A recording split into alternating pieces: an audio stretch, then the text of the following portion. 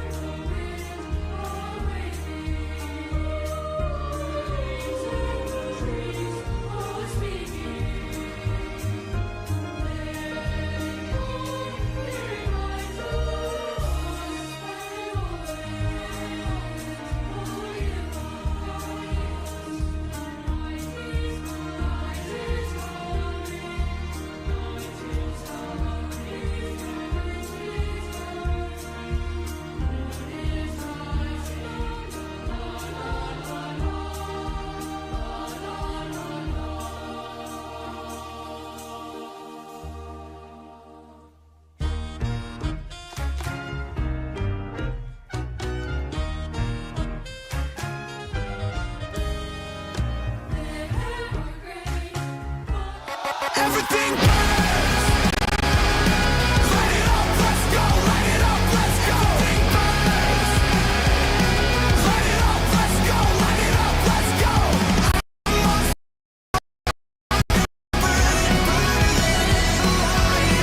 Hot to touch, so just don't remember the future.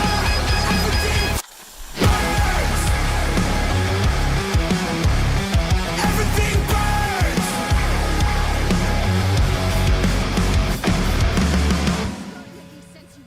You're gonna be sorry. Maybe I'll rip your pages out one by one. Or maybe I'll put you in the goddamn furnace. How can someone with such a big smart brain get hypnotized like a little bitch, huh? Oh, Shadow Lord, I love you, Shadow Lord. Come over here and give Vice a big sloppy kiss, Shadow Lord. Now pull your head out of your goddamn ass and start fucking helping us! You tell her. Tell her? Tell him. Dude's going goblin mode. So true.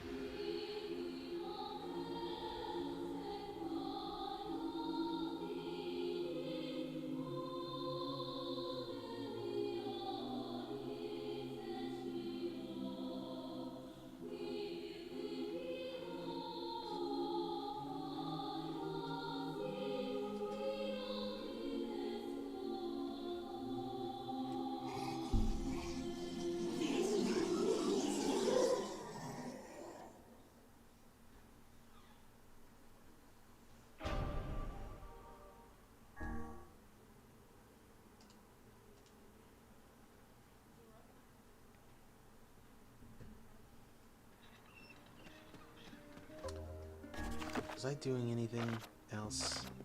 Any quests? I don't have nothing cool.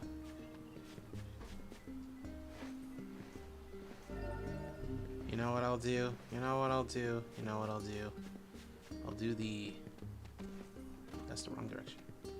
That I wanted to do. The thing I wanted to do. Like, while people are coming in, I'm gonna do the really terrible quest. Hey there. Currently, relay a message. Training weapons. That's not the one. It is, I think... Ooh, camera. This one. Hey. Delivery.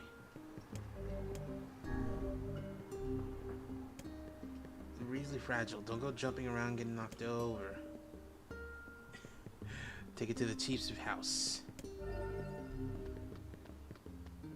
So no jumping, no getting knocked around. Can I take... Guys.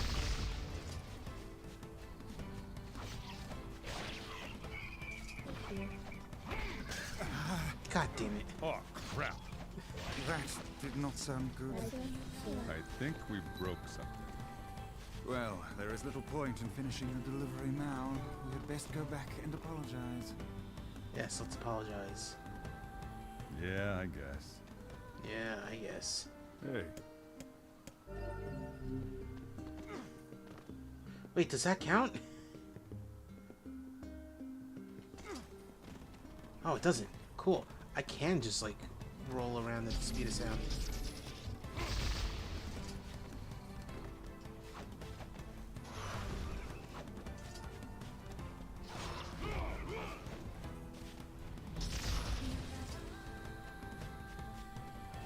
Alright, let's go, pig. Alfonso.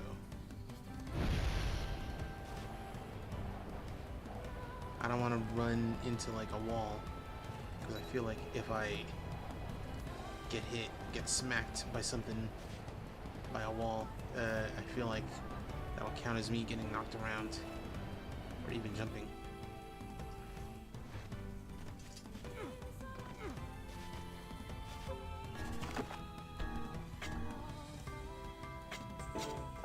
Oh wait, no. They were just like, wait.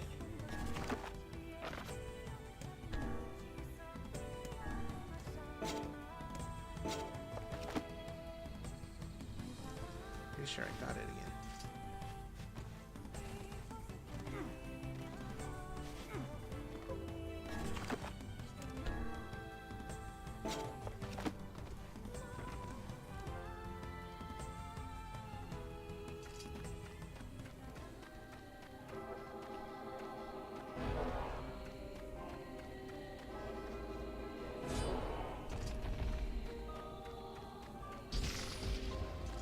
Damn it.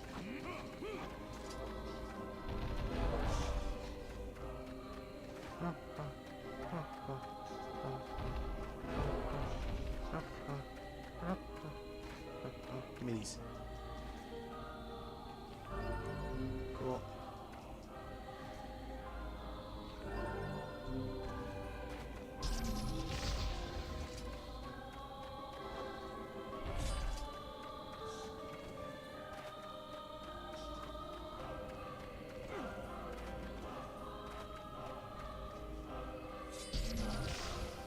Damn it.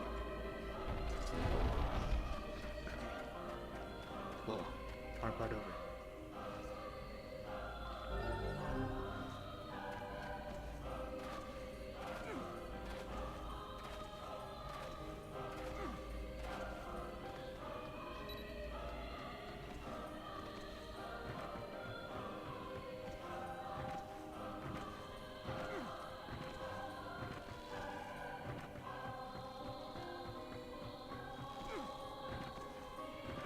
Just gotta remember to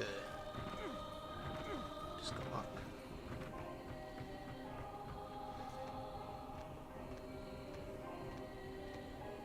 I'm not risking it by jumping. What is there?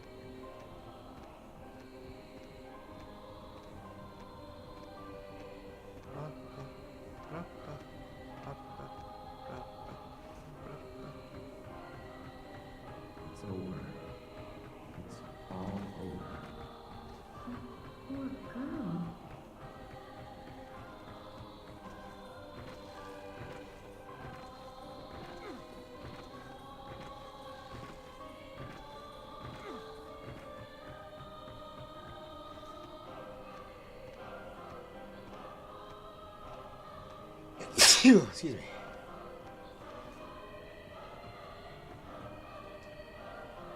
Yo. Oh my god.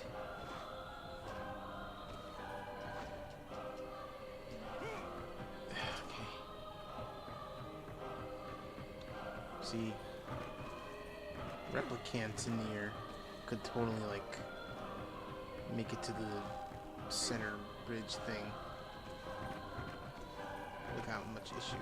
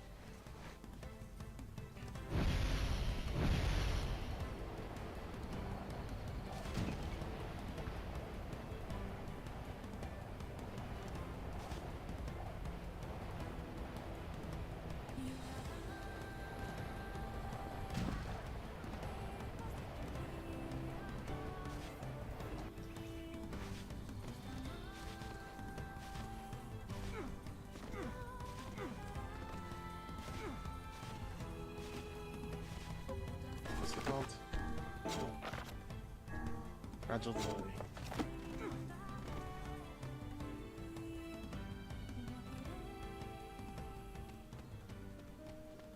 Hey.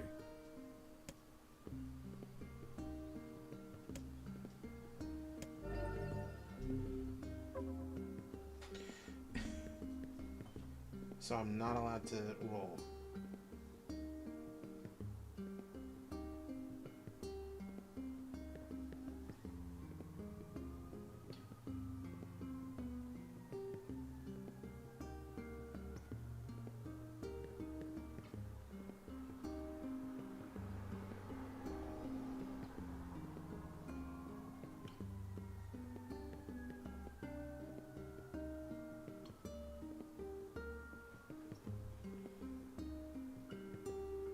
Jumping won't break it, which is weird because they're like, don't jump around or get knocked around.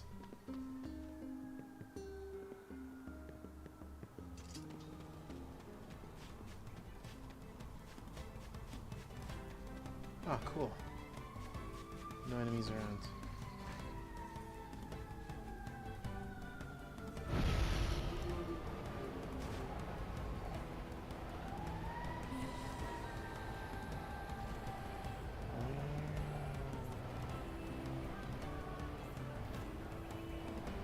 Oh god, they have the thing to like talk to them.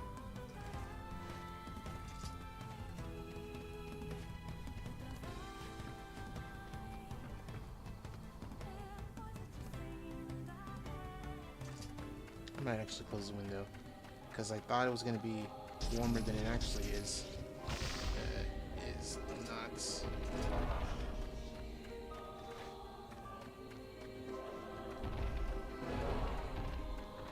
It's hitting the bats. That's the hard part. Oh, there's one right now. No, there's two of it.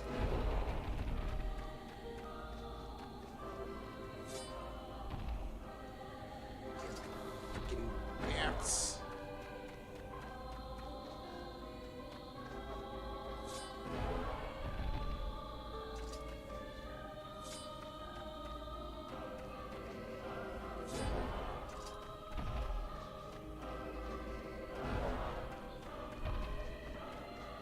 Is there a setting for like magic lock on?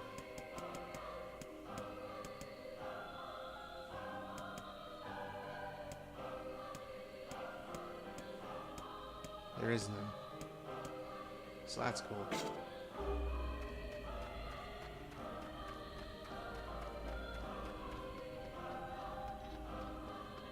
Ooh, what's that? Shiny.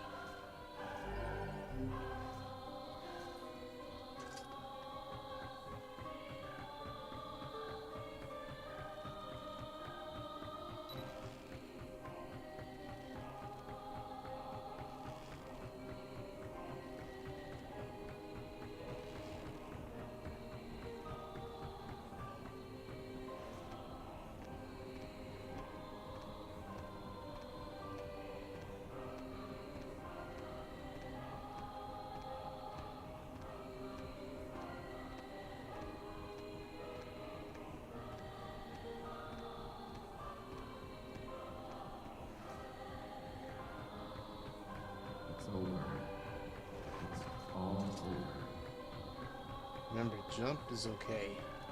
No, no rolling though.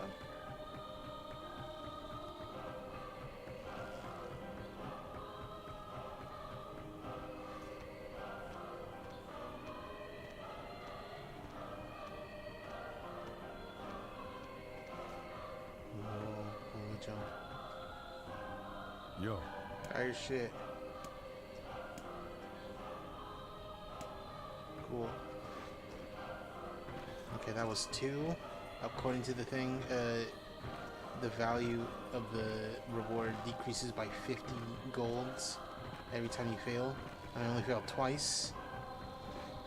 So, you know, I just lose out on 100, which ain't that bad. It's not that bad. Apparently the minimum is 500, but the maximum is 1500. Are you really expected to fail this 20 times? Not expected, but like, did they think, you know, people would be so like unable to like do this that they're like, we'll throw pity 500 at them, even if they failed 45 times in the past 20 minutes.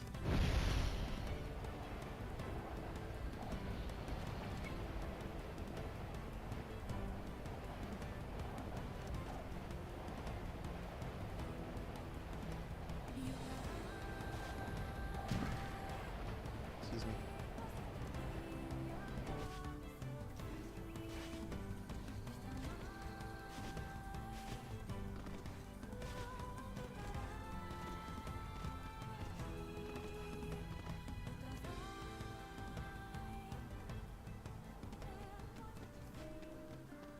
Yo. 1400s.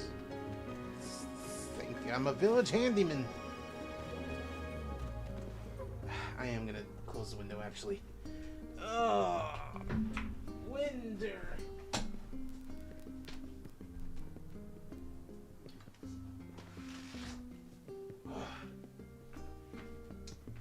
It was getting a little, because it's cloudless outside. There is not a cloud in the sky, but it's not hot. There is like a cool breeze. Cool, bordering on cold even.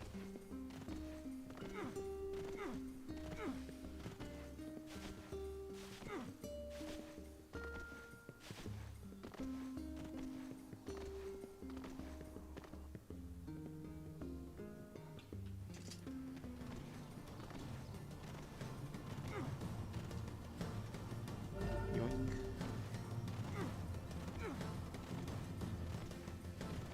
Hey guys, going to the dessert. Leaking. I don't even know what that is.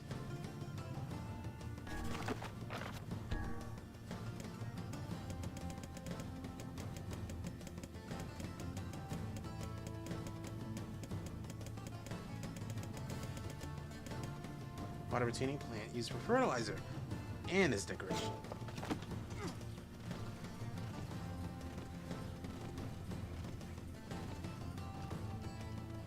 Yeah, whatever.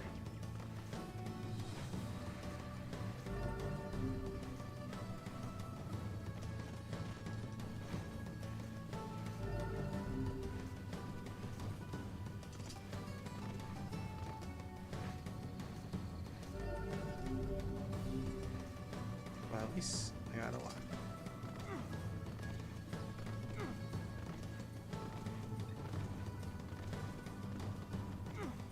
We are in the brown zone.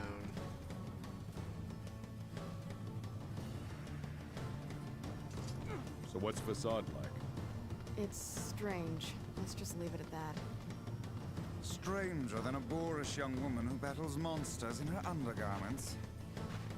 Let's go. What's that thing? It is known as a scorpion. Phylum Arthropoda, subphylum Chelicerata. Well, that clears everything up. It's an enemy. Kill it. Now that I understand. Wolves arisen. Oh god, this is way worse than in Dragon Guard 3. They just sound like dogs.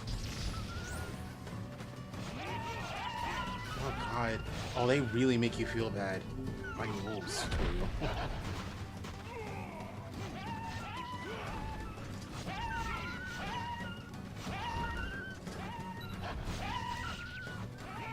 God, this is so not cool for dog people.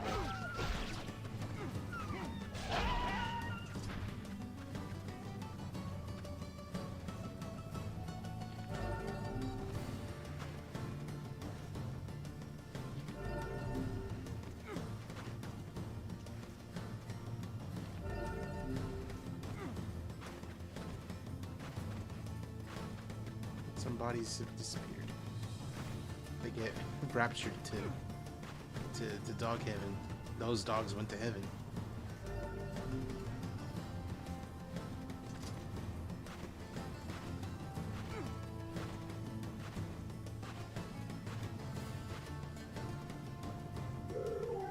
Wait, they're leaving. That one appears to be the pack leader. Wolf shade. Shade.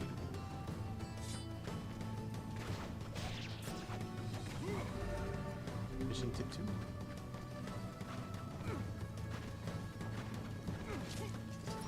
Oh god. I've been poissoned. No. You piece of fuck. Alright.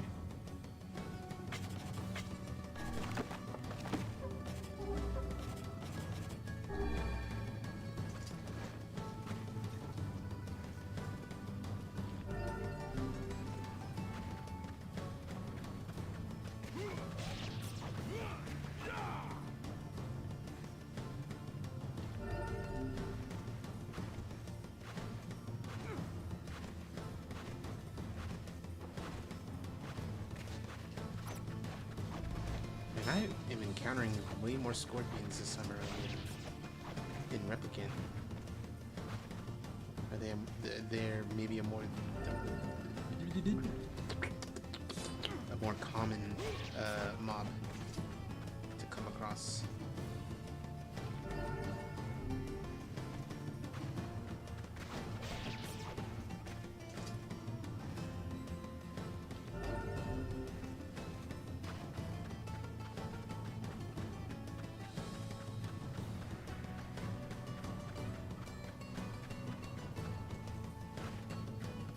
Hey guys, what's up? The gate's closed shut.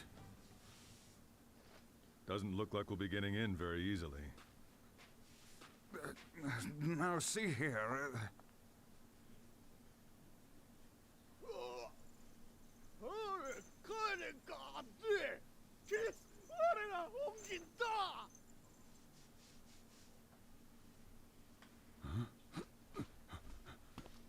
You know these guys, Kaine? No, it's not that.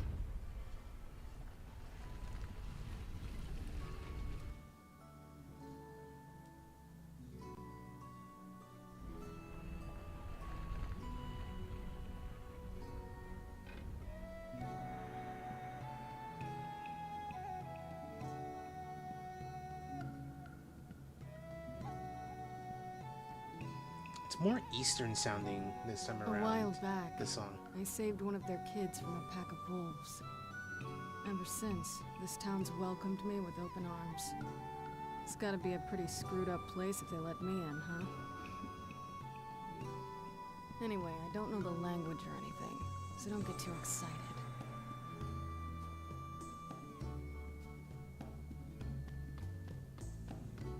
I suppose a quick stroll about town is in order? The language they use here is pretty crazy, so good luck with that.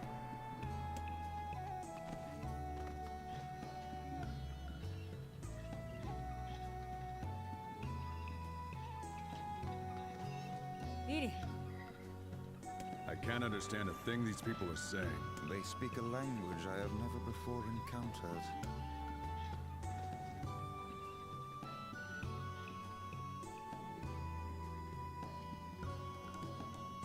I'd wager that huge structure is the king's manor. How do we even get there? With willpower and smarts, my good man.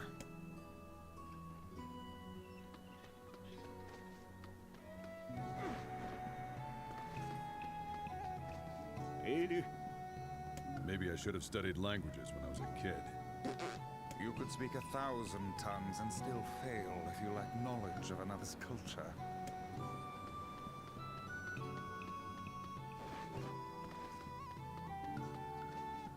Duh.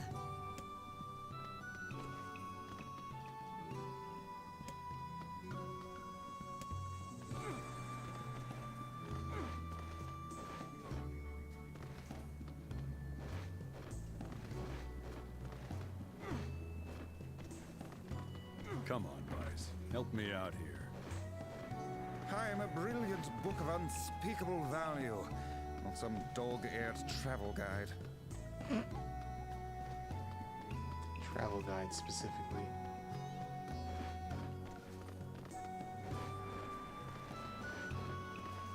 All these stairs. They couldn't have made this more needlessly complicated if they tried. We'd best figure out a way to the king. Elsewise, we'll be ascending and descending stairs until doomsday.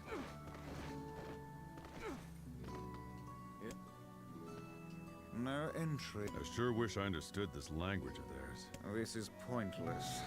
Let us go back.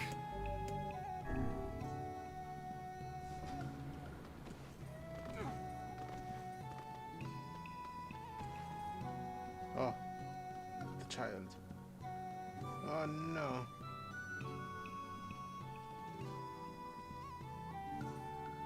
My foot. My foot. My ball. My foot. My foot.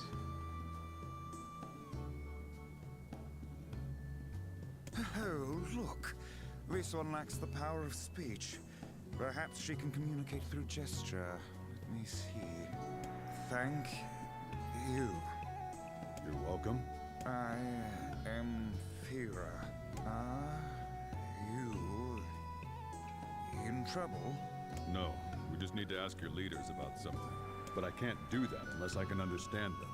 I can guide you? Oh, she will act as our guide. How fortuitous.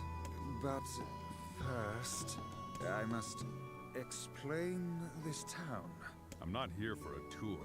No, there are rules to follow. Follow me. Well, there you have it.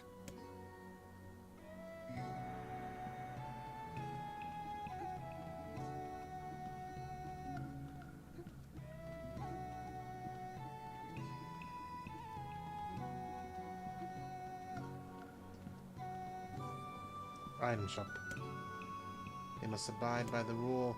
Don't live on level ground. Rule 106. A lot of rules. Is Rule 106 the reason for your labyrinthine system of staircases? Yeah. Well, I suppose eccentric people deserve an eccentric town.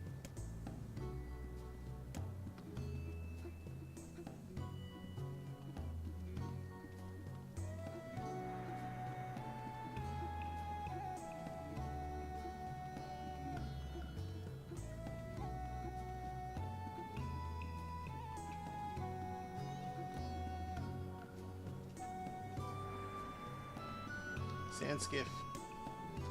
115,017. View the town by ship. Oh, come now. What could possibly be the point of such an absurd rule? I don't know. It's not a new one. Hold on. Your people are still making rules? Yeah. We passed Rule 124.46. Of all the idiocy, I could never live in this city. Well, I mean, you're not living in the city. I miss sitting near when he's on the skiff. He would just sit and be like patient and polite. Nah, I'm just standing like I gotta report the file on Monday.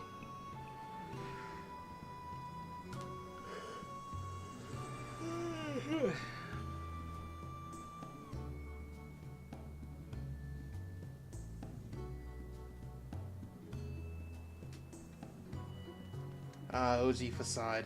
I was thinking earlier, first of all, hello, that the music is a lot more Eastern in the original game than the remake. Something about it, like, it has the vibe of like Imperial China, and it's a very slight thing. I can't explain. Maybe it's the instruments. Grocery, 11,034. Live at a level appropriate to your position. Ah, so the aristocracy lives in the top levels, while the commoners subsist below. Yeah. Seems like a rather unpleasant rule for those on the bottom. Does this girl plan to drag us about the entire town in this fashion? The kid sure does love her rules, doesn't she? You know, long ago, when NIER Replicant first came out, like year 1 into the pandemic, or 2, I did not skip the tour. I am making the controversial executive decision to do just that. I've done it every time since, and I will continue. As much as I love Fira and her tour, you know, some of us don't have time for this. And I should say, every time I stream NIER, I skip the tour. If I'm playing off stream, usually with someone, we are not skipping the tour.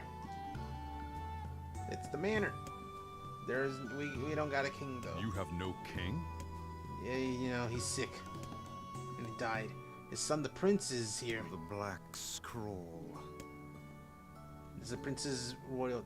What's up? There's an NPC here that mentions the giant hollow space underground. Which is finally revealed. Oh my god, I need to find this guy.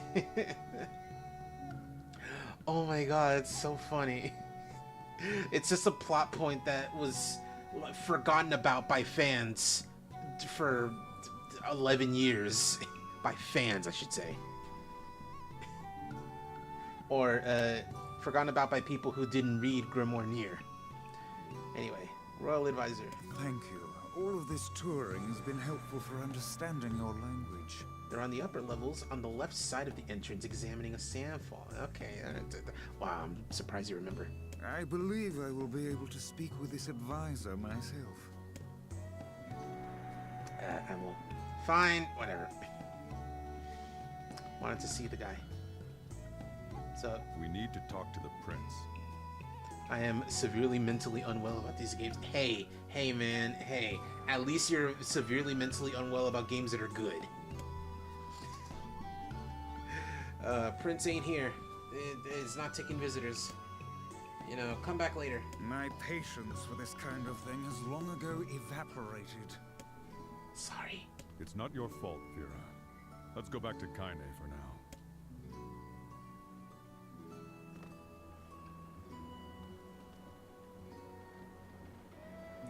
I miss sitting near. Papa NIER is just standing like he's got a report to file.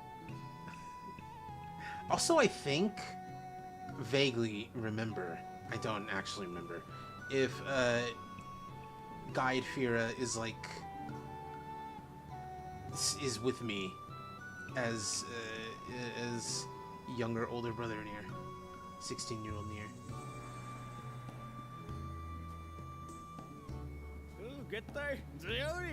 Yeah.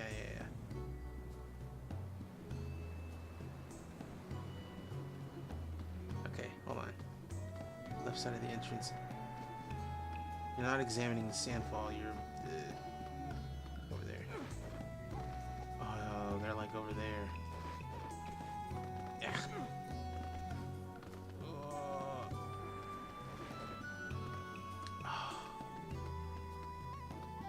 I mean, left coming from the entrance. Okay. Upper levels. Whoa. Professor has been studying quicksand. Yeah. We're conducting research to see if we can use the flow of quicksand as a power source. There's the ocean of sand contained water at some point. We don't know where it is. It's as if the human race is being shunned by its own home. Oh.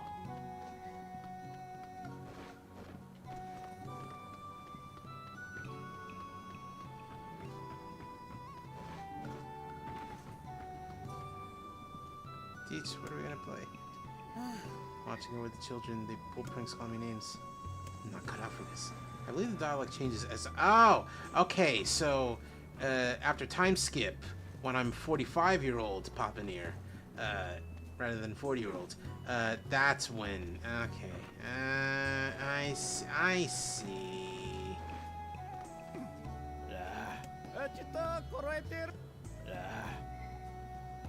Oh, he doesn't have any. Ah, fuck. What? No witty joke about like, oh man, your health is running out. Come on, Vice. I know you got something in you. Oh, I'm at the grocery store. Cool.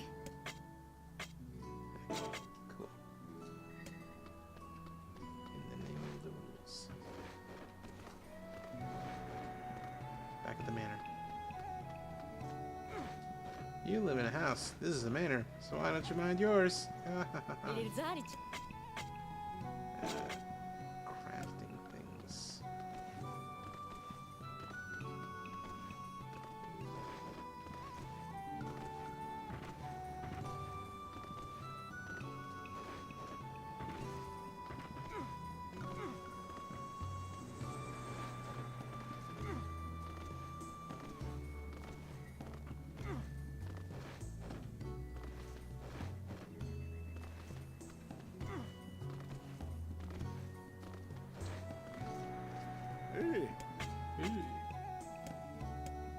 Oh, I need one of these and one of these.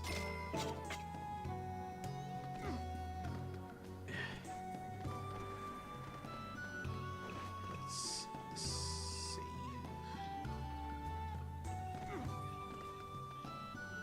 Oh. Slow down. I can barely hear the person who saved me. Surely you don't mean Kaine. Kaine helped you, this foul-mouthed hussy. Piss off, book. You guys done? Did you hear? The prince is missing. Oh man, that's crazy. What's going on? Gone. We gotta look for him. No, the prince went missing in the Baron Temple. We can't even go in there. Ah, fuck. What about the other rule? What about this rule? Oh, shit. Looks like all those rules are getting in the way. This is their way and their system of laws. As outsiders, we have no say in the matter. You know... Come, we should be off. You know... You say that now. When earlier you're like, oh, I could never live here. Alright, let's get out of here. What do you think? Okay. Later. Oh. What's going on with her?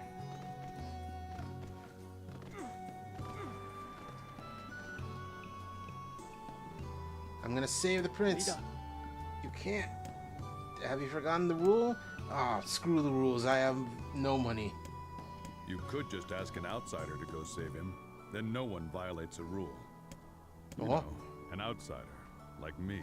And oh, what luck. There just happens to be an outsider here who can't stop meddling in the affairs of others. Oh, we could never ask you to do that. I'll do it. Fira told me about Rule 1024.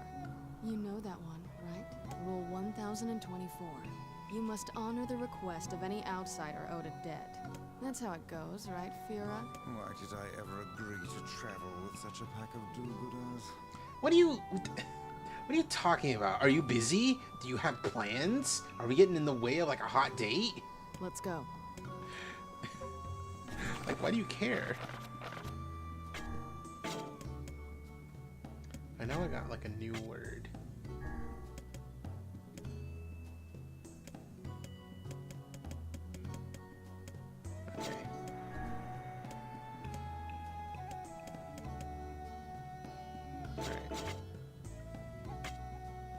forgot I got that. When did I get this? I don't even remember. Anyway, just to be safe.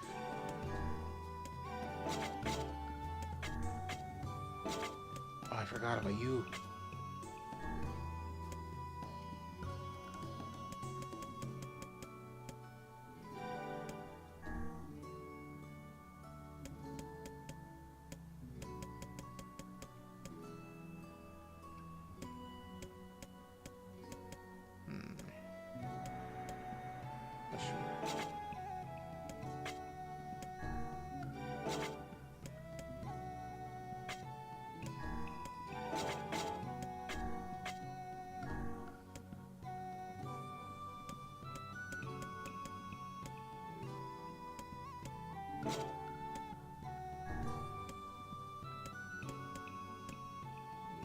Physical defense.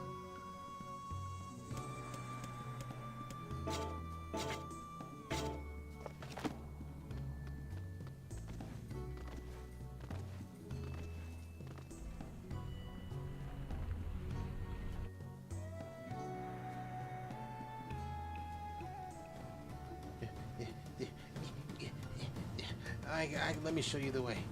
You gotta. There's a sandstorm. It's crazy.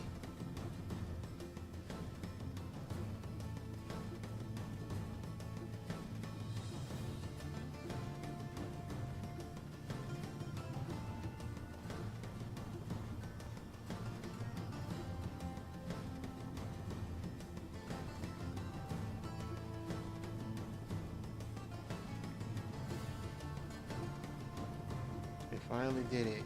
It only took until 2010, but they invented the first NPC that is faster than your slowest walking speed. They would never, ever, ever again utilize this incredible technologies for any other game in the future. It would always be slightly too fast or entirely too slow. No.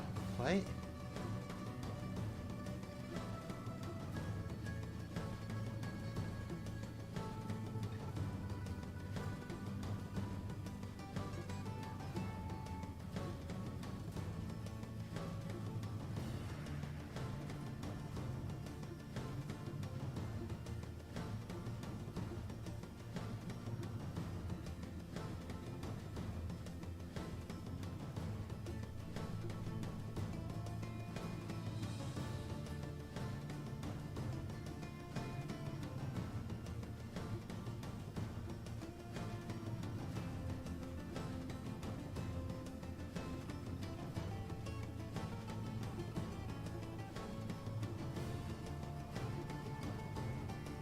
Hey there. Stay close to me in the desert.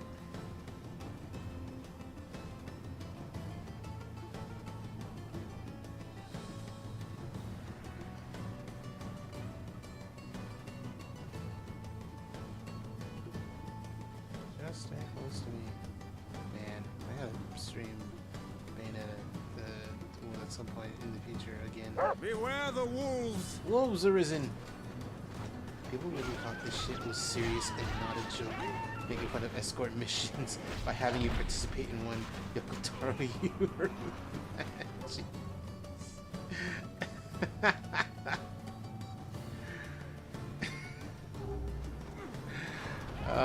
that's funny.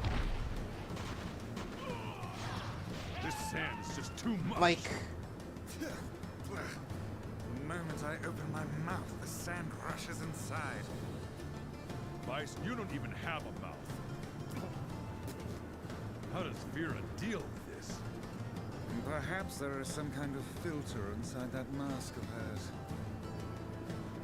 but like, did people just not remember the worst part of escort missions? The fact that your escort can die and you get a game over? Because Vera can't die. It would truly. Oh yeah, juggle. Ouch. It would ruin the the pace of the story and also plot points if she could somehow. These people should stop arguing about rules and follow Fira's lead. She seems to possess almost boundless stores of energy. You do have to have to completely restart if you wander too far though, so there is that. Yeah, but like, who's wandering like super far away from Fira? Are they stupid? Are they that bad at the combat that like they don't want to? They're like, oh, we can't hurt the little girl. She's completely invincible.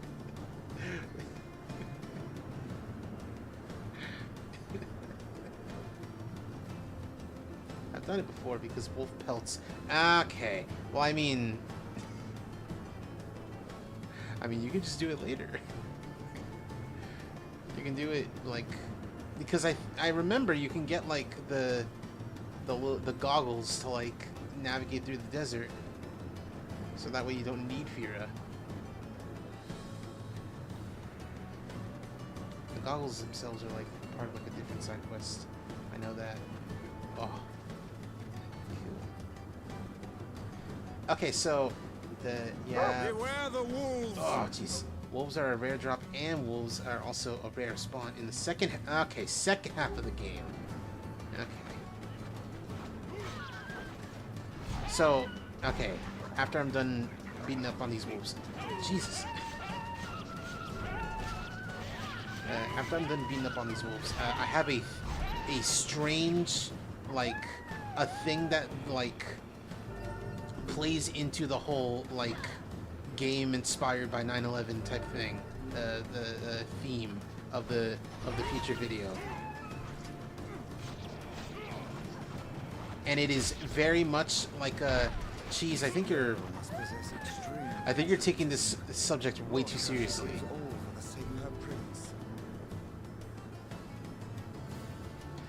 And the thing is that like when you are walking on like sand or a dusty area, the footprints, the little like, you know, you're kicking up sand, looks a lot like what happens when you're shooting a gun at sand, at like sand mounds, sand dunes. It looks like this. And like, it could be a thing about like Kavia being like a very small developer, and it's like we need like a very simple effect for like footsteps in the sand. However, I don't 100% buy that it is not a design choice to make it look like that. And well, as far as I go. See you later. One more thing. Map.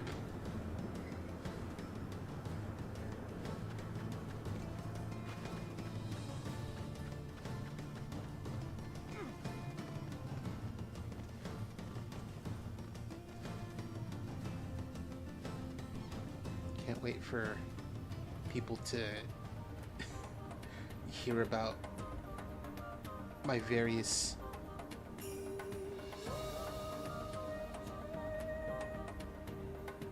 portrait.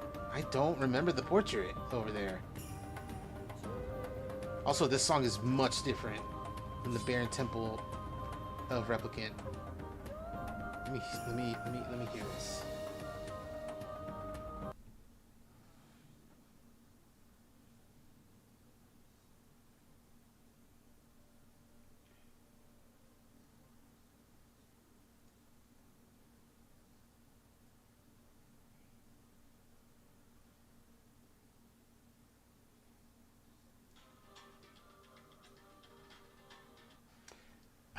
It's like a different melody.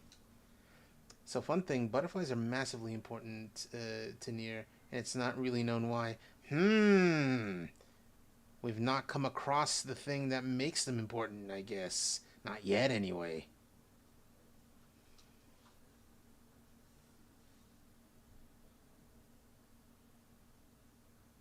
Alright, lay the rules on me. I'm great at following these rules.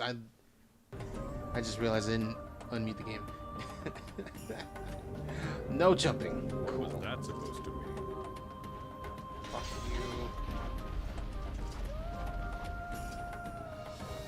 Oh, I like that effect for when they reconstitute. Gorgeous.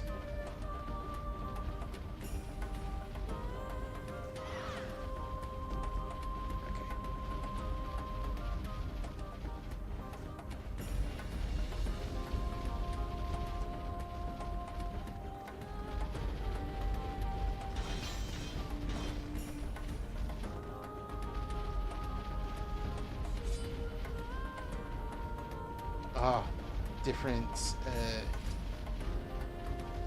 rates of fire. Ouch. I don't think I need to block it. What now?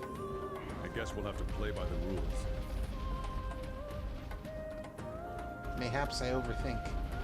In NIER Gestalt replicant Wendy, the boss in the area, has butterflies coming from it.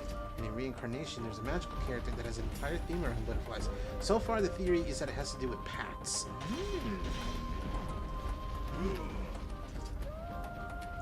Sneeko.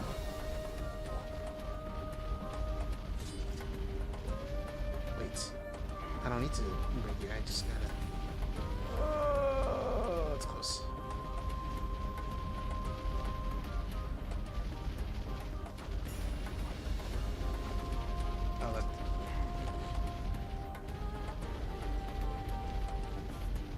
Pushing blocks in Gestalt seems a lot slower than it does in Replicant.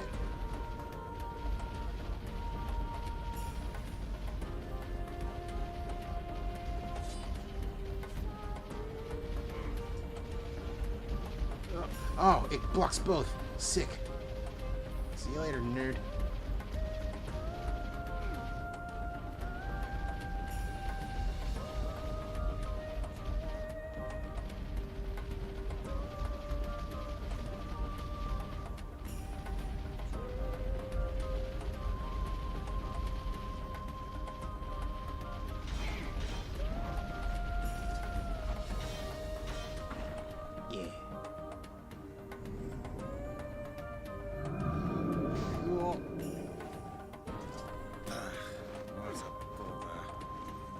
This missing prince is like.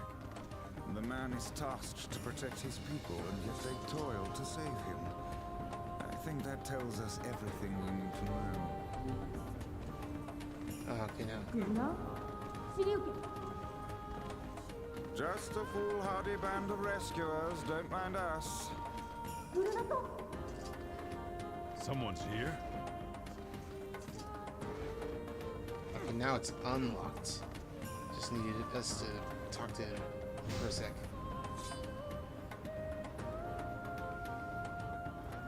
Ah, cool.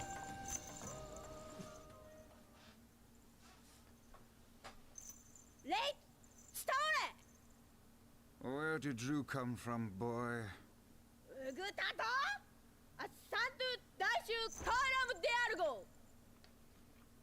His eyes are so big. But you're just a kid.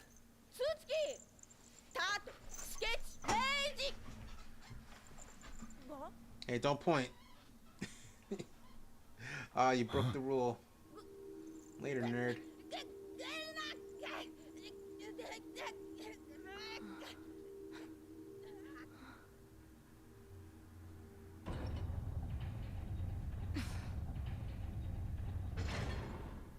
Alright, what is this?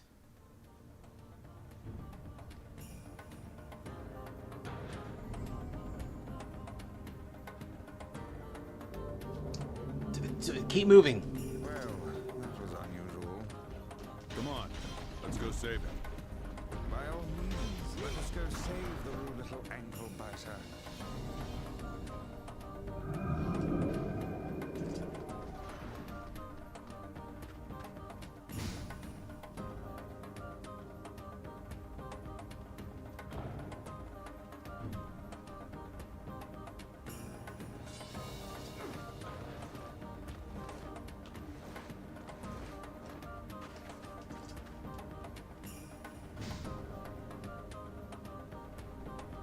Alright, what next?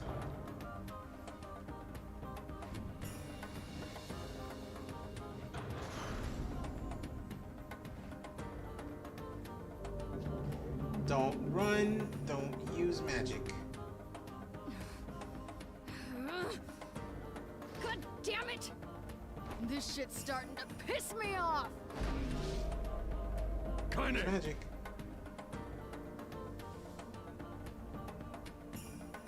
What in the...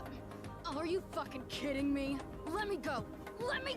Ugh, I am gonna kill you! I assume we'll have to find her as well. Yep.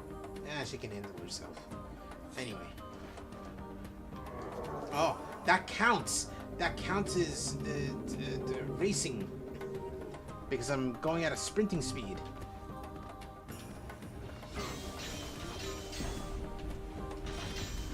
Ah, shit.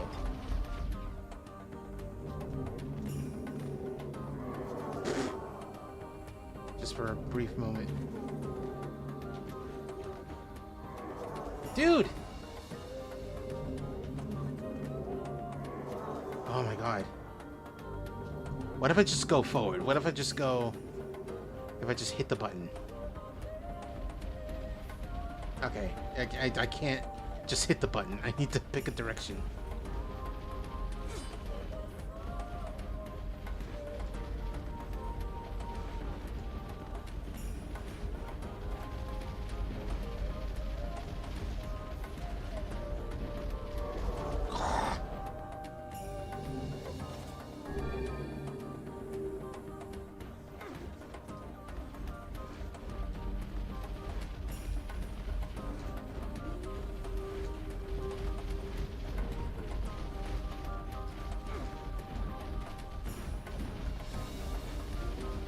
I'm doing this my way, the not optimal way. Ah, that sucked. That was not cool. But I did it. Least optimal way possible. Alright, what's this?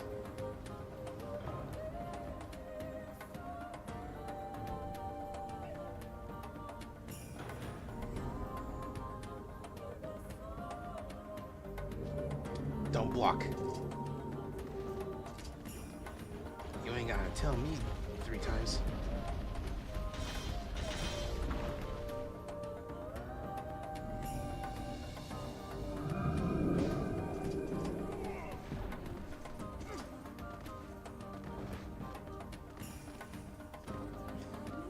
Love that the game designers are expecting, I guess expecting players to like...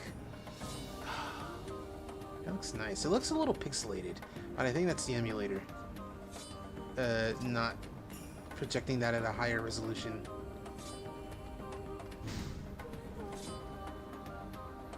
Or maybe that's just copy. I don't know. I don't think the game designers were expecting people to just like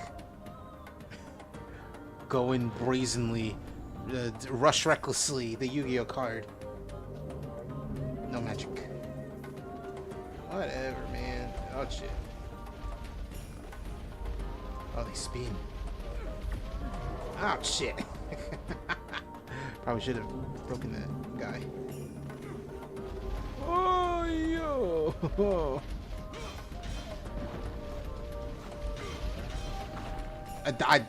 I should not. Tonight on Discovery Channel, I shouldn't be alive. That should have gotten me. That should have clipped me just enough.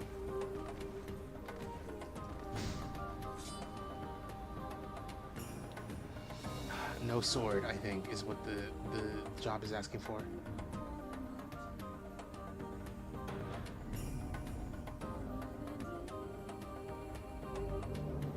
This madcap barrage of rules shows no signs of slowing. Stop talking, Mike. We're gonna mess this up again. The masked people certainly do enjoy their rules. What a pain. Whoever came up with this system must be soft in the head. Soft in the head.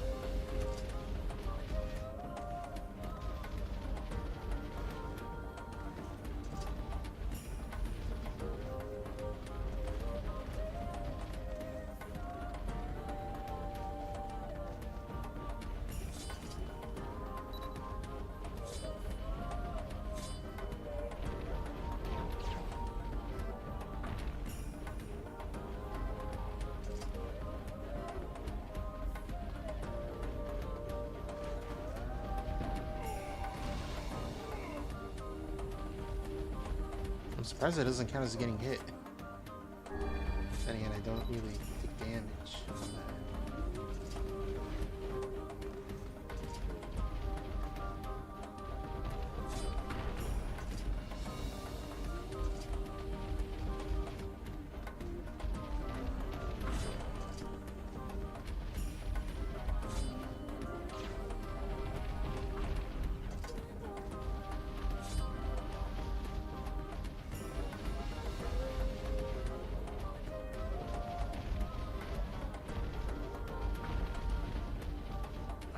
One last one. The last melon. Cool.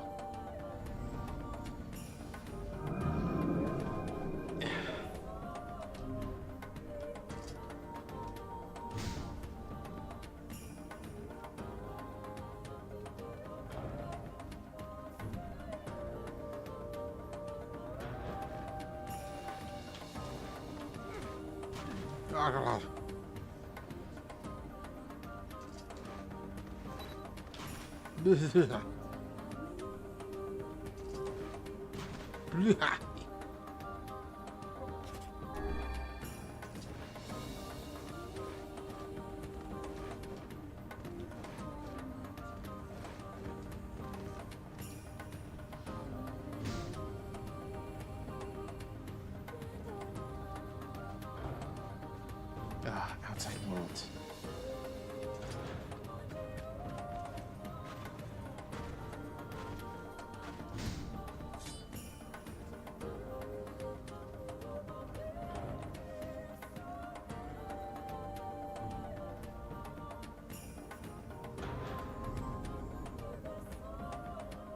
What's the rule?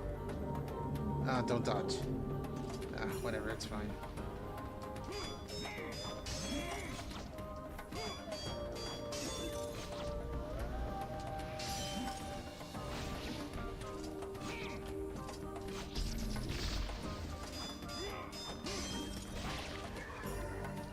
Combo garbage.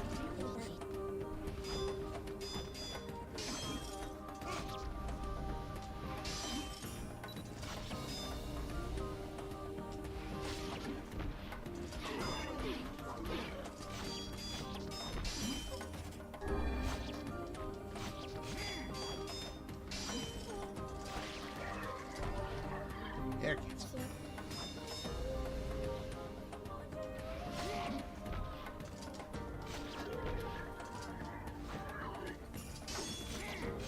I do not miss that. I do miss finishers being just a button command over an enemy that is died. Here. Oh, ouch.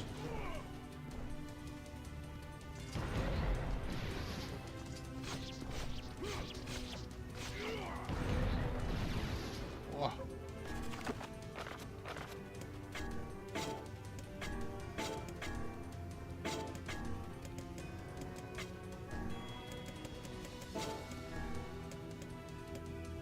Item drop rate up.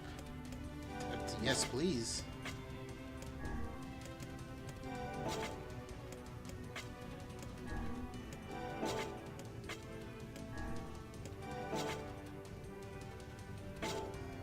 There's something else.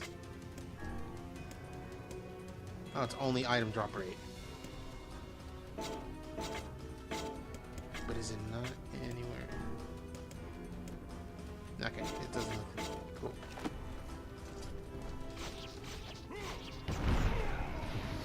Oh. I miss locking on.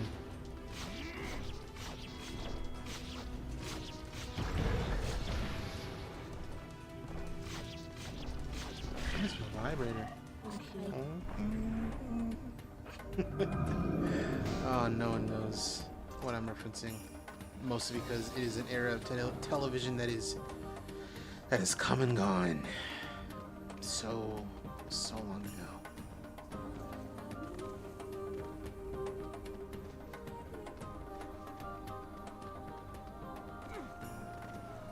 There's a shiny.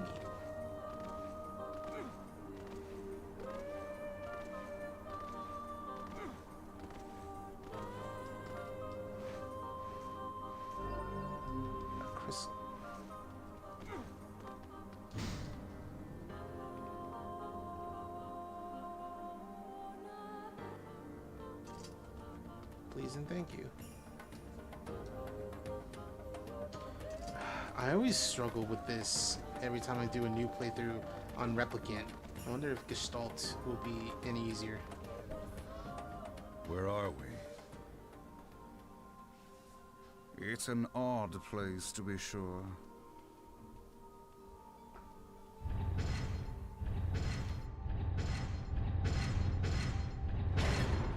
I suppose that was to be expected. Look.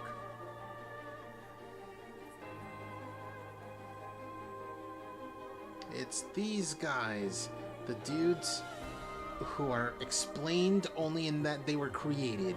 For what reason? Don't worry about it. They never get any explanation outside of, oh, we were made. That mewling child is inside. Without any rules to bind us, we are free to unleash the entirety of our powers. Less thinking, more killing. I like it. I like the blueness. I like how What blue is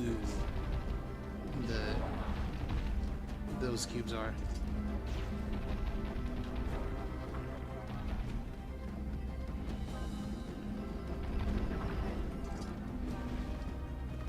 I detect magic within the glowing box. Yeah, it's just like earlier.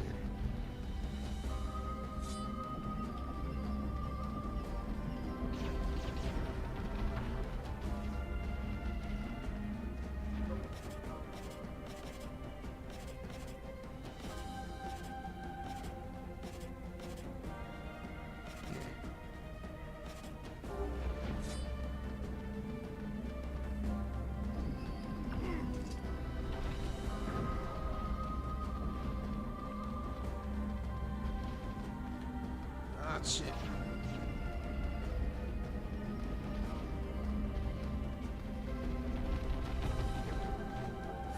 Ah, shrimp.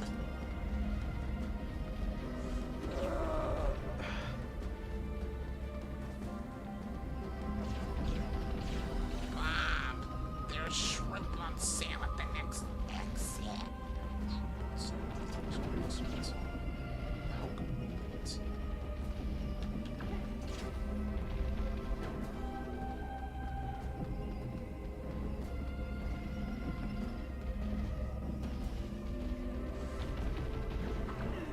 Okay. I got it at least.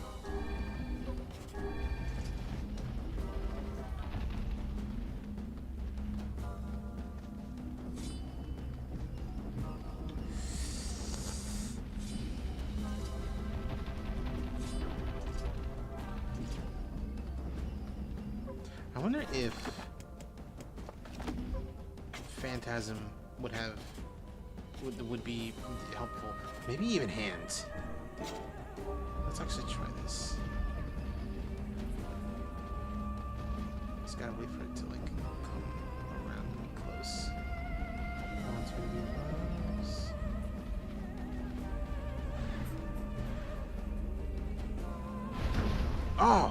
Oh, hell yeah! Oh, I've never once had the idea, ouch, to use hand. Oh, this is way better, ouch, than shooting. Oh, I just need one. Oh, beautiful.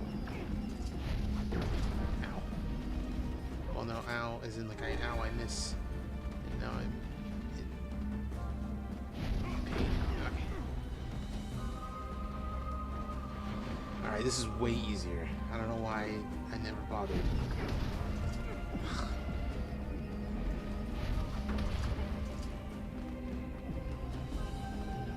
Oh, they change quick.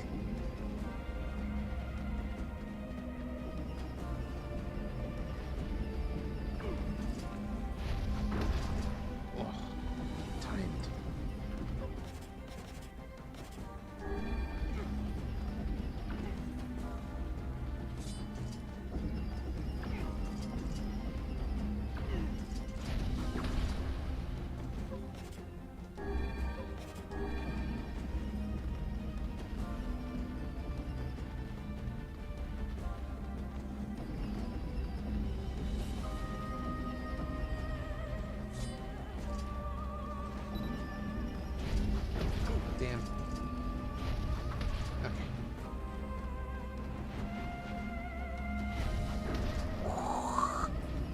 barely. Barely missed. Oh, nice. Oh, I miss. Oh, this is sucks.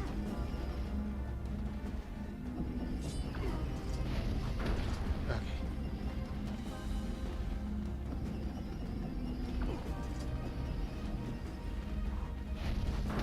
Okay. No. Oh my god. That's the last one. I'm going to die. Mindless.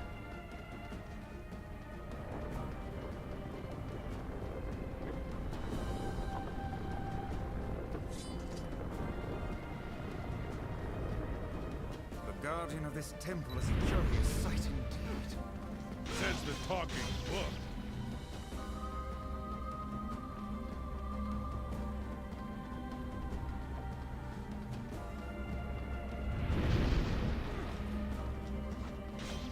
At least I was aware. Oh yeah, I'm not gonna be able to hit these guys. Because they're blue. Blue.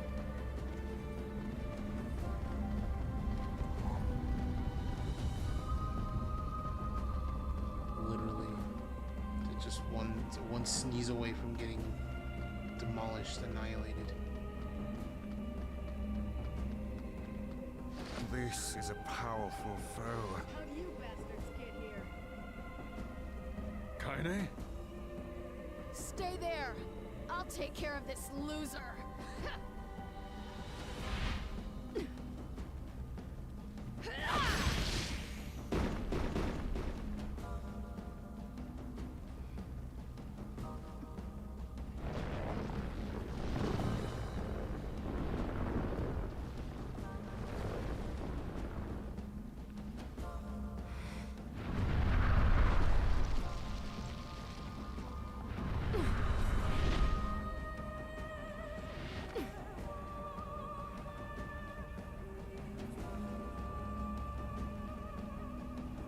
I figured you'd come back. Don't get all weepy, okay? It's not like I was searching for you. So you were simply lost. Fuck off, book. Kaine, the glowing cube takes priority. Screw your priorities! I'm gonna kill this thing my way! Jesus. That should have killed me. Tonight on Discovery Channel, I shouldn't be alive.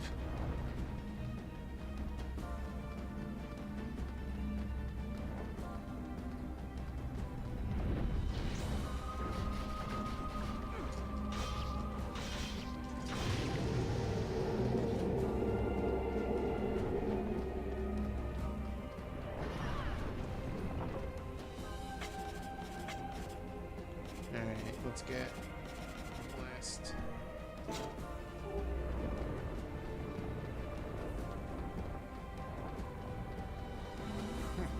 This should prove interesting.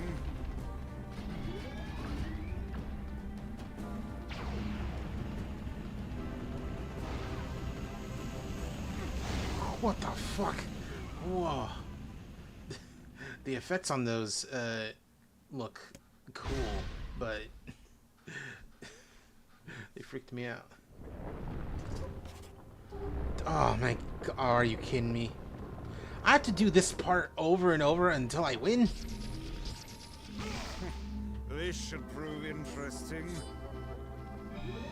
Oh my god, I might have a... It's not a dead save, but like... Oh. Unless I restart, ouch, the whole thing, I might be done.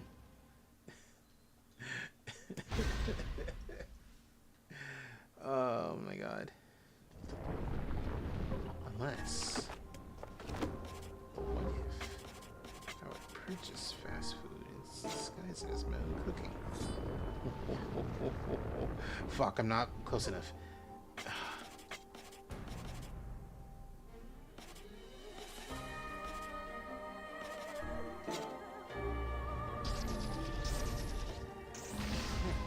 This should prove interesting.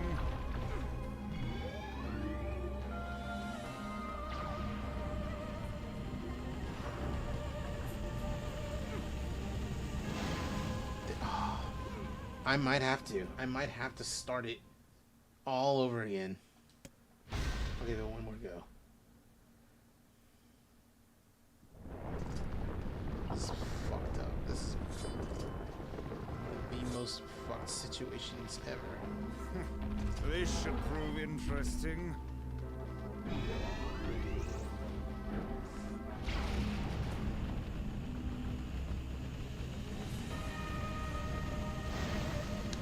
I cannot see where those are going. The light trail effect is too much. Oh my goodness. Let's try it again.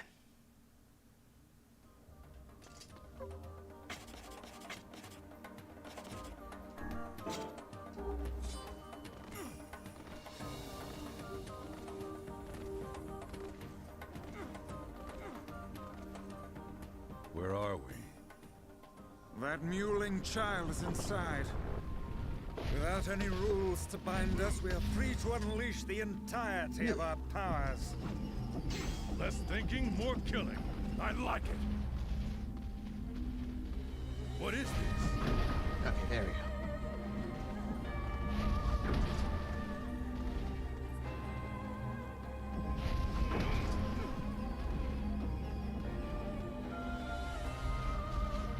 Sophie. I detect magic within the glowing box. Hey, how we doing? I'm doing pretty good. Thank you for asking.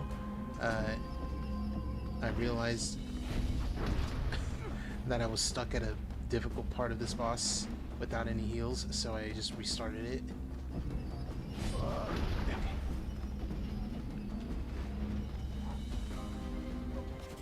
It's good, nice to hear. Thank you. Alright, okay. And, oh, damn, alright. We're gonna switch. Okay, cool. It did not. Oh. I gotta heal soon. Yeah. Okay. Just 2 more segments. Oh, this is the one where they just go forever. Not forever, but you know, all of them at once.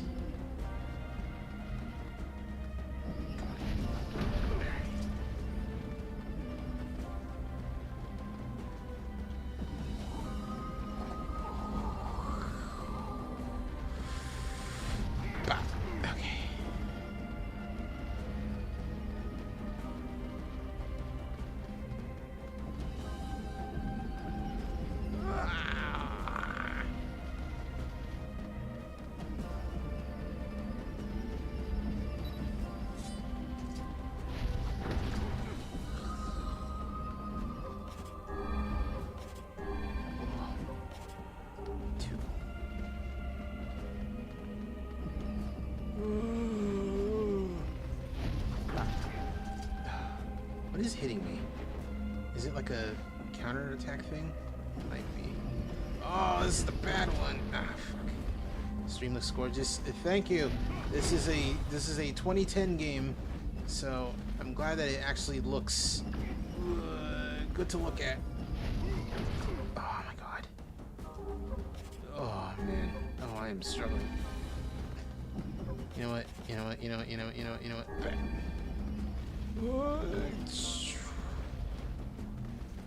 Are you an artist? Nope. All of my stream assets are done by a good friend of mine.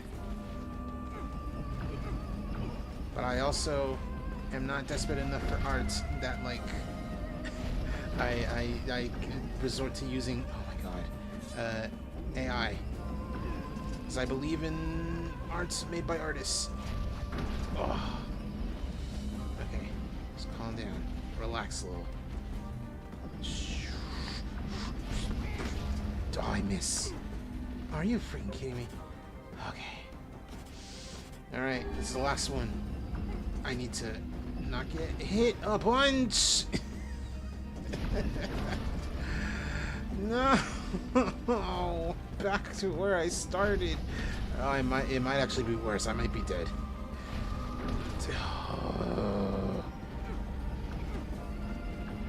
Yeah, alright.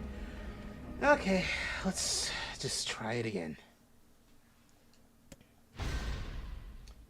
I'm going to test something. I'm going to see. That mewling child is inside. Mewling child is inside. If Dark Phantasm is any help. Without any rules to bind us, we are free to unleash the entirety of our powers. Less thinking, more killing. I like it. Will you help me, Dark Phantasm? Shit. What is this? Okay, now.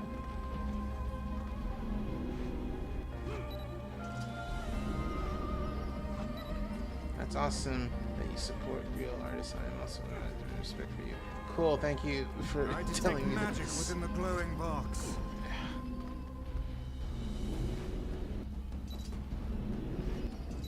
Maybe it doesn't work.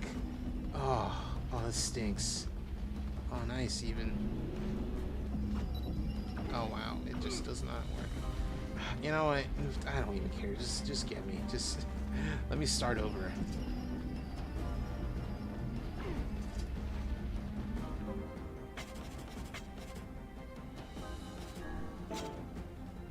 Wait.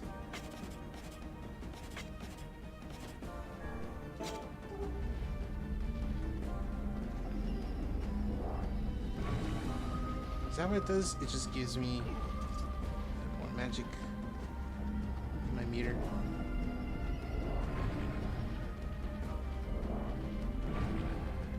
Oh, I can like reflect. You know what? That's pretty cool actually. I might have to use this later on. Nah, it's not that strong though. Does it pierce? Just realize this might be the last stream I catch live with my new schedule, causing Zunky Zero to watch. Well, thank you. I know that you really want to play your video game.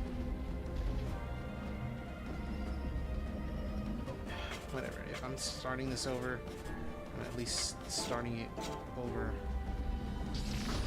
with my goods to load out. Get me. I don't give a heck. Come on, man. Come on, dude. Just let me restart this. Oh, this fight is brutal.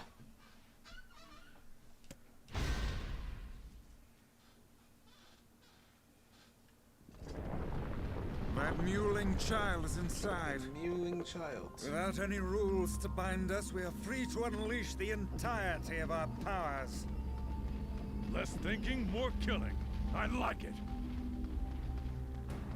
What is this?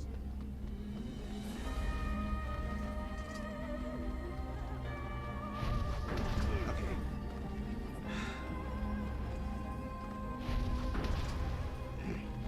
And yeah, if you need help with anything, I detect magic within the glowing box. thank you for the kind offer. I would like to say, as you can see, with the thing on the bottom of the screen that says bills $0 out of $100, I'm broke.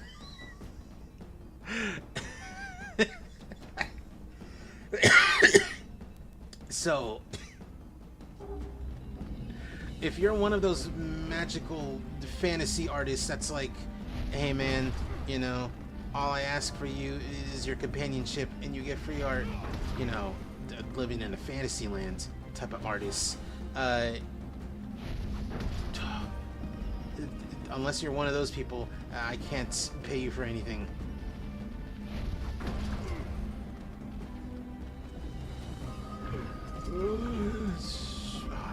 Oh, I messed up bad at that part.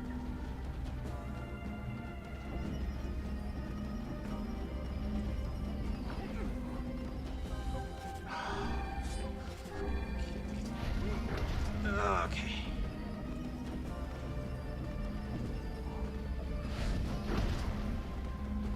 I need to like dodge faster like that because they instantly come back and retaliate. Oh.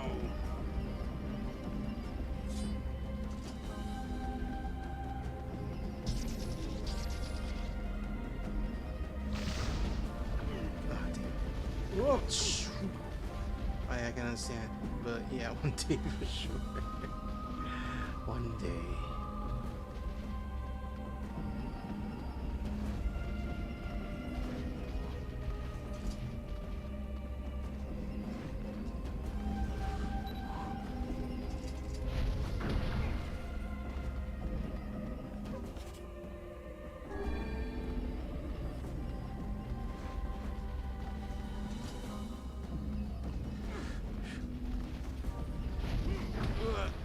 Okay. Alright.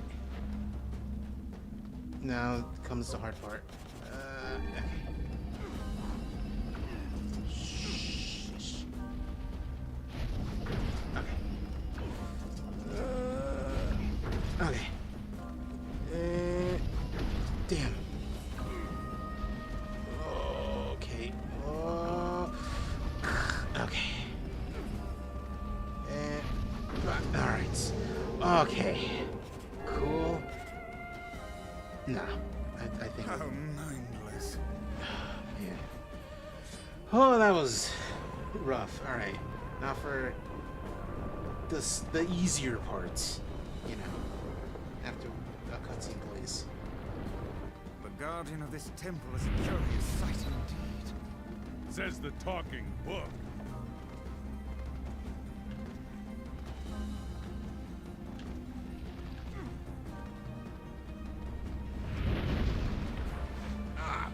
Damn. I don't even know where I went.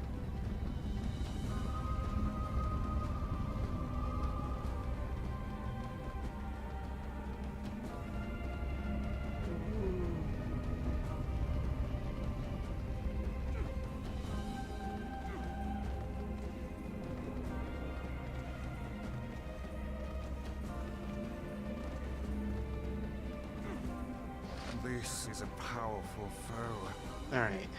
I You know. figured you'd come. Hello, Kaine. Welcome back. Don't get all weak. It's not like I was searching for you. Okay. Though you were simply lost. Fuck off, book. Cool. Kaine, the glowing cube takes priority. Screw your priorities! I'm gonna kill this thing my way! Giving a little Kid Trunks there, wouldn't you say? Not very kind of NIER franchise.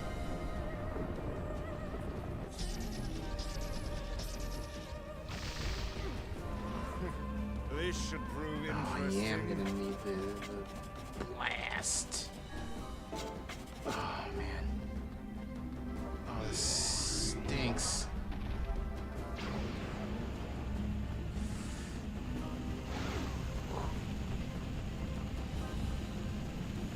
Good thing you can't drop an F-bomb in Dragon Ball. So true.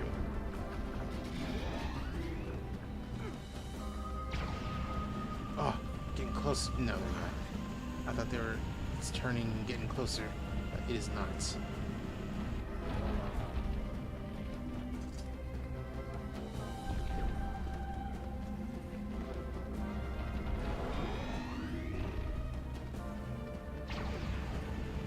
This is not difficult, really, but like tedious.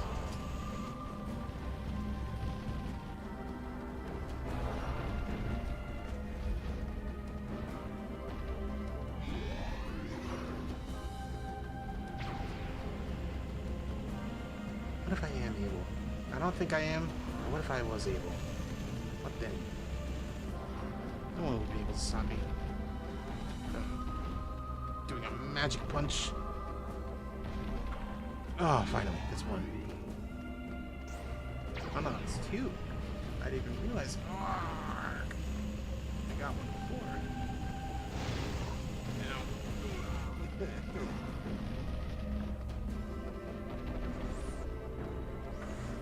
Okay.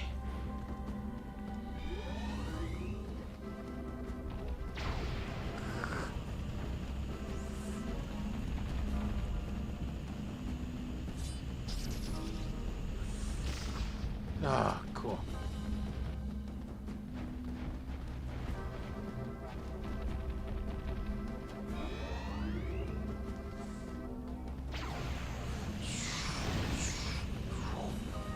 Oh, that doesn't even do that much health damage.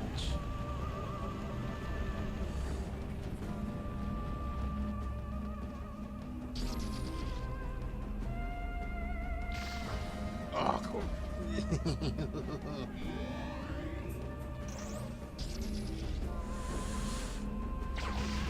Oh, yeah.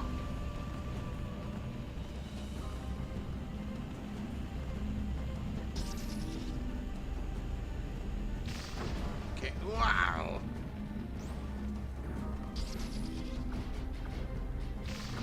Cool.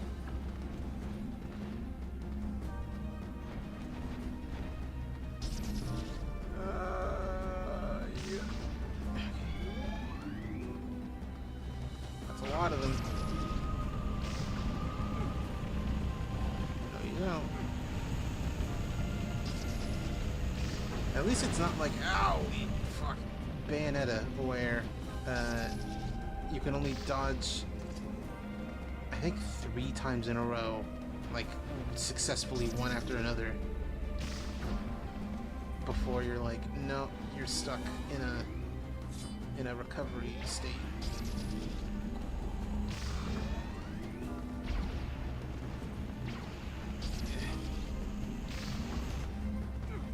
Holy fuck. Cool.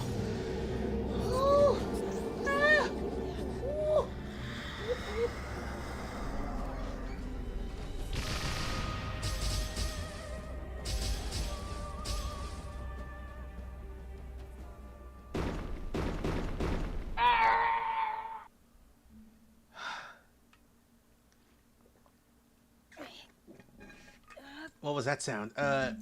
Lego Yoda death dying sound from the Lego Star Wars games. Oh, get it. Get it. Get it, dog.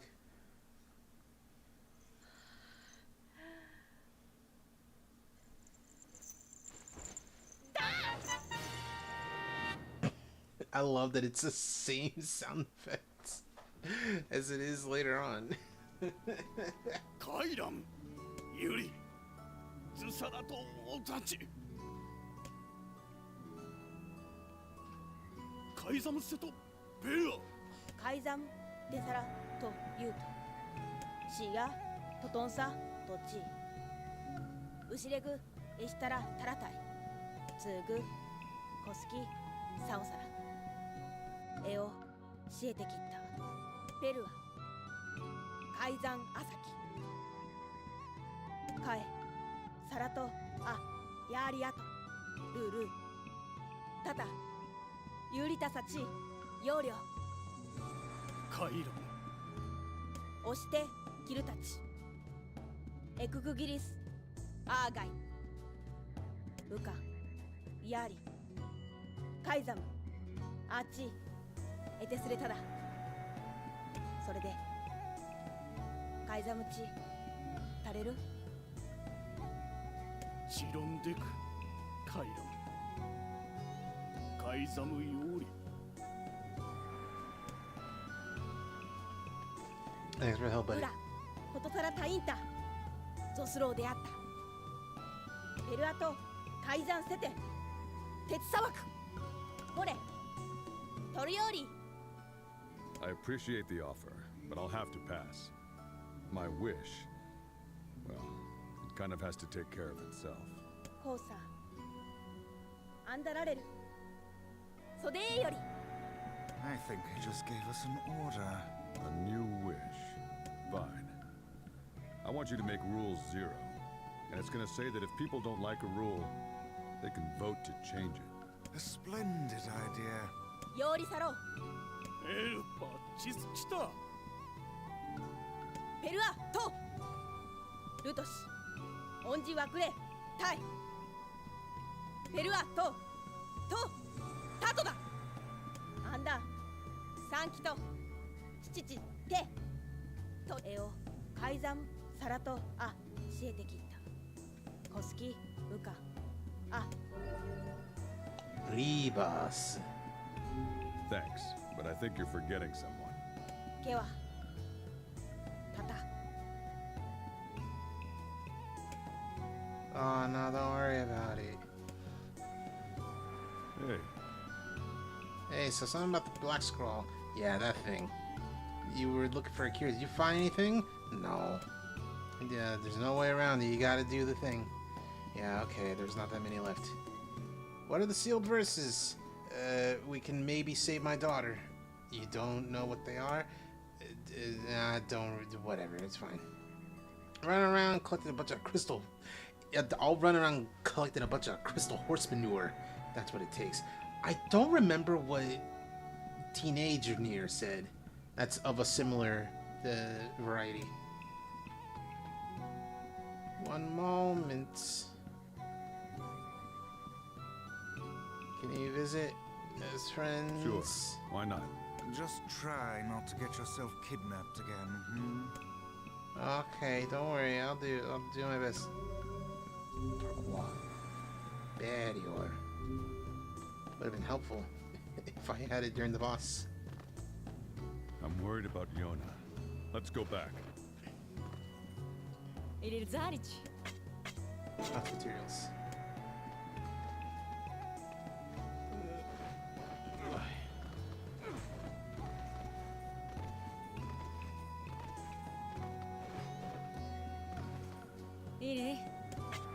Oh, it's the grocer. We don't have any need for grocery items.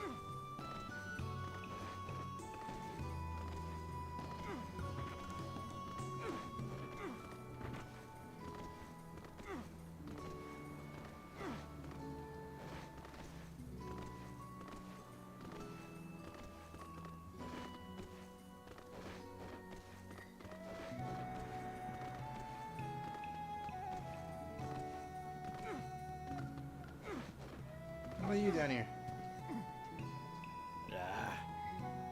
Alright. Guess not.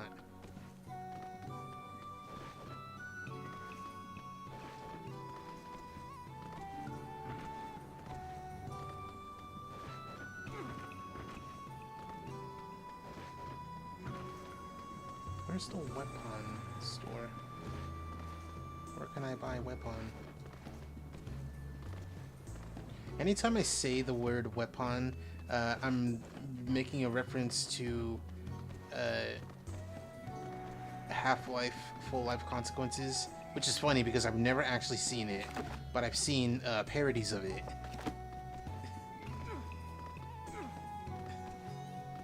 The one that I have seen multiple times, because it's part of a larger video that I've seen multiple times, is My Little Pony, My Big Consequences,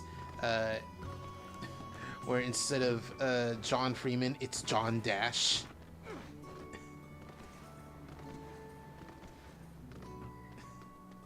So I'm familiar with, no, you are a headcrab zombie. I'm familiar with zombie ghosts leave this place, and I'm familiar with finding weapon on the ground.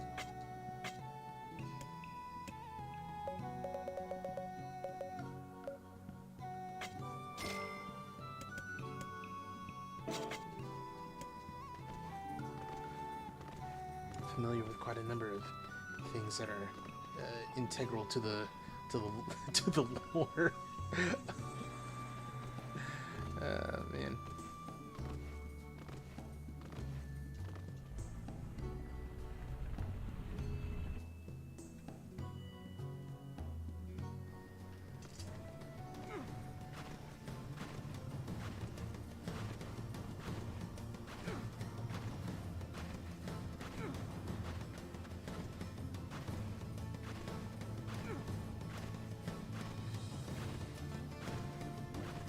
I fear for the future of Facade.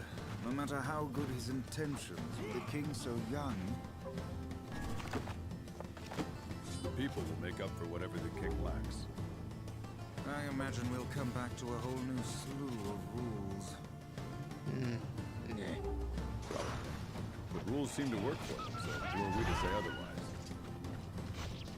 Oh, come now. There are as many ways to view the world as there are people in it. Perhaps you have learned something on this journey after all. Maybe. What do you think, Kaine? Don't care. Whoa.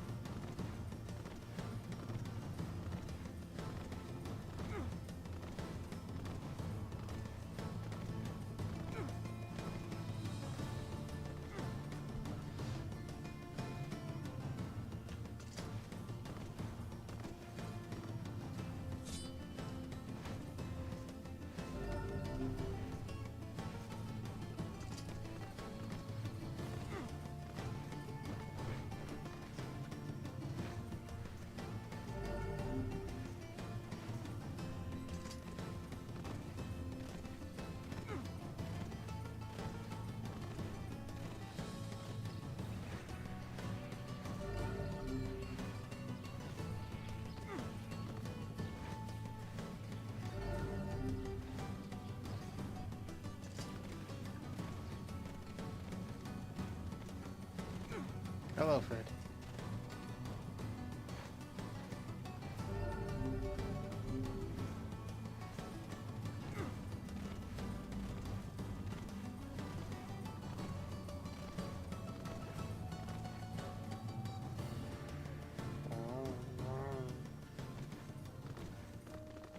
So I'm gonna let you in on a little secret for tonight's chat room.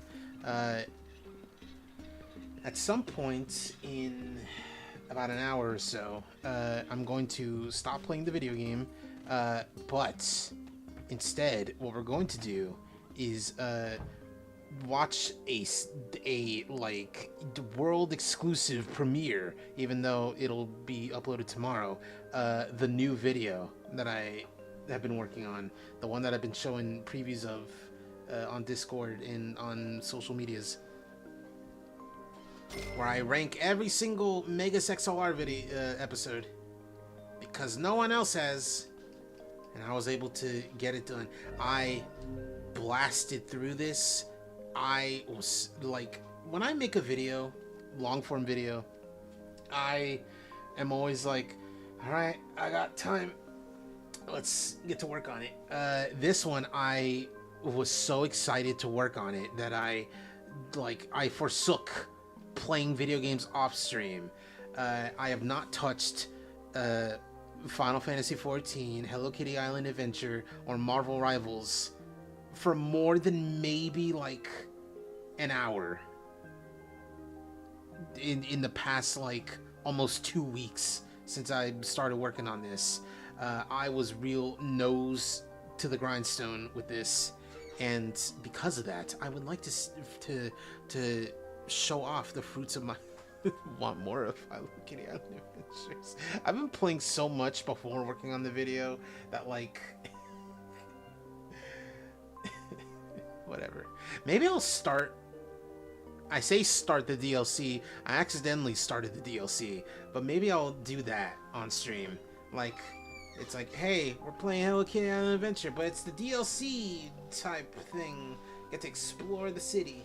Anyway. Hi there. Yeah, hi there.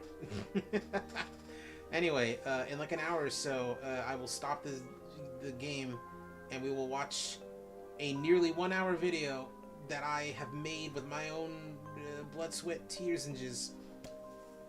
Hi, Dad. How you feeling? I'm alright. Good. Dad, you gonna stay here? Yeah, I'll stay. Yeah, Dad's gonna be here. Hold on. Just hold your horses. Go to bed, girlie. Good lord, I just got the wings from Zilenia. Never make me too part. Oh god, we're doing this.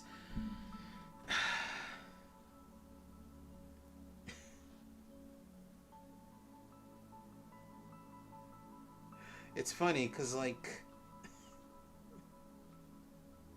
it's funny you say that. I hear a voice. I hear a sound.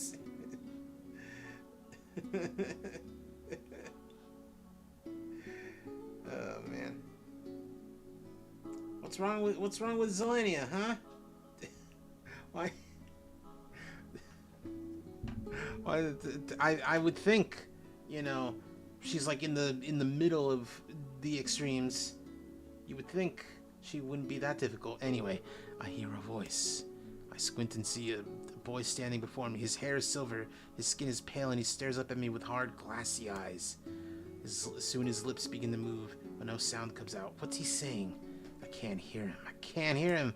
I try to leave. Something about the boy holds my gaze. I watch his face, expressionless. His lips flutter. What's he trying to say? It's a phrase. I can almost make it out. Start with this. There's a... I don't see it. It says sealed verse. If one person messes up, basically wipes the entire group. Requires multiple towers and floors. Floors? Jesus. Anyway, oh my god, it's a sealed verse. The thing I'm looking for. The key to saving my little girl. Stare at the boy with ferocity. The next word, dream. What the hell does that mean? I can't. Oh, fuck. Oh, shit. Oh, no. Oh, God. Forest of Myth.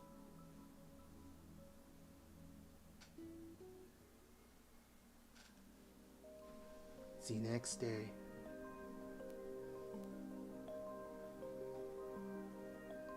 Oh, crazy dream. Never thought I'd be looking for sealed verses in there. Hey girl, you have a weird dream? Oh. Oh? Had a strange dream. I have weird dreams all the time. Totally weird dream. There was a boy, we were playing a game. It's called the Guess the Word. He made it up, never heard of it before. Kept moving his mouth, so I was trying to figure out what he was saying. Tried to play hide and seek. He had his dumb game. I don't know, all I thought was dream before it's a myth. He said he'd be back, so I gotta study. You're gonna help me study, right? Yeah, maybe. Hey. Yeah, sure. A melon.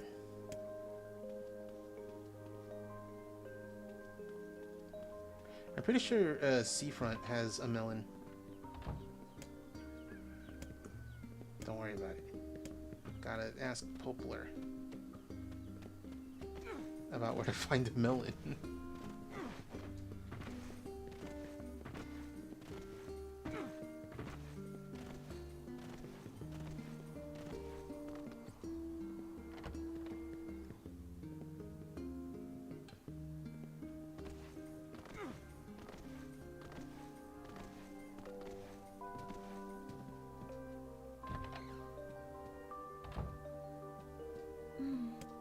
What's up?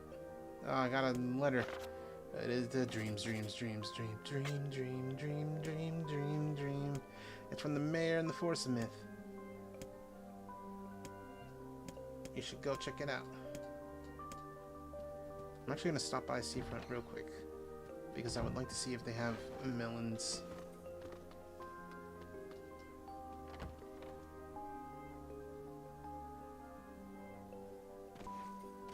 I want to learn, I want to like really like get in there with like, you know, the real why this word in particular. I want to figure out why in the video game Facade for PC, why the word melon causes them to hate you. Causes them to just like kick you out. I feel like there's some like mechanical reason, something involving like the reactive game engine that it uses. I do know about the secret where like the only thing you need to say in response to every single thing they ask you is yes, and you will make it to the secret ending. Not secret, but like the true ending.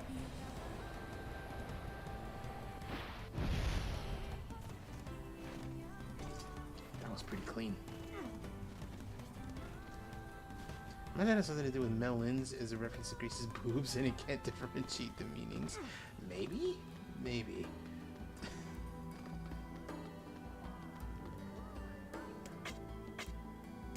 Melon. God, it's expensive. To be fair, watermelons in the real world are quite expensive. I mean, it's only him that gets mad when he says... They both do, but he's the one who's, like, actively pushing you out of the house, out of the apartment.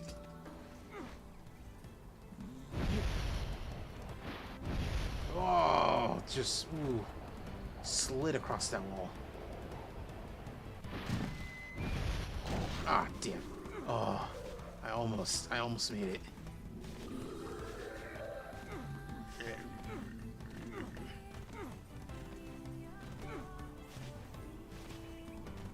What's this? All this about melons? I'm talking about the PC game Facade, where it was like, oh, it's a revolutionary game where you interact with this arguing couple, and they, like, you can say almost anything you want to them, and they're smart enough to understand what you're talking about. That's not exactly the case. It's more like they just have a set list of words and phrases that they can that they're programmed to react to. It's a big list of words and phrases, but it is still a limited amount. AI tech, not generative AI, just like normal video game AI. It just has a lot of like work put into it. The problem is that, like, if you say, like, you can say so many different things to them from 2004 backwards. You know, don't talk like pop culture or whatever. You can say almost anything and, like, they'll react to it in their unique ways, these two NPCs. But for some reason, because of how they're programmed, the singular word by itself, melon, causes the couple to kick you out of their apartment. Like, you get a game over. Like, you said too many bad things in a row, and they're like, no, we don't want you here. Leave us be. And I was trying to think, like, what is the reasoning behind that? As Dylan said, you know, it might have something to do with, you know, melons, as in, like, looking at boobies. So maybe they just couldn't figure out the difference. Oh, PS triple fog. Oh, this is not that great looking. It sure is quiet here. Such silence bodes ill. There's trouble on the way. Oh, this looks not good. That's what I love about you, Vice. You're such an optimist. Such cheek. What's up with Chad Warden these days? What's he up to these days? Ugh. Let's find out.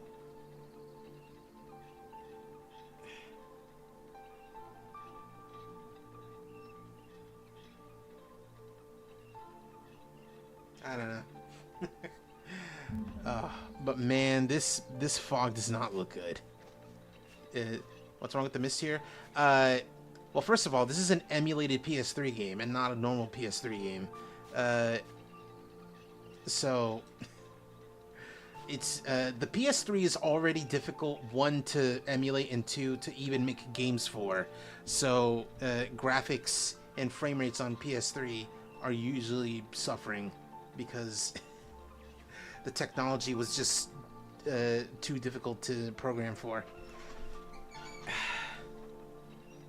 And the problem is mostly in that, like, I am spoiled by NIER Replicant, which came out 11 years later and has immaculate Silent Hill ass fog. This is different. Not necessarily in a good way. Like, it's green. Beware the words. The words. Ah, the words. The words. The words. Hold on a moment. There's a strange new sensation in my mind. Weiss's voice rose in a quizzical way. It is not quizzical. What's going on here?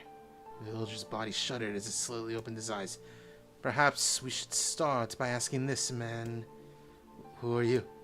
I'm NIER. This is Vice. We heard something happened to this village, so we came to see if we could help. He stared at NIER and Vice. If you can speak to me. Oh, I must have caught you in my dream. How's that again? The past weeks, a mysterious disease called the Death Dream has spread across the forest of myth. Those caught in it were cursed to fall asleep. The village mayor determined that the Death Dream was spread from person to person with words. Before he could learn more, they fell asleep. Vice stared at the mayor. Now see here, are you saying we have been absorbed into your dream? Well, yes, I think you have. God, it's really hitting me that these words are huge on screen. Ah, crap. Does that mean we've caught the Death Dream? Before he could confirm, the Vice exploded with rage. Ridiculous, preposterous, completely unfathomable on every conceivable level. I don't even recall falling asleep. That's just how the Death Dream works. My remarks shall not be brushed aside, fool, and it would behoove you to remember that this world allows me to view all of its narration. Twisted his mouth to embarrass a grimace and change the subject. Something there must have caused you to enter my dream. Or certain conversation, words, something. Rack their brains, but no easy solutions. There are too many words to consider, too much random chatter, too many meaningless conversations. Grimoire Vice does not engage in meaningless conversations.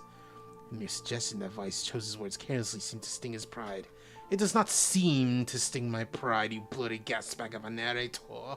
It has demolished it utterly.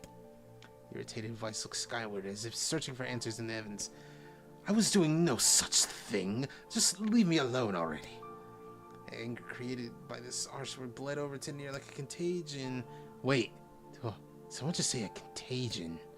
Yes, I believe so. What of it? Well, that villager told us to watch out for contagious words, right? Well, he must have said something, right? Some specific combination of words? What was it? It was about dreaming or something that dreams or... No, that is dreaming. It's NIER saying this. What the hell was it? A sheep! I cried suddenly. Well, I remember. Those who dream. That's what he said. I'm sure of it. The thick sheaf of papers. Look through it. Sounds about right. My notes should also mention something about that. I bet it was the last thing you heard before falling asleep. The last month I've done nothing but study the disease we call the Death Dream. I mean, I'm the mayor, right? It's my job to protect the people. I've never expected a couple of outsiders to start entering people's dreams. I should probably be taking notes or something. I applaud the force of will it takes to research a disease in your dreams, but perhaps we should bend your efforts to escaping this place instead of understanding it. I remember that the dream is a dream of a dream that dreams. Yes. Hello, Mr. Aitoshi. I've tried to escape. From the very first moment I realized I was locked inside my own dream, and I've been looking for a way out, but I don't think it exists. I mean, this is my dream, right? If there was an exit, I know about it. My village was beautiful. It was filled with the most wonderful people you could ever hope to meet. But once this disease took hold, things changed. It's like someone took a sponge and sucked all the color out of their lives. I just want us to be whole again. I want us to be free. And I won't stop trying until it happens. Huh? Wait a second. I did not. Why are you... Look, if we can be of any help, why... Just ask.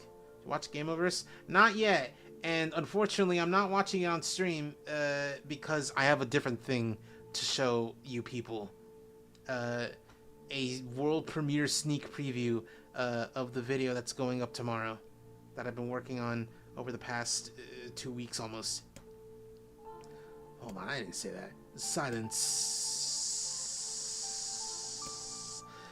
Grimoire Vice's face is always confident, thank you very much. Now see here, Mayor. You told us that nothing can exist in this dream without your knowledge of it, but yet you seem so surprised when you see us when we first arrived, yes? Oh my god. Oh, you're right, you're so right. I had no idea you were coming. The human imagination is a limitless engine, and dreams are the fuel. If you can imagine an exit, then it must be so. With your permission, we shall search it out. Thank you. I don't know how I can repay you. The payment's not required. We are as eager as you to be done with this place. But good luck, you guys. We're counting on you. Going to the forest. I saw this man once before, but where? Oh. There was stuff around. You know, they were confident they can find the exit, be home for dinner. But you know, the forest was huge. There was a bunch of mist. More than once he'd be able to, you know, do stuff. His spectacularly poor traveling companion, unhindered by this, you know, he was just grumbling about being slow. Finally, after Vice muttered something about legless turtles being faster. You know what, Vice? Go to hell. We're stopping. I need to rest for a few minutes before I throw up. How could this stupid forest be so goddamn big? Oh, a cacophony of insects. Ah, they're all loud bug noises. Vice, what the hell is going on? Oh, and then the sound stopped, and then Sri.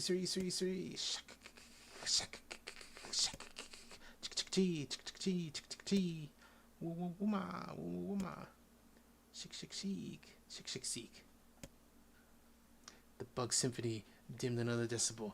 This is random. They're saying words. They weren't calling out. They were asking a question. 1 with it suffers. 2 with it is ideal. 3 with it is dangerous. What is it? Is this a riddle? Alright.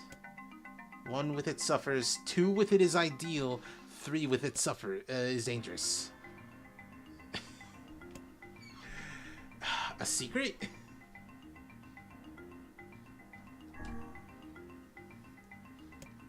It's a secret. Cool. I was like, what if it was a woman? Alright, anyway. The forest accepted us. Do not mistake the will of this forest for some happy pet you can suddenly befriend. We have no idea where this path leads. And then, oh good heavens, it's a lake. It is a river. It is a pond. I enter through the window. I break no glass. When night falls, I vanish. What am I? It's sunlight.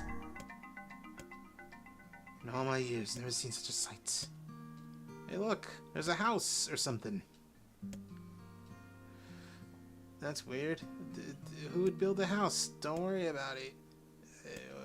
I have 4 legs in the morning, 2 at noon. I end the night with 3. What am I? Hello, sir.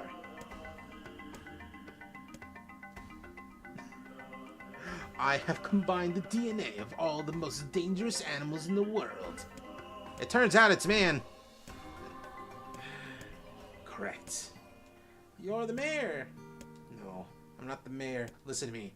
Long ago, you saw a version of me that was of you that was not yourself. Don't think too hard about it. It'll make sense. You have defeated the death dream. Good gravy. By the heavens, stop shaking me, you piece of fuck. I'm happy you're alive. Thought I'd never see you again. We broke the seal. So now we enter the real world soon. We just need to sleep in the dream, and it will counteract the fact that we are sleeping right now. Don't worry about what that all means. We're alive! Hooray!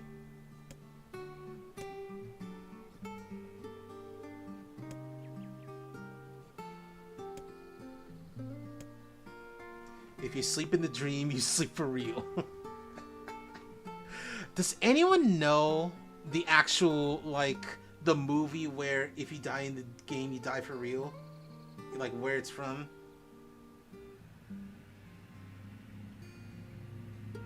Because that's from a specific movie. That's from Stay Alive from 2006. But the thing is that, like, no, hardly anyone knows that movie's even a thing.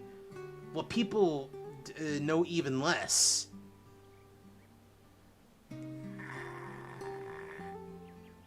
Is that freaking Frankie Muniz is in the movie.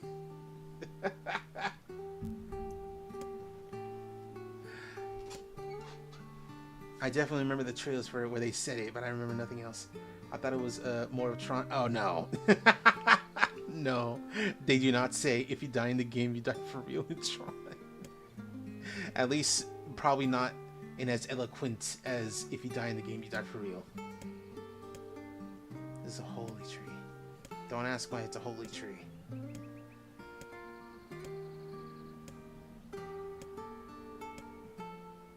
Deja vu?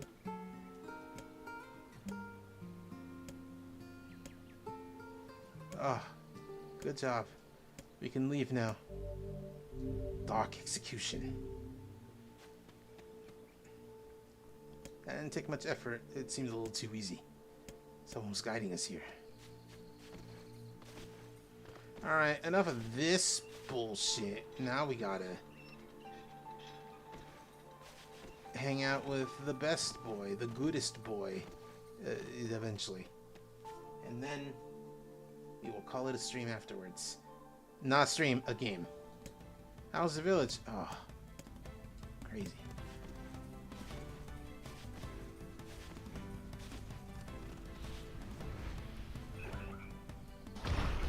No!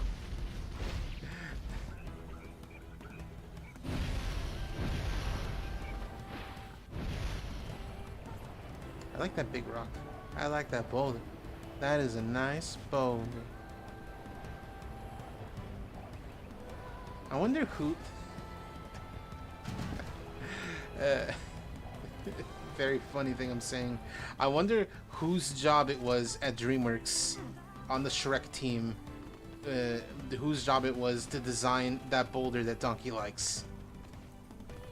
Because it is a unique design. It is not like a normal boulder asset. I like that boulder. That is a nice boulder.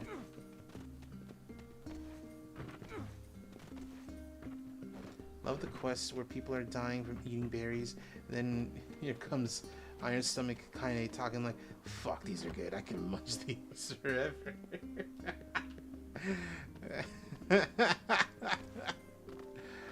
Oh, Kaine, the woman that you are.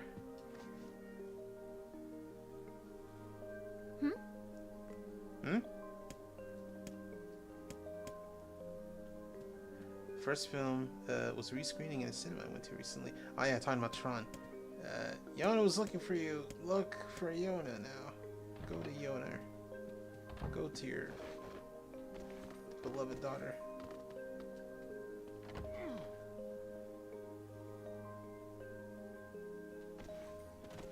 Meant Shrek. Oh. Not Tron.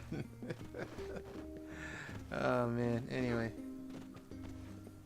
It has been 25 years. This is true. That's why I want to work on the NIER 9/11 video, because it is the 25th anniversary of 9/11s. I'm saying it exactly like that.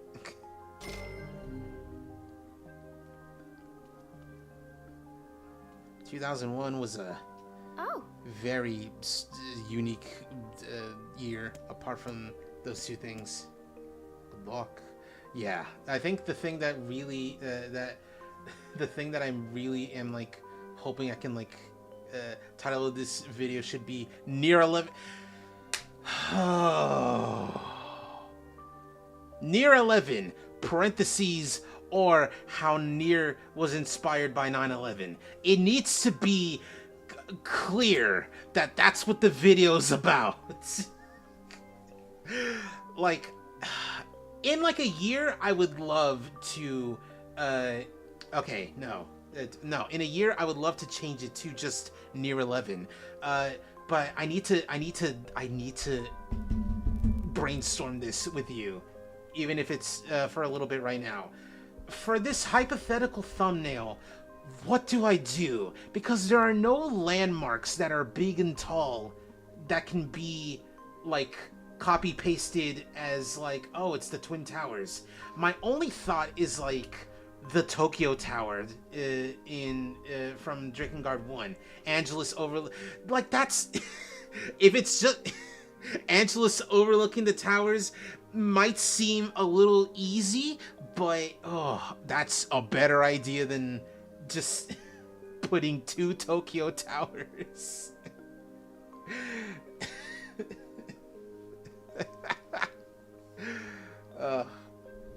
That's easier and maybe more concise and to the point. This ain't a game theory episode. You'll need to cook. Oh, it's not like subtle, all of this. I'm not saying it's based specifically on it. I'm saying it's inspired by 9/11. Because the creator, Yoko Taro, has gone on record as saying like it's inspired by 9/11. The idea that like you're not crazy. You don't have to be crazy to kill someone. You just need to think you're correct. And like it permeates so much of the game with how it views violence and killing. It is a very like dad game before dad games, but it's also the final boss of dad games. Oh, he just said it. Yeah, he just said it. Anyway, hey, I got a letter from a guy. He's a guy. When NIER is like, oh, she's too young for a boyfriend. When older brother NIER is like, whoa, it's a guy, is like, he's apprehensive, but he's not like, my kid's got a boyfriend. It's like your future son-in-law. Oh man, this is coming off as like, yeah, dad game. Like, before The Last of Us, before God of War 2018, there was NIER Gestalt. And before there was ever a competition, it murdered the entire competition, like, brutally. Because it is in itself a dad game, and then like a satirization, a satire of dad games. I thought NIER was about a dream of closing your eyes, shut your mouth, and dream and dream. Get a sec. Dream, dream, dream, dream, dream, dream. Oh, I love Shark Boy and Lava Girl. How can these beasts let us dispatch them without complaint? And what would make them appear in this area in the first place? It is hardly what one would call especially fertile ground. Dark Lance targeting. Ah, it's exactly what I need. A tutorial about how to do something that I've been doing. It's not easy.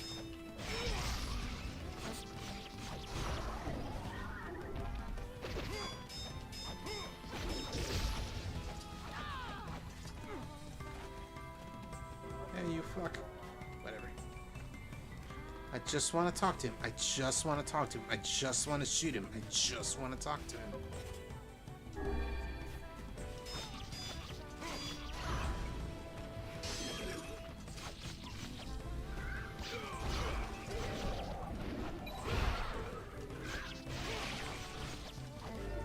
Gibby. Pie.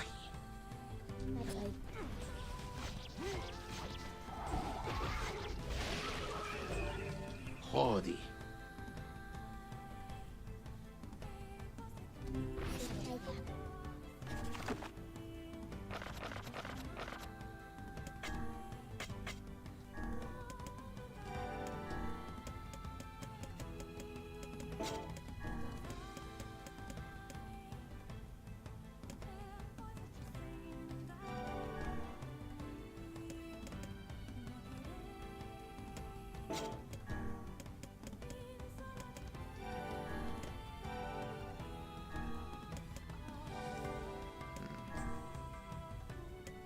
He does something.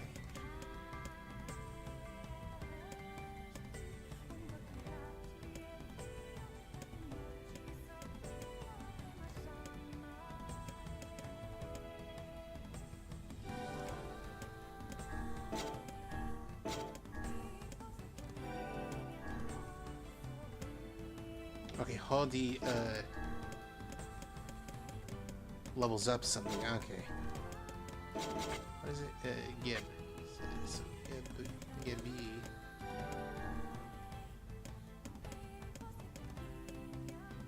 Gibby here? No. Gibby Luke.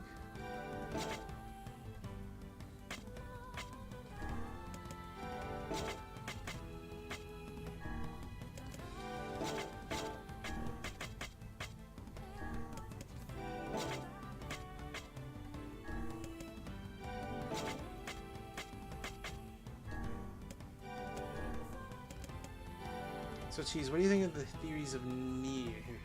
Cheese. 9? 11. I mean, listen.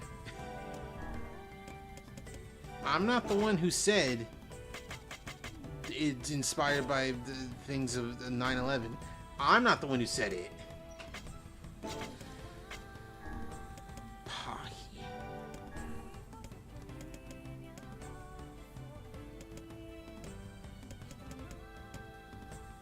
Okay, so everything just pahi.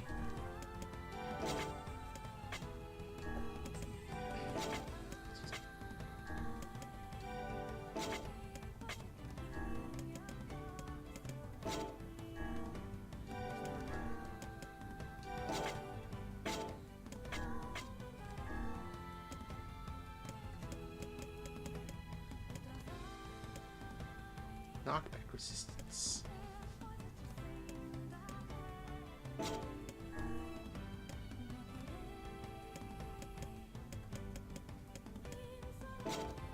Yeah. We're good there. Alright, time for the scariest enemy in this game. That is not a shade.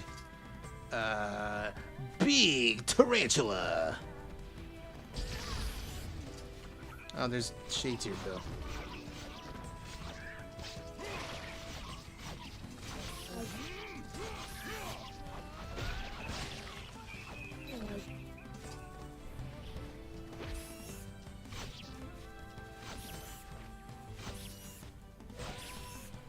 This enemy literally only ever shows up outside this mansion. It is so scary. Why does it have to be a spider, bro? Good question. We walk in, suddenly we enter Blighttown. Oh, I've always thought that was so funny. It's so much more drastic in classic NIER. We've been waiting for you. Please, right this way.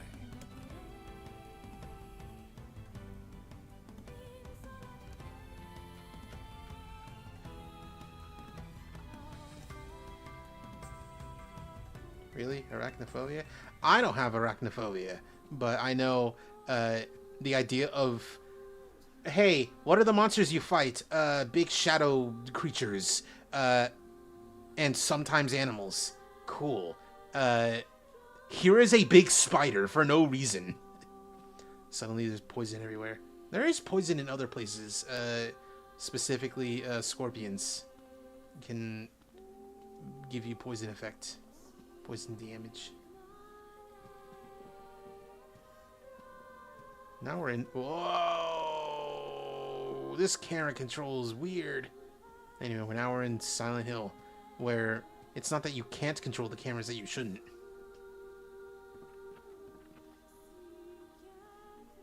Please, wait here. Waiting's a bitch. Just let me know if any shades show up, okay? Can't be more poisonous than Blighttown, though. It's Well, we've come this far. I suppose we can't turn back now. This boyfriend better be worth it. When I say Blighttown, I don't mean like, oh, it's poisonous. I mean like the color scheme changes completely to match the vibes in a way that is very jarring. Modern kitchen, refrigerators and freezers.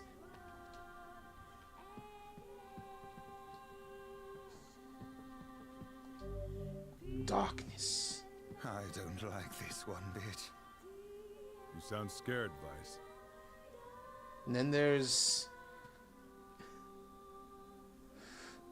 this fucking Vlad Tepes of Wallachia. And another Vlad. And some lady. Now, why don't we head back? Maybe. I played Dark Souls a lot as a teen. And when I think of Blighttown, I think of annoying as poisons. Man.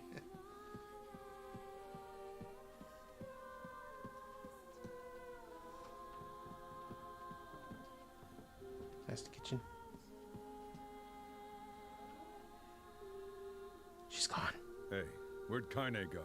I knew this was a terrible idea. Haunted manors and the like. Oh, I just no one ever listened to me. Help! Somebody get me out of here! Oh my god. Hey, that's new. What's this? The picture has changed.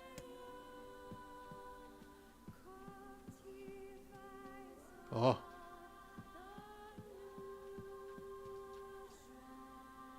Oh, we're outside. We don't need to be outside. Moon. The moon.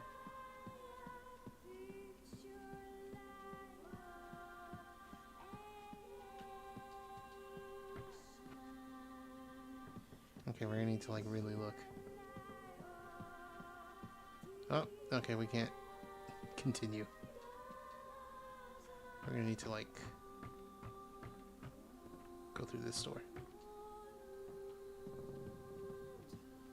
Nope. Oh, I always forget how much I actually am not a huge fan of like navigating this place the first time I come here. What's this dresser that's just there? It's so strange. Wait, I remember where to go. I was supposed to go outside at that one point, at that one part.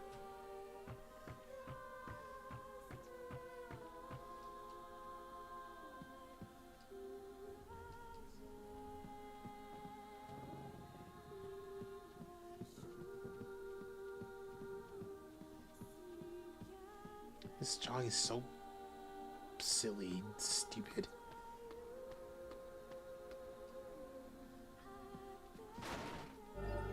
Hidden items, cool. Thank you. Bathroom. The moon key. The moon. I think if I have the time or energy after showing you guys the video, I will play a little bit of Marvel Rivals to show off Devil Dinosaur, because I know, I get the feeling, the sneaking suspicion that that you guys aren't playing him, if you even are playing the game.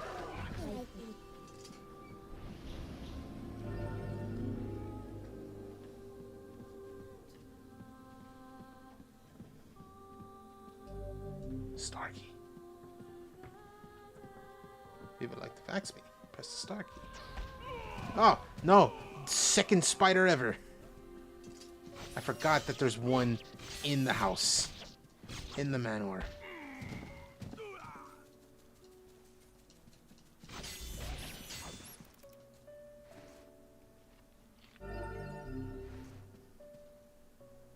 Oh! You're an adult. Male. Maybe 40?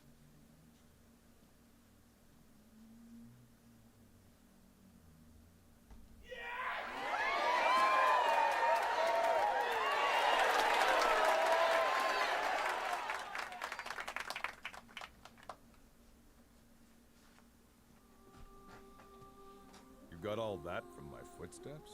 It's not hard once you know how. And I suppose I should tell you about my friend Vice. I only heard one set of footsteps. Grimoire Weiss does not strut about like a common land mammal. But enough of this introductory chatter. Let us hear your tale. My name is Emile. I'm the master of this manor. You the kid who sent a letter to my little girl? Letter? I don't know anything about a letter. No, of course not. Such a thing would be far too simple. No, stay back. Huh? I'm sorry. It's my eyes. Anything I look at gets turned to stone. That's why I live with this blindfold. What a remarkable skill.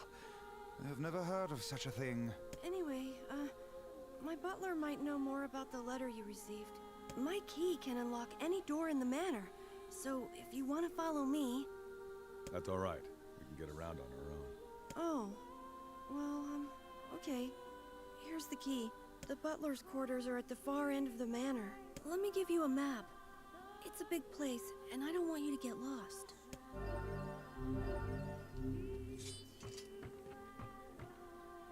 Think we should look for Kaine?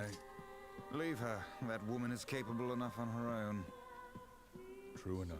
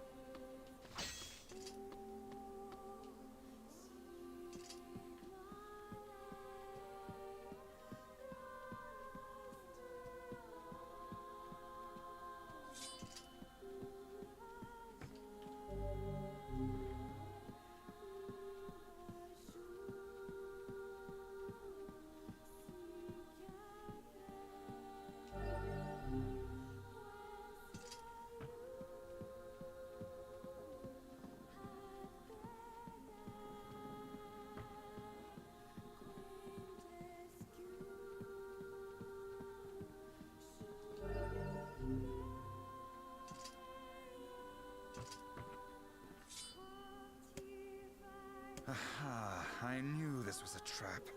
Curse my brilliant intuition. Somebody. Anybody.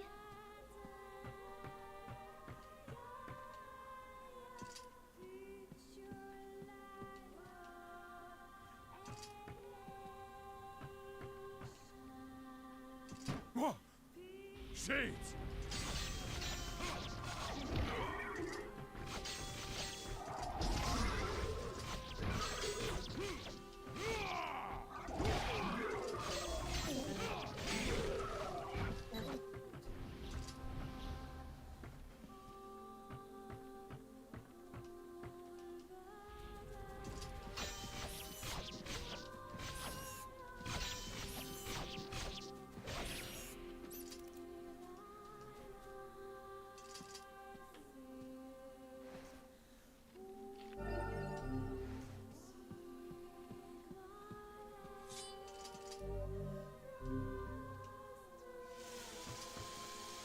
Whoa!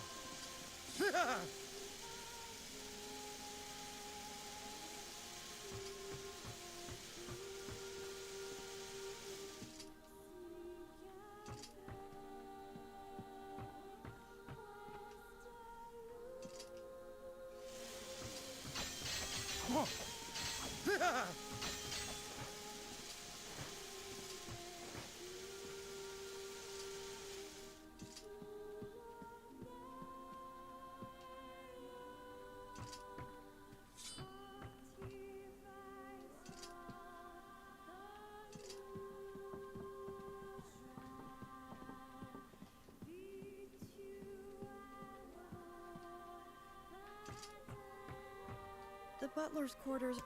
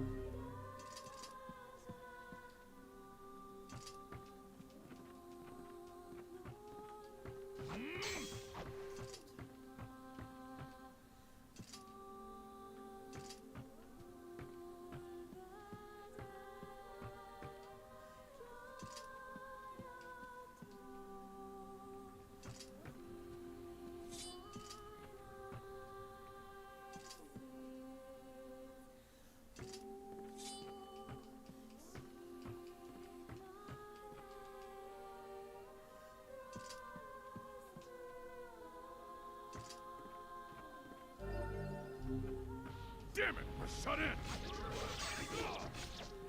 Didn't even see it.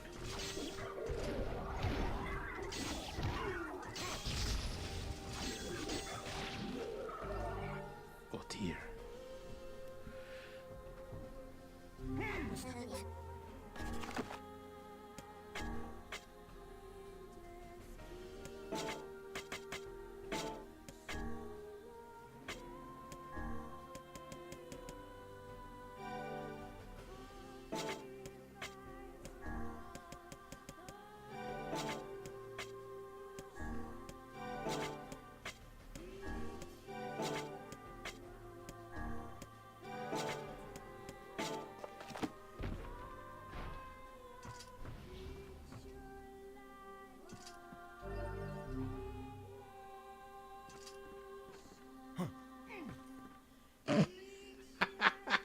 Is that another one?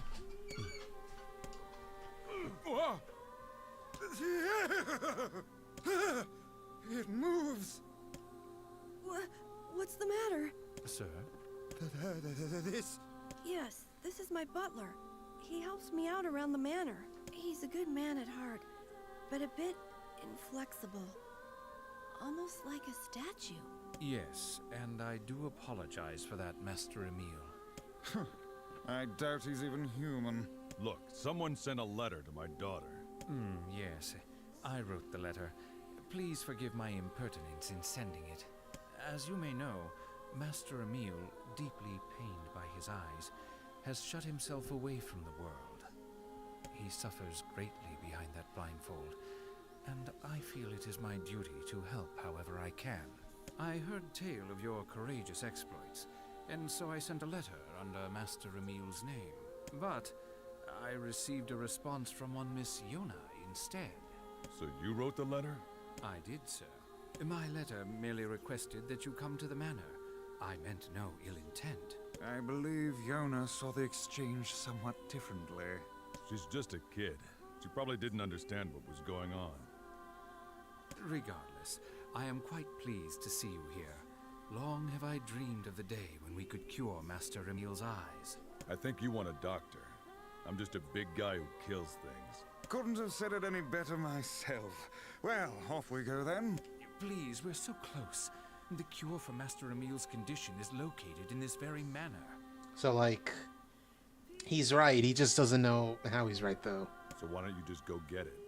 The location of the cure has become a den for those abominable shades, and I lack the skill to combat them.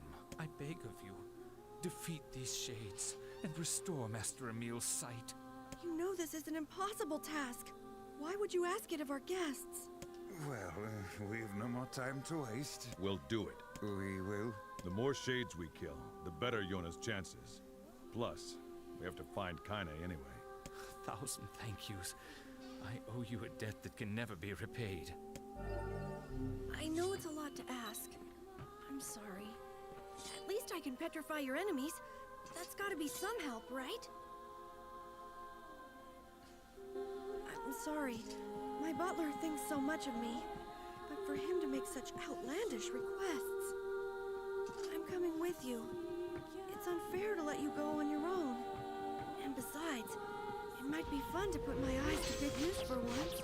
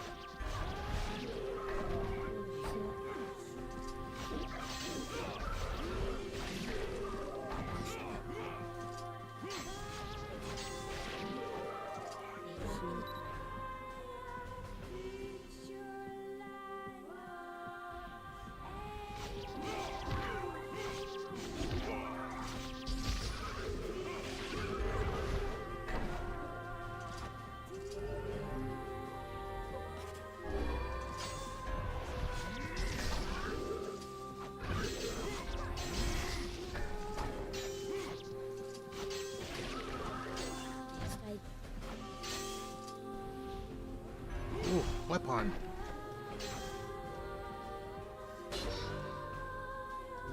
treachery.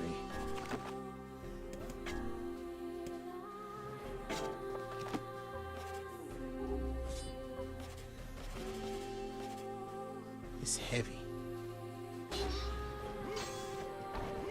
Yeah, it doesn't seem that much heavier.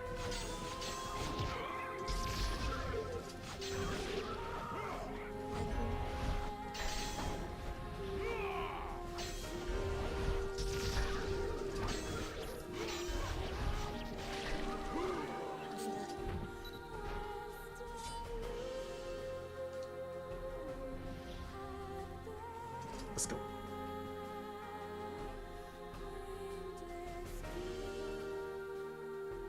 This is it. We should find the cure somewhere nearby. I do not like anything about this place.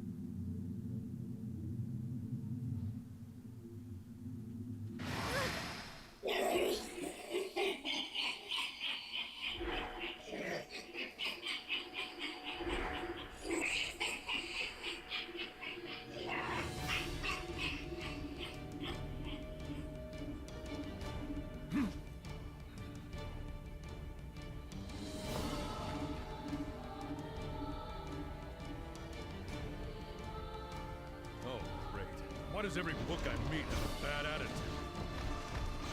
Oh, aren't we clever? As if any mere tome could compare to the wonderment that is Grimoire Vice. Petrification is a fearsome power indeed.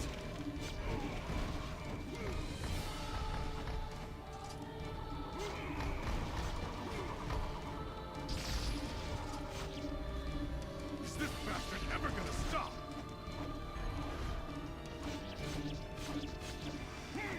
How many pages does this infernal book possess?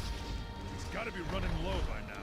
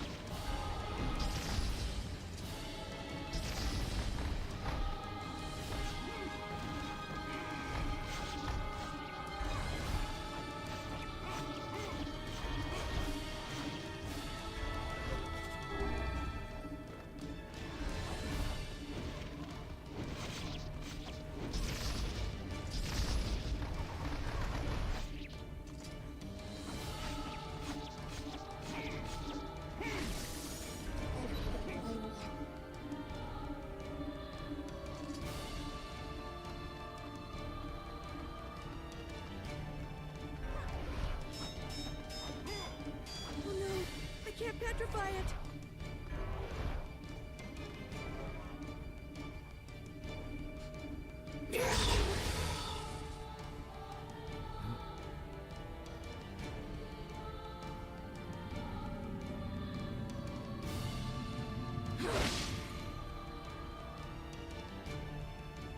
Kaine! And where have you been? Lost. Where have you been?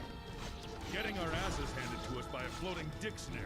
I suppose strength is beyond measure. So what's the plan then? I am an arcane text, not some manual of combat. You are supposed to deal with such matters. You guys run! I'll hold it off while you escape! Who's this guy? That's me. Who's this guy? Who's the kid that runs this? Fuck, this book is a real asshole! Yeah, I should have warned you about that, Emil. Ah, the sweet dulcet tones of the woman ring in my ears yet again. You guys go! This is my fight! I can't ask you to die for me! Yeah. It was not even really an issue.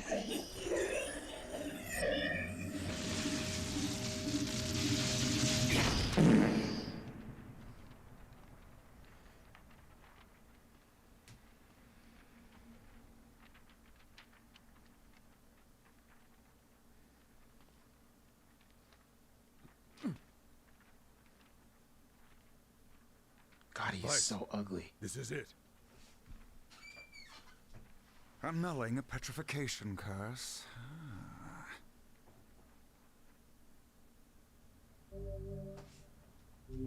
Dark Whirlwind, finally. The best magic. Oh no, this passage is written in some kind of code. We went through all this trouble to find it, and now... Was that a cartoon fart? Kind of. It's specifically fart with reverb. Oh look, Jeeves is back. Jeeves! Please allow me to handle this, Master Emil. I shall put all of my efforts into deconstructing this cipher. No matter how long it takes, I will not fail. Sebastian. Sebastian. Ah, so the servant has a name after all. Why? Funny. That's why.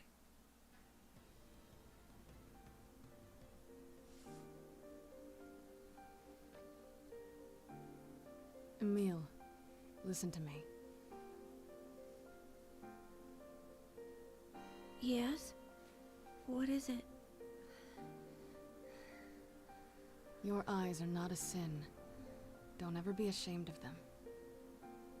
They're part of you. A vital part of you. Do you understand?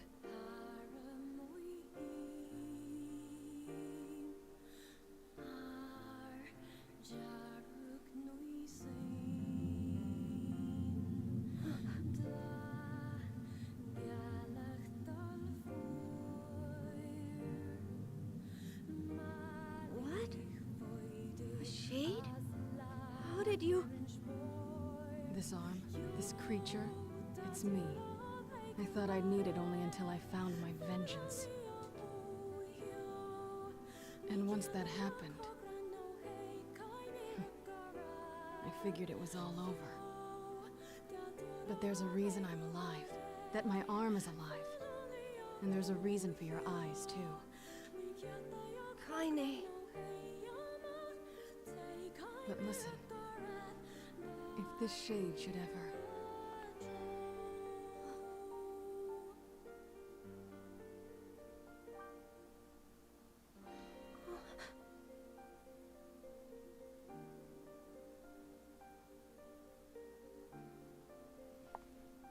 No!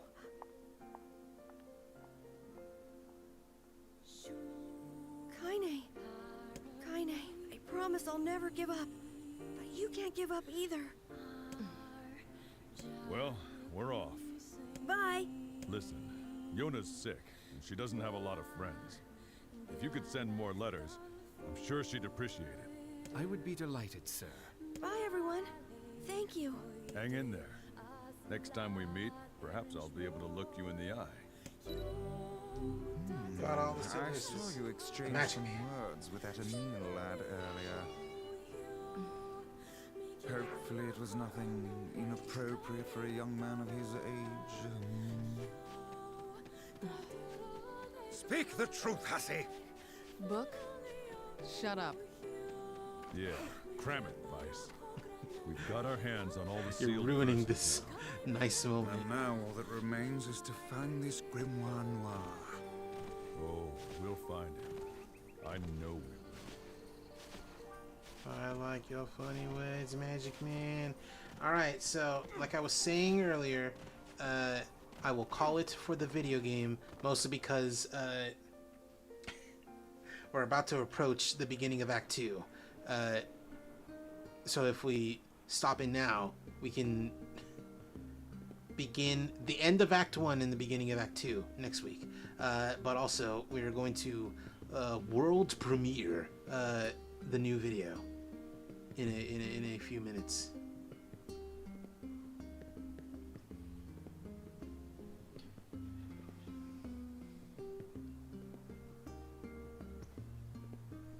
Look at all that moss on the house.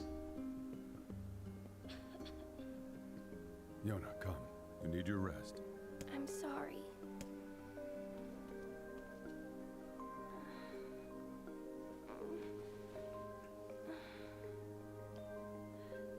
It won't be long, Yona. I have all of the sealed verses. She doesn't know what that No, means. I just need to find Grimoire Noir. She doesn't know who that is. It sounds dangerous. Will you be okay? Don't worry about me. Are you gonna make me better? Is my cough gonna go away?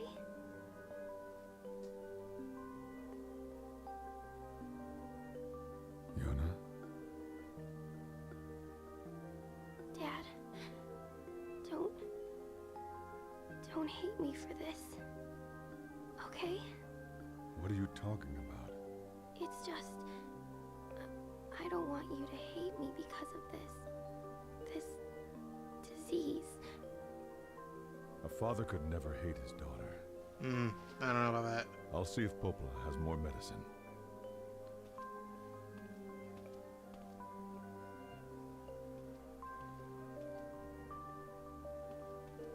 A father should never hate his daughter, but you know, some fathers Yona are doesn't have just the not strength based. to fight this disease.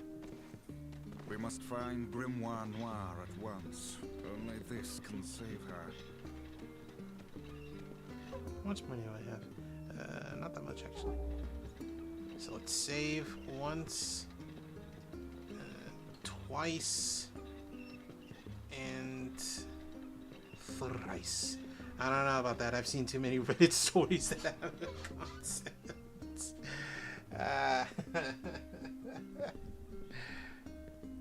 Alright. That is it for the video game.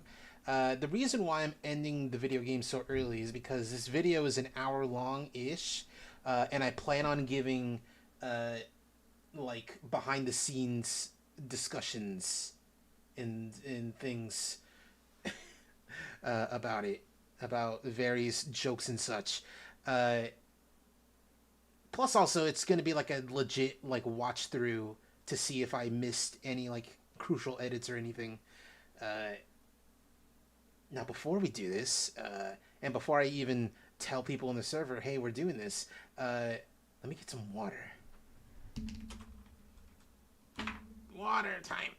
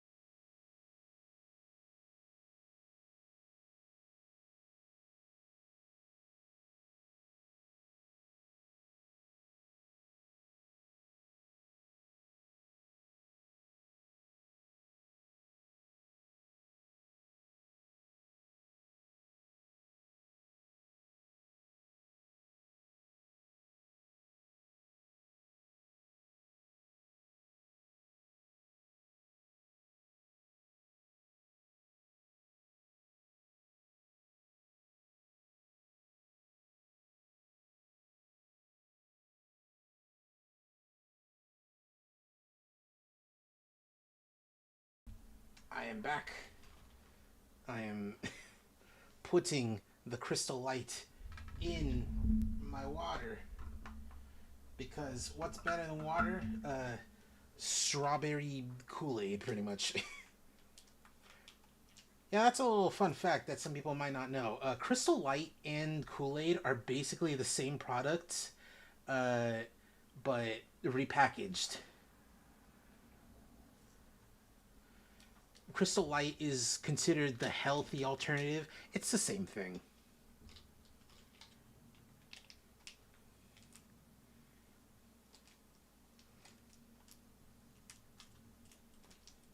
And I know this because, you know, I look at things like ingredients and such. I look at things and look at things and look at things.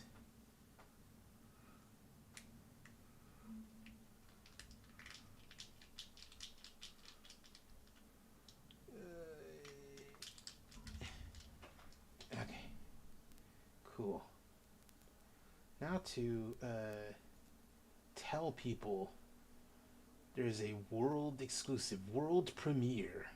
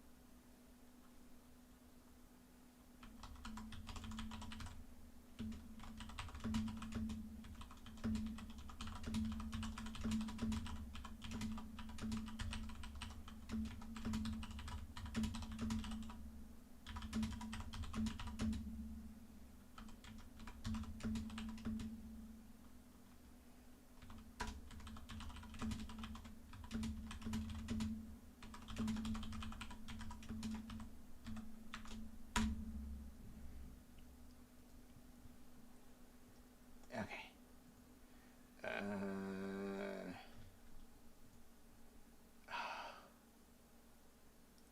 All right, so I'm gonna need to be careful about this because I don't want it to suddenly play. Don't play the. Thank you. Okay.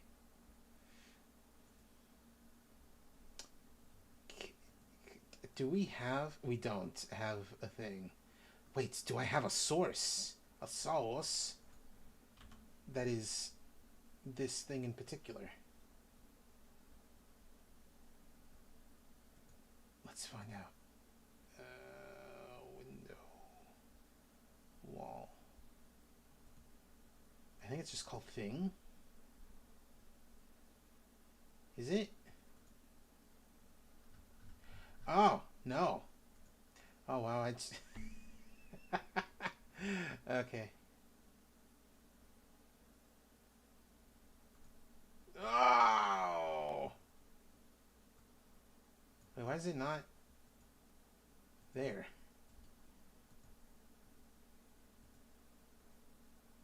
You can see. There we go. Anyway. Let me just... and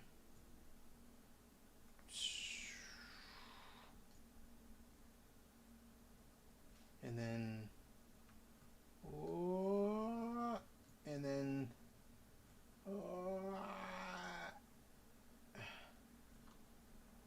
because it is a 4x3 video, because every episode of Megas XLR is in 4x3.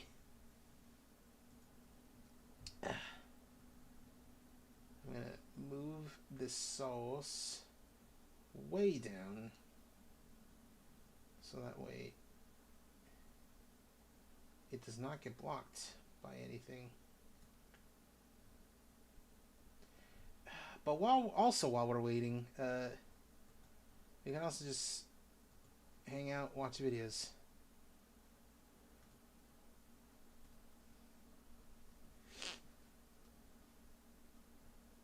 Penny and Socks find the Chomix. Who? What? The fatal half-inch.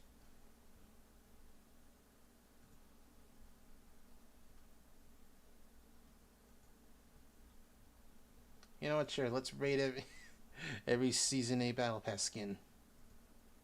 Rating every skin from the Marvel Rivals Season 8 Battle Pass. Jeff gets another adorable legendary with the Devil Landshark skin. It's a devil dinosaur costume custom made for Jeff, and it looks amazing. And unlike his other costumes, fully conceals Jeff. It's so cute and fluffy, looks a little more like Clifford the Big Red Dog than Devil Dinosaur, but it's a welcome addition to Jeff's costume library. 10 out of 10. Human Torch gets the prismatic recolor for this Battle Pass, and it's really good. The white base with the black accents is great, and there's a good amount of shine that doesn't make it too overbearing. The flame effects also add a lot to this look. 6 out of 10. They finally added the Unworthy Thor skin to Marvel Rivals. This looks amazing. He's so gruff with the torn cape and the medieval style pants, and the metal arm is so badass. The long flowing hair looks so good, and I love the addition of the wooden hammer. This was a long awaited skin that absolutely delivered. 10 out of 10. Mantis receives a Space Outlaw uniform called the Starlit Madonna. I love the design, blending traditional cowgirl with futuristic space textures. The shiny colors are also doing a lot. They pop out wonderfully, and the contrast of the green and black looks so good. Who would have thought Space Cowgirl Mantis would look this good? 8 out of 10. Magneto's Untamed Overlord is so sick. It boils down to a heavily battle damaged variant of his classic skin, and I think I can speak for everyone when I say we need more skins like this. The only thing I would change is the dinosaur teeth making the X on the belt. I know it's because it's part of the Savage Land set, but that's the only thing holding it back from being perfect. You know what it is? They don't like that it frames the cock. They don't they don't like that it's perfectly framing over the penis.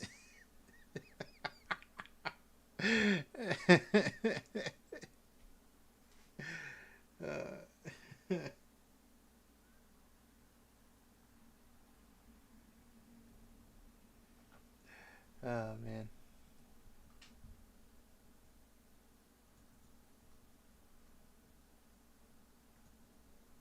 So who's I love, so who's next for Tokon? Originally it was Hella, now it's Carnage. That's funny. This has to stop. It has to stop.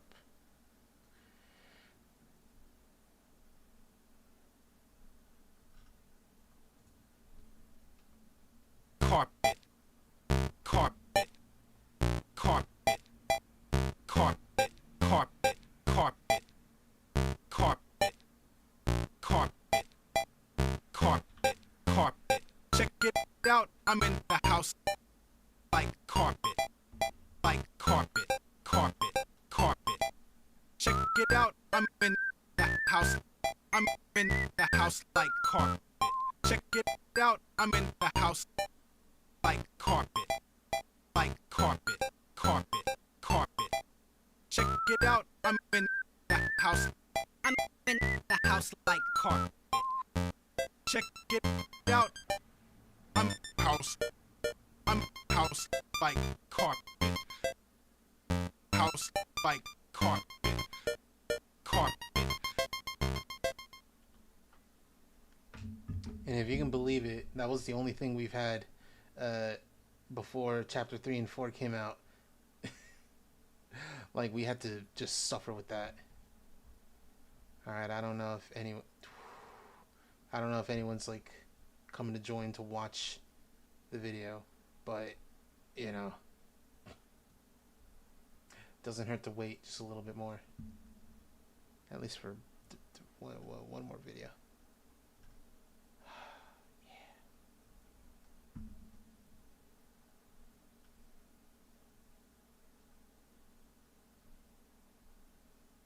Go kitty go. You know what? Yeah. Why don't we say go kitty go?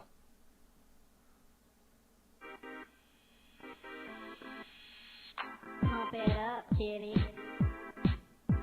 Just pump it up, kitty cat. Where you at? There you go. Put 2 paws on the floor, 2 in the air, and then just go. Kitty go, kitty go, kitty go. And just ride, kitty ride, kitty ride, kitty roll.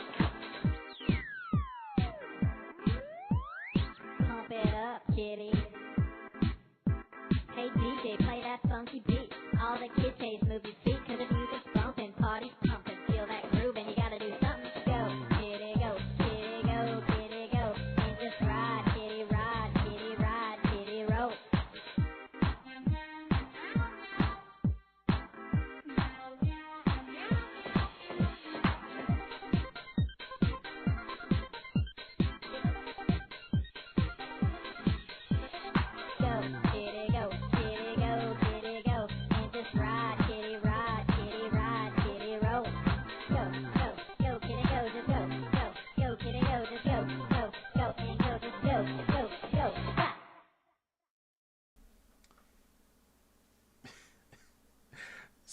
It's an ad for a photo animator. That's all it is. It was supposed to be the ultimate N64, but a thorough explanation of Star Fox Zero. I don't want to give this attention because I don't want it to be auto-dubbed. But that title has me intrigued. Alright. Enough waiting. I am playing the video. And I will be giving my behind-the-scenes explanations for things. So without further ado. In the wrong window. One thing I love doing on my streams more than anything else, more than pressing my funny little buttons that make sound effects that everyone can hear. That's true, I do love doing that. It's watching episodes of Megas XLR. Let me fix this, actually.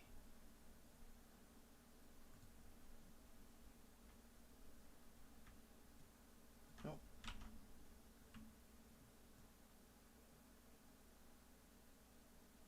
There we go. Anyway, all right.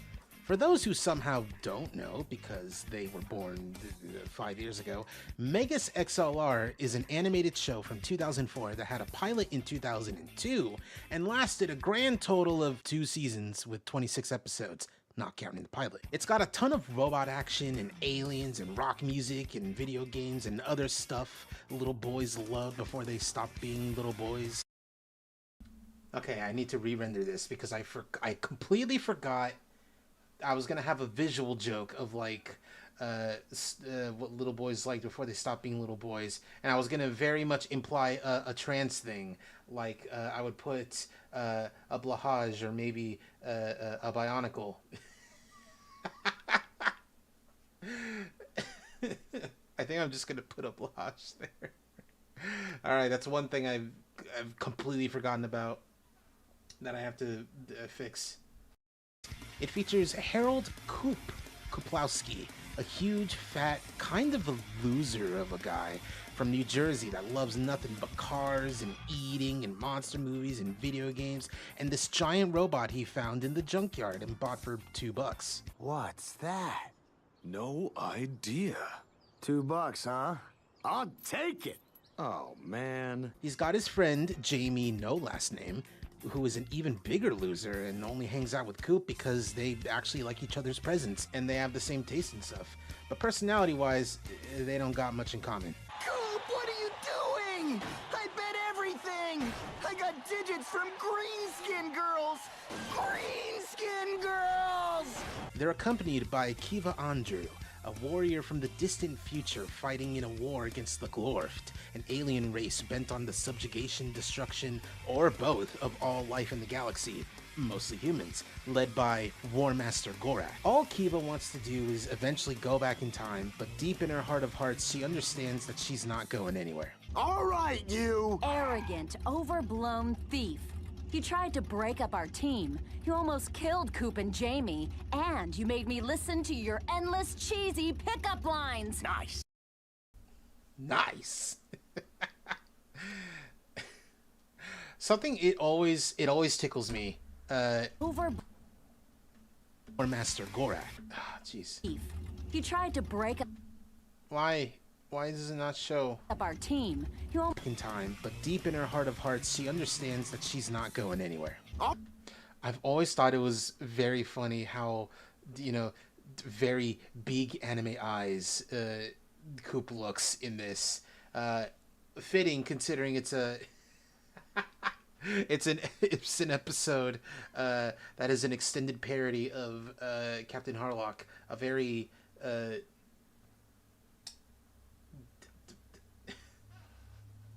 I'll say dramatic anime. All right, you! Arrogant, overblown thief. You tried to break up our team. You almost killed Coop and Jamie. And you made me listen to your endless cheesy pickup lines. Nice. These three go on several different adventures spanning across all of space and different worlds and even an alternate universe. But we're getting ahead of ourselves. The cast for this thing is crazy. It's ludicrous because you got David DeLuise as Coop. It's a dream come true. Giant things eating what they are. Steve Bloom as Jamie. Love the kind of woman that can kick my ass. Wendy Lee as Kiva. I'm always wet. I'm just feeling extra sensitive, like these big boobs of mine. I had, for some of these voice actors, I have so many options of like who to pick for like a clip that's like, oh, it's them, it's this character. With Wendy Lee, I had so many options. I went with this because it's hilarious and completely unlike Kiva. Clancy Brown as Gorath. They're here! Under the floorboard! I just went with something out of context. And so many other talented voice actors like Kevin Michael Richardson. I'm from Samoa. I'm so annoyed no one uploaded like a good clip of I'm from Samoa from the Lilo and Stitch show. Brown as Gorath. They're here! Under the floorboard! So when I found the clip that was like I'm from Samoa, it was from a short on YouTube. Cheese brave as per usual. Dog, this is my video. I made this with my own 2 hands. Plus, also, this is the one show YouTube does not care about. Anyway, I'm giving behind the scenes things. And so many other talented voice actors like Kevin Michael Richardson. I'm from Samoa. I'm annoyed that I had to get this from a YouTube short. You could see the little like black bar there from like trying to crop out the rest of the long YouTube. I'm annoyed. Scott Inez. Like, wow, man. Look at that guy. He's me, man. Totally me. Like, and there's another one, man. Frank Welker. We're dealing with one sick son of a bitch. Phil Lamar. I'm going to jump. No! Do a flip. Jeff Bennett. You want to see something strange and mystical? No. I wanted to play the whole thing. I wanted to play the whole clip, the whole scene where it's like, we're having a good time before you shut up, Jeepers. I wanted to play the whole thing, but it's really long, and Jeff Bennett only voices that one guy, not Freakazoid. Peter Cullen? Amazing. A booby trap that actually catches boobies. And even guest stars like Michael Dorn. I make DLT. No, I already told you they don't make those anymore. You know, sometimes it's a regional thing. And motherfucking Bruce Campbell. All right, listen up. When we hit the ground, I want everybody to spread out in a 3-meter stance, wait for air backup, and then we're going to... This show is kind of a miracle, as it's from Jody Schaefer and George Christic, 2 people who worked on the short-lived Downtown. I gotta watch Downtown at some point. From the little bit that I've seen, I quite enjoyed. I thought it was quite funny. On MTV, they made the pilot lowbrow, literally put it in the hands of Cartoon Network executive Linda Semensky. Got it featured in 2002's Cartoon Weekend Summerfest, where it was voted to become a full series alongside a sneak peek of Codename Kids Next Door. I could go on and on with the history of the show and what happened after, but this intro is already longer than I wanted it to be, and other people have done their research better than I. So I already have to re-render this video. I think I need to make this less squished down. Rendering this video into 480p, not 480p, 4:3, really fucks with making some screenshots look good. So I need to like maybe blow that up a little bit, just a little bit. I have. TLDR, it was expensive to produce, and some executives, not Semensky, wanted to kill it for that reason. And it was also kind of redundant because it was also there alongside Teen Titans and Ben 10, so they wrote it off in their taxes. Anyway, as someone who has seen this show from beginning to end, I also need to make this a little bit bigger because it's all crunchy and gross. Note, all music in this video is from Megas XLR's soundtrack unless stated otherwise. Multiple times, I figured I could be the first one here to rank it in a video officially. But before I do, I'll be upfront about the quality of the show. Now, don't get me wrong, this thing fucking rules, and I'll always have a fun time watching it. But this show is mostly for teen boys in the mid-2000s, so it's aged a bit badly in places. So let's lay down a few rules, alright? Commandment number 1, shut the hell up. Commandment number 2, there's nothing I can do about the weird 2000s misogyny. Commandment number 3, there are no sites to legally watch this show, they're all gone. Commandment number 4, when there's a reference to something from an anime or video game, whatever, please don't point it out every single time. Alright, now let's do this thing. Very indulgent. I think this was like one of the first like jokes I was like, I need to make this look like what it is. Starting with the worst episode. And now, back to 2.5 Men. If there's any trope from Western media that I dislike more than most living people, it's the teenage brat that's being shown the coolest shit ever and is just unimpressed. And that's where we're at with the worst episode in my cheese-esque opinion, Don't Tell the Mom the Babysitter's Coop. Side note, this episode title has a very specific reference that I do not expect anyone to know. I didn't even know what this was until I started writing this. And I still don't know what Don't Tell Mom the Babysitter's Dead. All I know is that it's got Christina Applegate in it. So it has me thinking like, oh, it might be a good movie actually.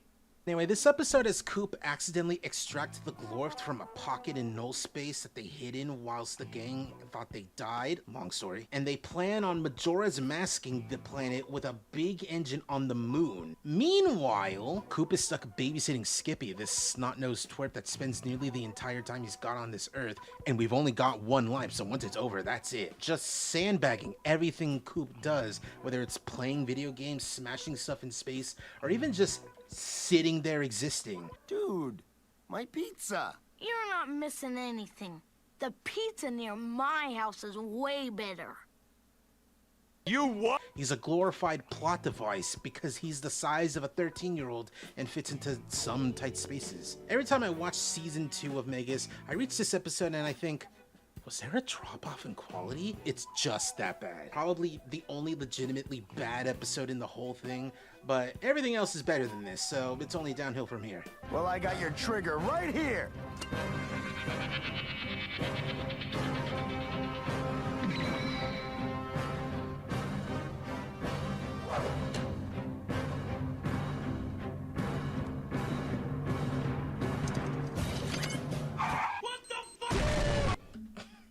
I thought long and hard about what kind of ending gag I was gonna do for that. After like multiple minutes of thinking, I think that was like the one that like makes me laugh the most. Welcome to the Himalayas. Snow cone? Also, I went with I went with the Cars version of this scene because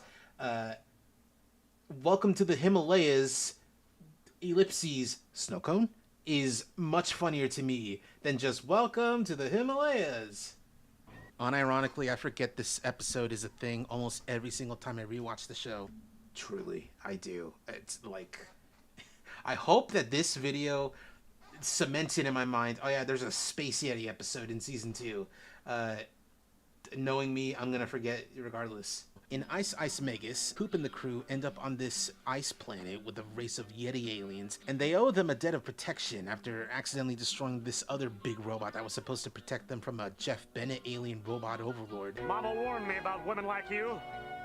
I was hoping she was right. That is harvesting water from the planet to keep his subjects' cooling systems functioning. It's kind of a weirdly complicated relationship that I feel the episode should dedicate more time to, rather than the weirdly extended climactic battle at the end. It leads to a really funny bit of Coop being a dumbass and not knowing what he did as he destroys the Cyralians, that's what they're called, as well as their home planet, which leads to the ecosystem just changing completely to a bright, sunny one. It's a genuinely horrific situation to find oneself in. Like, imagine the ozone layer just disappearing completely from the Earth and suddenly catching everything on fire. That's almost what happens to these Yetis. But they adapt, so it's fine. Anyway, this episode's kind of whatever.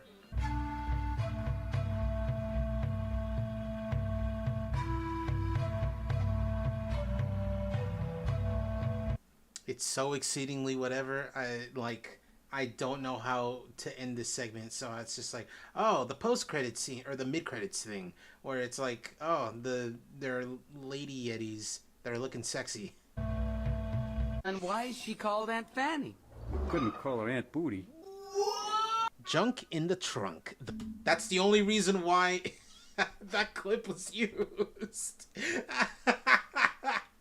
The worst episode of season 1, and guess who's here? It's everyone's favorite dumb junkyard fuck, Goat, who, fun fact, is also in MTV's Downtown. Anyway, this is his episode where he tags along with the gang to go to a junk planet in search of a part for Megas that's very critical. Every terrible thing about Jamie is made even worse when coming from the mouth of Goat, because at least Jamie's a pretty cute twink with the Steve Bloom voice. Why can't we ever be attacked by a giant hot chick? Goat doesn't even have the twink advantage. Anyway, while on the junk planet, the gang meets Rob Paulson alien. Everybody hates me!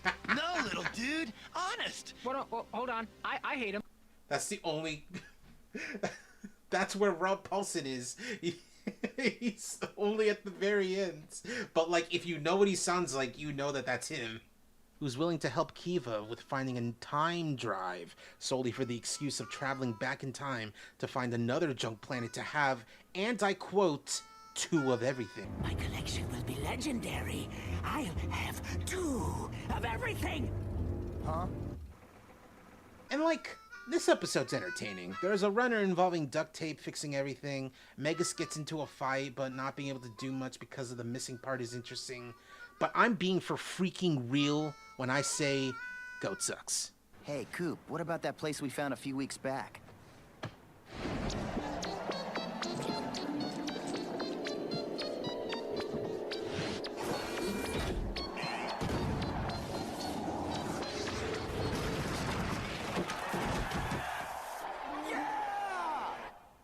Those little guys rocked. It's Ridge Racer. Ridge Racer. Remember that one? There are so many different E3 clips I could have used. I go to that one because it's so real. Because I believe that's Ken Kitaragi who was up there. Like, he's just excited to talk about this game that, like, you can play it on your PSP and it's fun. He loves it. He loves Ridge Racer. Viva Las Vegas. Something something Elvis Presley Looney Tunes back in action. Okay, I gotta put something there too. In this episode, Coop and the crew go to E3. Hell yeah! No, excuse me, no. It's G3C, the Gonzo Galactic Gaming Convention. Except they get trapped in Area 50 somehow. Not Area 51. That's a hoax to cover up what was going down in Area 50. In there, they discover a vault housing the Wrecker, or reverse engineered combat robot. A big guy whose whole purpose is to eliminate his enemies. Who are his enemies? He doesn't remember. It's actually an interesting kind of wrinkle that I think ended up being more woke than they intended. A weapon made from reverse engineered alien parts for the express purpose of being used by the US government and was abandoned because he couldn't discern between friend or foe. Unfortunately, that's kind of the only interesting thing about this episode, despite taking place in Vegas. Wrecker has the ability to suck power and doesn't leave much in the way of fighting in a cool, brightly lit city. At least there's Phil Lamar in this episode. He's always fun to hear. I've seen stranger things. Anyway. I'm always tickled by I've seen stranger things. Enough about all that bullshit. Can we talk about how Coop not only has nukes, not only just loaded them into Megas, and not only attempted to use them, but he's actively disappointed when he can't use them? What's the point of having nukes if I can't ever use them? Actual man-child menace. Cancel Coop. See you in health, Candy Boys!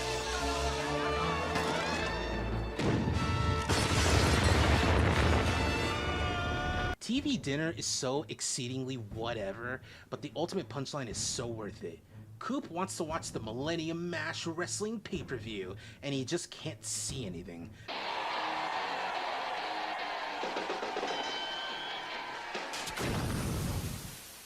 No. So he tries to supercharge the dish, which disturbs this planet-sized creature that eats radio waves, among other things. They go to check the satellite and find the huge freaking thing, which they explore and discover it's alive and try to destroy it to stop it from eating the Earth. They try a bunch of stuff, including an EMP tornado, which I don't know why I read it as tornado. I clearly wrote it as torpedo. Was turned into a fridge. But in the fridge lies the deus ex machina of the episode. Legally distinct Pop Rocks and soda, which this show continues to propagate the agenda of this combination of fucking exploding people, but fucking exploding the big monster saves the day. Like I said, exceedingly whatever, but that ultimate punchline though, because unbeknownst to everyone, the Glorft had prepared a weapon to literally annihilate the entire planet. When they prepare to fire it, the planet-sized monster has exploded, and bits of its body hit the ship and destroy the weapon. Even when the Megas crew doesn't know they're doing something, they still somehow beat them. Incredible. Oh yeah, nothing they did fixed the TV, and they just find out Coop didn't pay the cable company. Oh, that's real funny. It's just television. The world can do without it.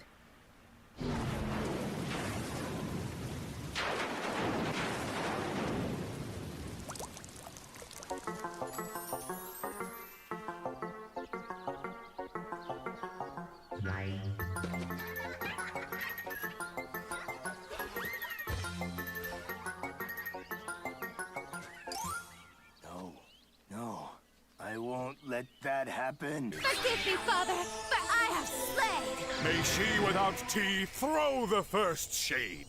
Hey kids, remember Sailor Moon? Remember anime? Wasn't it weird? Wasn't there just a lot of weird pretty girls just posing and laughing and doing these very, very, very extended transformation sequences? As much as I dislike the trope of making fun of anime in a way that shows you don't know much about it, which is weird because this crew knows quite a bit about anime, Ultra Chicks is still a real fun, entertaining episode, even with one of the most tired cliches in Western media, but we'll get there. Anyway, the Ultra Cadets are these Sailor Moon type girls, except already living in space, and they're looking for Coop to come slay this monster. But they come across Jamie, who they just assume is Coop, and he's a scumbag, so he's taking advantage of the mix-up, which also means he's gonna probably die fighting this big monster. He doesn't, and it all works out like it usually does for guys like Jamie. This whole time you're just sitting there like, man, it is gonna be so awkward when they find out Jamie's a different dude. And yeah, they do. After accusing Coop of being someone completely unrelated who stole Megas from their Coop, it's a real big fat extended sequence of liar revealed, and thankfully it's over quickly. Now correct me if I'm wrong, I haven't watched much Sailor Moon, but I don't think they're aliens living on an alien world that sees monster attacks. I mean, some of them are aliens from the moon, and the monsters are more people-sized, but still, it's like I said, this feels very surface level, very those wacky Japanese, which is very strange when you see what's coming next. Anyway, the final punchline here is also pretty funny. You know, that vile liar never did tell us how he defeated the Kurdok. It doesn't matter, as long as he didn't throw it into the volcano.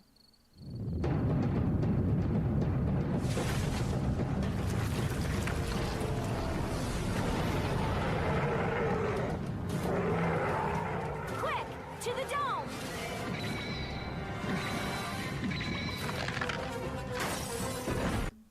There he is. There is a cut joke, not a joke, a cut comment at the very tail end of that segment, talking about how half of the Ultra Cadets are voiced by, which means two of them. Two of them are voiced by Tara Strong. And I think what I wanted to do was imply that, like, that's interesting, that's a choice. Specifically about, because she's a Zionist. But, you know, two things. One, that's a little heavy to just drop in the middle of this very attempting to be funny type video.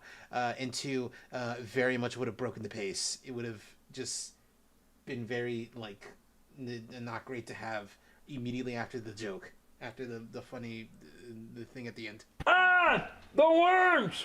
The worms! The worms! Bug in the System is the first episode in season 1 that I watch and I'm like, huh, guess they're not all winners. Coop and the gang are in space doing some training exercise before getting blown the fuck up. Whoops. They get blasted into a ring world that seems to be devoid of all organic life, specifically organic life, because there's a colony of robotic bugs that sense energy and attack Megas, but only if it's moving. The real situation comes when Kiva wants to explore the ring world to see if there's any useful time travel information, since the various structures seem to house data. Coop calls it a library, tells a funny anecdote about libraries, we all laugh. It's an episode that I like, but the general chrome-ish location and the fact that it all kind of looks the same puts me off every time I get to it, before being like, wait, this episode's fun actually. There's a bit where Kiva and Jamie need to kill a queen bug, which is housed within Megas, and Jamie accidentally knocks Kiva's ass out.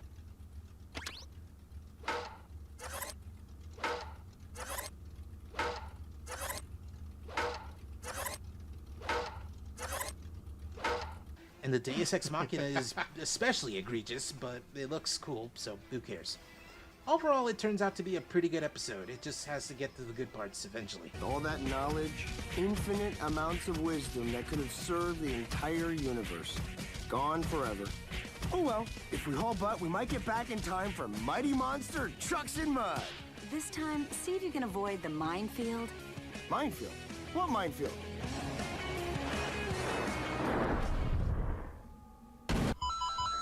Here's my brother Luigi now to tell you a whole heap of a spaghetti pile of information. Hello, Mario. A Thanksgiving episode is always a fun time, and Megas XLR holds that tradition with Thanksgiving Throwdown. Kiva doesn't know exactly what the reason for Thanksgiving is, and while Coop and Jamie give their own definitions that have some truth to them, they're also man-children. They don't really get it. I've talked about this a number of times to friends. The idea that, like, that Jamie is a selfish piece of shit that loves money, and they symbolize this with gold bars in particular, and like, it's crazy, specifically because of an inside joke between me and Flaw about Pocahontas 2 and the Big Joel video, and about how there is no gold, is there? It's a lot to explain, but it's like, it is a very strange thing that, like, it is attacking me specifically. After Thanksgiving dinner at what looks like 3 p.m., they watched the Not Macy's Day Parade featuring everyone's favorite legally distinct characters like Superman and Goku's Potara fusion.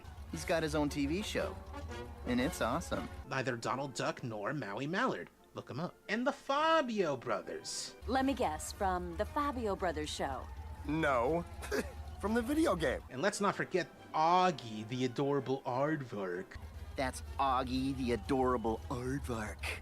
Lame. What a time it was, the mid-2000s, that the general consensus was that Sonic was cringe, and anyone who said otherwise was either a furry or a child. Good times, I don't miss them. Anyway, unbeknownst to the gang, an alien spore plant named Gynoc, voiced by Darren Norris, 911,000, landed on Earth after being knocked out of orbit from Saturn's ring in the cold open. It wants to proliferate the planet with its spores, noting that it's much warmer on Earth than in space. It also takes over the various parade floats for some high-octane beatdowns, like if Biollante can control Super Saiyan Blue Goku. It's a real fun episode with Coop using his knowledge of food and consumption to win the day. The only real downside is that the fight with the floats goes on just a bit long, but it's whatevs. Overall, a good time, even if it's using Thanksgiving as a backdrop, like Die Hard and Christmas. Hey, Coop, next year we should enter Megas in the parade. Hubba,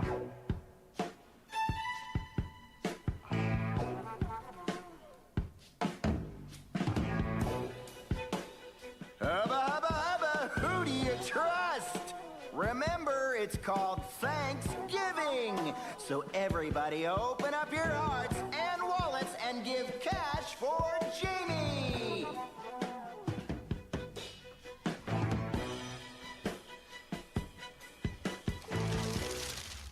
That would rock. That's right. We're going back in time to the first Thanksgiving to get Commander Andrew off the menu. Hello, Genzo. I am showing the audience before the video goes up tomorrow, a video I've been working on where I am talking about an American cartoon called Megas XLR, because I want. Well, first of all, I love this show. I'm like a huge fan of it, but I wanted to do a video where I compare each episode to each other. I rank them from the worst one to the best one, and I'm showing the stream audience here this video before it's uploaded tomorrow. That would rock. Okay, cool. That's right. We're going back. How do you spell it? It is spelled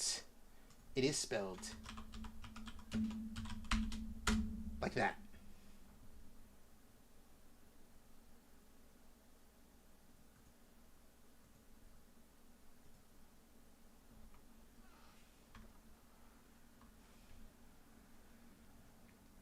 It was from 2004. So you were, yeah, of course you would have never heard of it. You were a child. You were small. In time to the first Thanksgiving to get Commander Andrew off the menu. Even without explicit time travel, there's lots of ways to have fun with the time travel rules, like in Terminator, which is a bit of a stretch for a punny title, but also true both to this episode and the source material. You're terminated, f***er. Oh, that was unduly harsh. Anyway, Gorath has some new toys to play with in the war against Coop and the gang. Camouflage devices that disguise them as humans. The Infiltrate a Rock show Coop dragged everyone to, including Kiva, who was looking fine as hell, by the way, in order to just enjoy the show, but also show her what a mosh pit looks like. After Coop asks her and Jamie to get food, they discover that the Glorft are in the arena, but they're not after them. They're after this young lady with suspiciously red hair. Yeah, it doesn't take long to get that they're trying to kill Kiva's antecedent. Thank you, Final Fantasy XIV, for the word.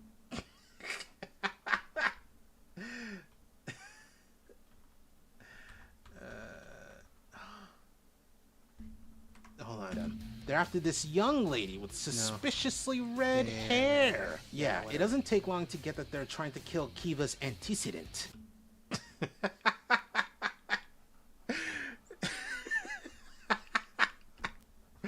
I don't mean to censor Minphilia, but I couldn't think of a good place to put the definition of the word. Apparently, it never had a Japanese dub. It never released in Japan since it's an American cartoon. So, there's also the reason for that. Another reason is because they did this thing that they're doing a lot of in America, where when they're doing their taxes, they can write off in their taxes a show that they worked on. If it's written off in their taxes, they get a lot of money because, you know, as like a refund because it was a failure, and, you know, they want their money back. But because of that, you're not allowed to sell the show, stream the show, do anything with it. It no longer exists, basically. That's what happened with Megas XLR. That's what happened. It used to happen. They fixed it later on with IGPX, which was an anime made in collaboration with an American TV channel, TV programming block. It's happened a lot with Western cartoons, and it's terrible. Thank you, Final Fantasy XIV, for the word. Thank you, Minphilia. This is just a real great time, only brought down a little by Allie, the girl, being just kind of annoying. But I get it. If it turned out I was the progenitor of a space warrior and alien squid freaks wanted to kill me because of it, I'd be a little shrill too. She also gets some nice little cute moments with Jamie, reminding us that people can just be people in the show. Anyway, the moral of the story is that moshing saves the day. Okay, I think I got it. Gorath was trying to change the future by messing with the past, which is the present, right? So the future... No. Wait, I don't understand. Okay, I think I got it. Talk about a splitting headache. It's not even really that relevant to the episode, except for the fact that it's the Power Rangers movie. I just think his laughter is a laugh of just pure joy, and it makes me so happy that he found something so funny. He just let out just a big laugh like that. So the future. Oh yeah. No. Okay. Wait. I don't understand. Okay. I think I got it. Talk about a splitting headache. Love it. It's so funny. S-Force SOS. It's the sequel to the S-Force episode. I'll explain who they are when we get to their debut episode. Anyway, the cold open features the S-Force basically getting fucked up, and only Jax, the purple one, made it out. He tells his Zordon archetype, named Targon, to get him in contact with Coop and Megas for their help. The only problem is, Jax is a weird freak who doesn't speak actual words that normal people understand.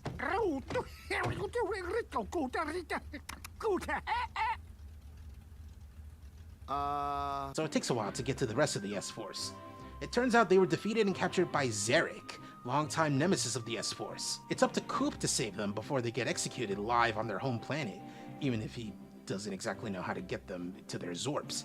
So, spoiler, this is actually a lot less good than the S-Force's first outing in the show, but not because it's bad. The main issue is that this feels more like what a hypothetical season finale of an S-Force show would be like, featuring special guest star Megas.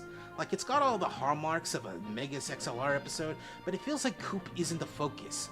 Which is fine. It's still a fantastic episode, and retroactively, I'm glad they didn't waste the S-Force's archenemy on their debut. Here in your giant robot car, you dig giant robots. I dig. You're the un-me. I'm the real me. You wanna be me? It's pretty funny that the series finale two-parter is like in the middle of the worst to best ranking, but whatever. Rearview Mirror Mirror is exactly the kind of story Megas XLR would tell as a finale, though I'd make it a season finale, but they didn't have much of a choice. Anyway, Coop and Gorath are fighting in the middle of this in media res ass conflict. God, I forgot to put a thing on screen to show the phrase in media res ass. It is such a cheese thing that like no one knows what I'm talking about. So I should put like a way like, hey, here's the words. Before Coop breaks out a new game controller and does a random input that opens a wormhole into an alternate universe. Throughout the first part, it's a big mystery trying to figure out what happened and why Jamie is there looking like an extra from Cowboy Bebop. I love the kind of woman that will actually just kill me. I knew if I put the original love the kind of woman that could kick my ass, I gotta put love the kind of woman that will actually just kill me.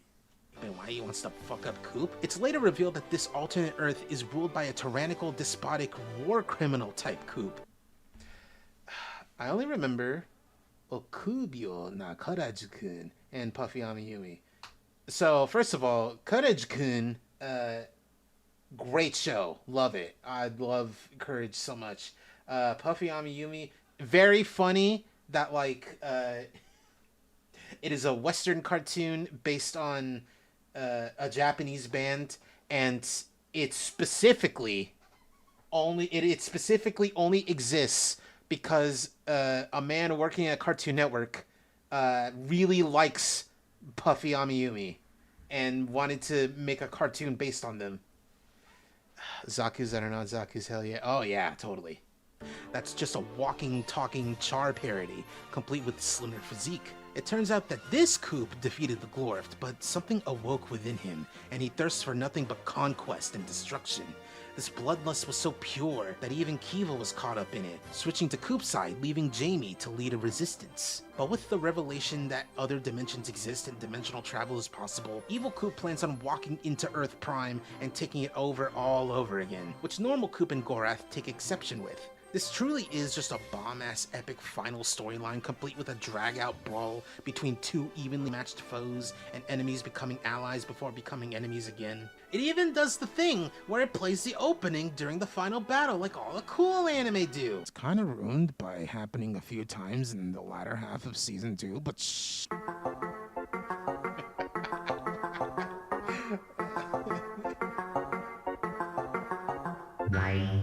This is how the final episode literally ends. This is correct. This is true.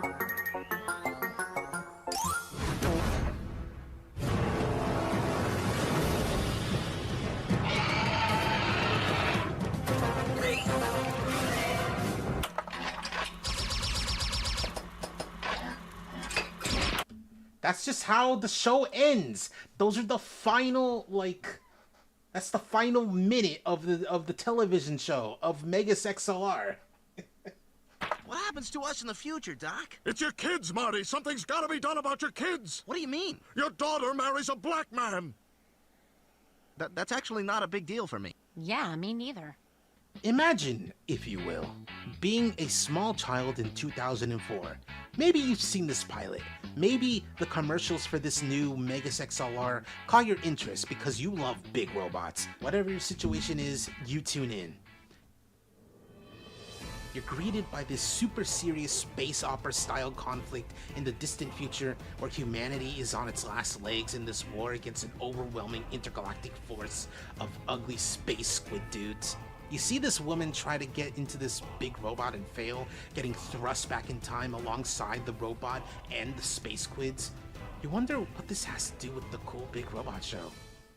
Then it cuts to this big fat dude and his scrawny friend hanging out in Jersey, and that's when you realize, oh yeah, this show kind of rocks. Test Drive is the first episode of the show, and basically just an expanded version of the pilot Lowbrow, Test Drive. There's new animation for the vast majority of it, but you can tell when they reuse animation based on how characters will look. It's especially apparent when you see the Glorft arrive and start their initial assault, and you see Coop really show off his skills for the first time, including the legendary button slam he does. It's kind of a phenomenal first showing for a new cartoon, and yes, the irony of claiming that the first episode is slightly better than the finale two-parter is not lost on me. Yeah? Well, us Earth scum have a saying. The bigger they are, the harder they...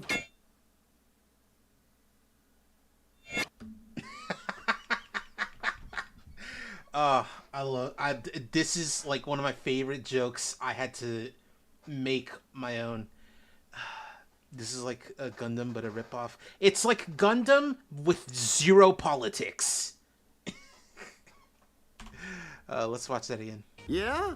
Well, us Earth scum have a saying. The bigger they are, the harder they...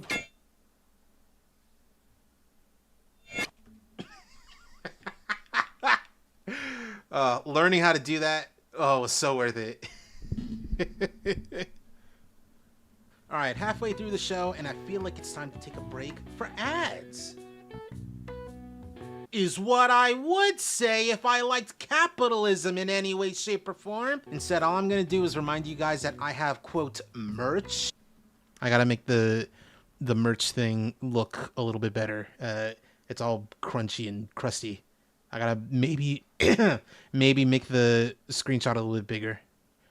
Oh yeah, also I do have merch, so if you go down into the description, you know, buy the merch, buy the merch, buy the merch, buy the merch, buy the merch.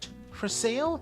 And yes, they got shitpost type designs on purpose. I'll make something more normal eventually, you know, if there's a demand.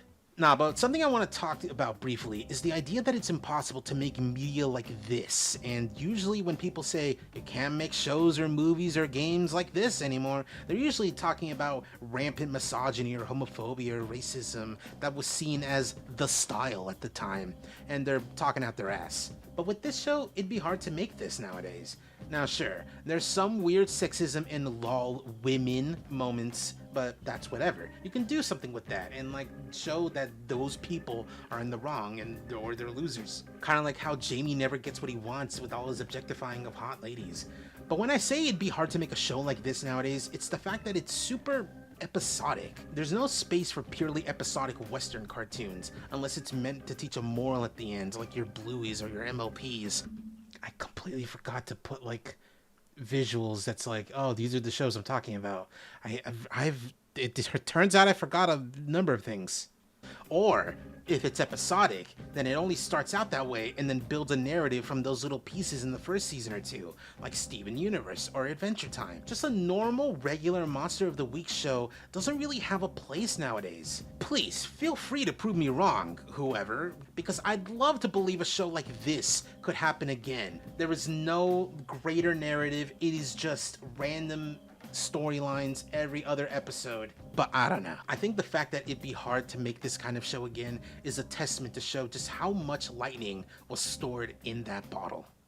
Anyway, back to the ranking. Why are we watching this? Well, the Universal Monster probably picked it out. He's into stuff like this. That was also weird because I used to love Kappa Mikey. Dude! Kappa Mikey was so good!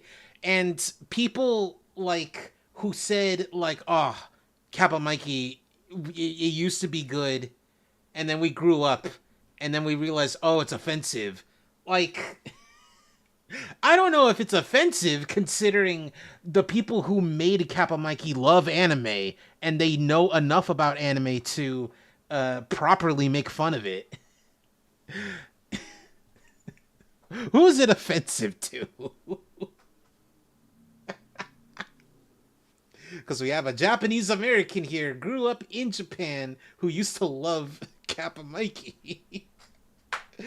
Oh, that's so funny. Have you ever wanted to have ultimate power? The ability to control whatever you want, with the only limit being your imagination? That's what the Universal Remote is for. In reality, it's just a normal remote that can just work from anywhere, and it somehow affects every TV in the vicinity. But try telling that to Skalgar, who wants nothing more than to be the baddest dude in the universe, but he's built like Unicron for ants. But he's also voiced by Jeff Bennett, so it's fine. Who can resist this? This is just a drag-out brawl involving an extended misunderstanding over what a Universal Remote Control can actually do, and of course, it ends with a pretty funny Deus Ex Machina. There's not much more I can say, it's just a really good episode. Now, to finish you for good. So he can't hit us, and anything he shoots gets bounced back at him? Check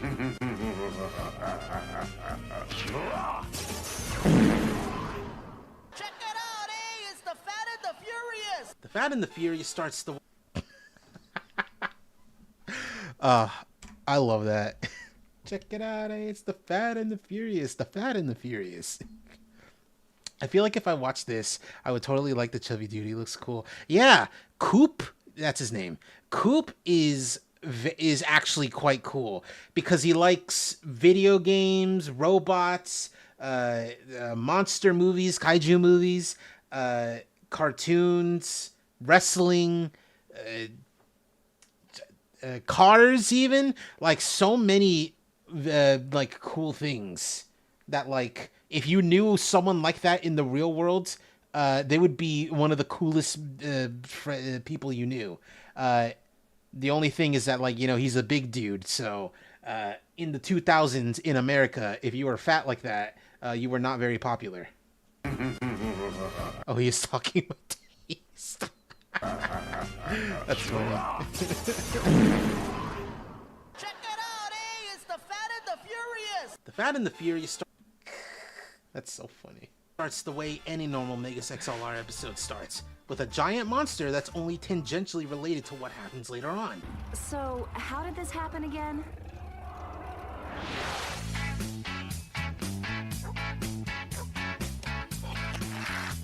I love fake cheese! And there's more to this scene, but I feel like cutting it there is very funny. Anyway, after this big cheese monster explodes and covertly damages a crucial part in Megas, Coop enters a car show with regular-ish character Tiny, trying to beat him in a contest over who has the sickest ride in the show. This gets interrupted by previously mentioned crucial part, causing Megas to malfunction, just in time for the Glorf to start an assault. Kiva needs to repair the part, and trying to keep it secure while Megas is sorta out of commission is difficult. So everyone, including Tiny and even Goat, team up to protect the precious thing. It's a really fun adventure with so many silly twists and turns, and let's not forget that Coop activates a manual mode on Megas, so he can fight the Glorf using Dance Dance Revolution. It's all so much fun, and there's not much else to really talk about. other than this. Whatever made you install a manual backup?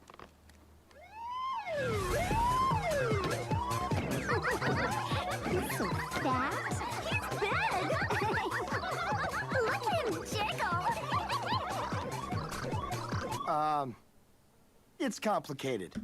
This gives me a feeling so complicated because Coop never has like a crush on the show. It's like it's implied nowadays, if you really look with your eyes, that like he's not interested at all in women. He's just interested in, you know, food and video games and robots and stuff. So this is the one scene where he has any kind of interest in women, and it's because they're giving him attention because he's playing Dance Dance Revolution while being fat and jiggling all over the place. It makes me feel weird as a fat person. I don't know how to unpack these feelings.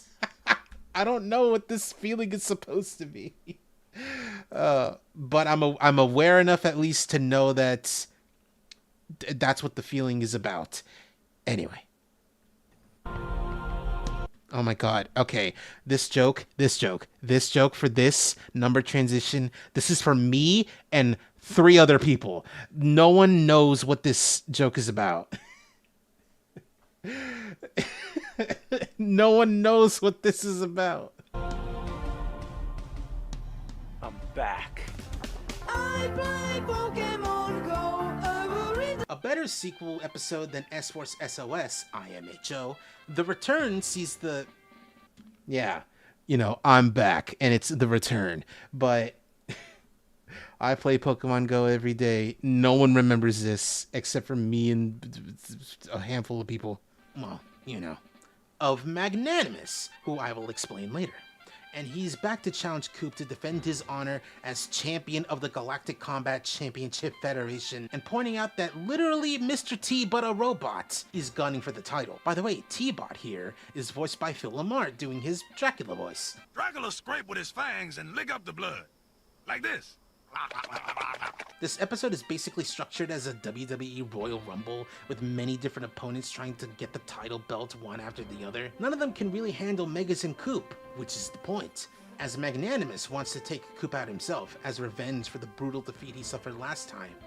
He gets into his own robot, which is basically several Bruce Campbell references all stacked on top of each other. It's actually not a Deus Ex Machina that saves the day this time, but logic, as the gang realize that the bounty put on Coop's defeat doesn't actually exist, which leads to the various fighters turning on Magnanimous, who leaves in a wormhole, promising another return in the future. There's also this runner where Coop needs to return a Mothra movie to the video store before it... I gotta put a note there. I always forget to put a note in that particular part, that like, it's a Mothra movie, but not because it is a moth bug, but because the monster is called Bugra. That's what makes it a Mothra movie. Closes and they might revoke his membership. Remember video rental stores? Man, of all the things that make me sound like an old boomer, that's one bell I won't stop ringing.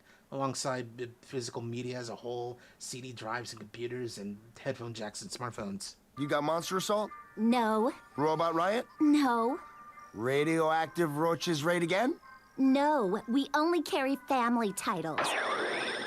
It's not the boots, it's the boutique.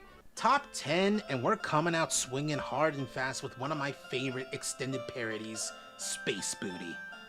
We see Coop and the gang fighting some bat-looking space monsters before being interrupted by actual literal space pirates. They board the ship known as the Saving Grace, helmed by Captain Jean-Michel Warlock, very subtle, who finds Coop and Jamie repulsive, but is absolutely smitten by Kiva, letting the former two explore the ship whilst the latter spends time with the captain. It's got a lot of good stuff, like a food generator that knows what a Philly cheesesteak is, yet Jamie thinks it can generate whatever and lets his freak-ass mind go crazy with whatever he wants. 55 burger! burgers, 55 fries, 55 tacos, 55... Old-fashioned eating contests, a dark secret involving the captain, and a bunch of the Megas XLR classic space battles and big weapons. Honestly, I think this kind of parody makes the Ultra Cadets look way worse, because how are you gonna treat something like Captain Harlock, a space adventure anime complete with action but also plenty of drama with the reverence it deserves, but you're treating Sailor Moon with some amount of parody-esque disdain? Maybe I'm being too woke about this, I don't know. All I know is that this episode rules. Solid gold? Goth chicks? 500 cigarettes. Very proud of this edit. I'm very happy with how that came out.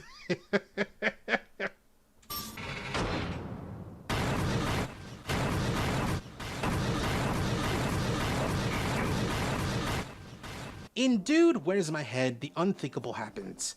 Jamie goes out on a date. It's crazy that not only does Jamie find a girl that's pretty into twinkish man children, but she also doesn't become a regular character after this. Anyway, Jamie decides to borrow the car, which is Megas' head, and Kiva wants to do some training, but Coop just says, yeah, about that. And can you believe it? The Glorft come in with their own mecha that looks an awful lot like Megas, but because the car is gone, Coop can't actually do anything with Megas, not unless he uses the secondary command bridge for just such an occasion. Only problem is, Jamie can still control Megas from the car. Hijinks ensue.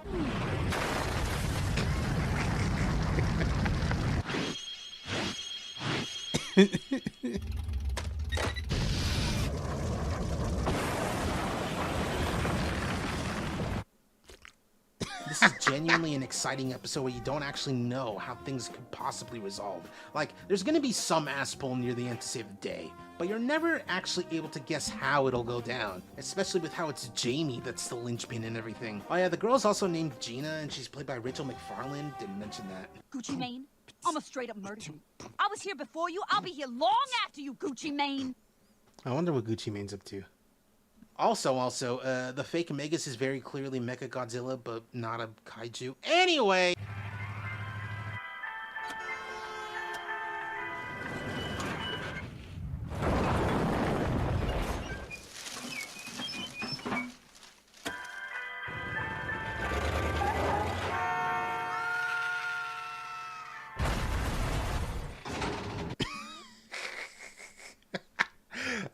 Rule of 3. If you're introducing a like a gag that happens a few times, 3 is the best number.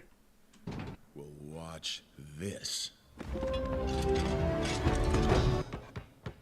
Coup d'etat is a hard episode to say the name of, but not describe. In the world of Halcyon lies an empire of robotic life forms featuring an emperor with 2 of his most loyal subjects in line for the throne. Zanzor, played by Peter Cullen. Bring in the piñata! We'll party like it's 1942! And Guyvin, played by Frank Welker.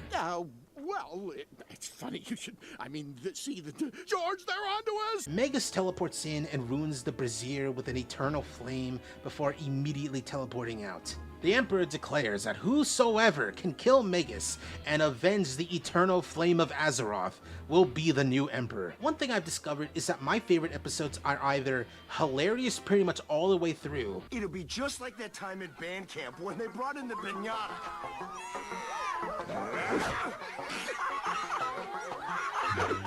Oh, my liver. Have a lot of fighting in it, or has a lot of references that I could point out.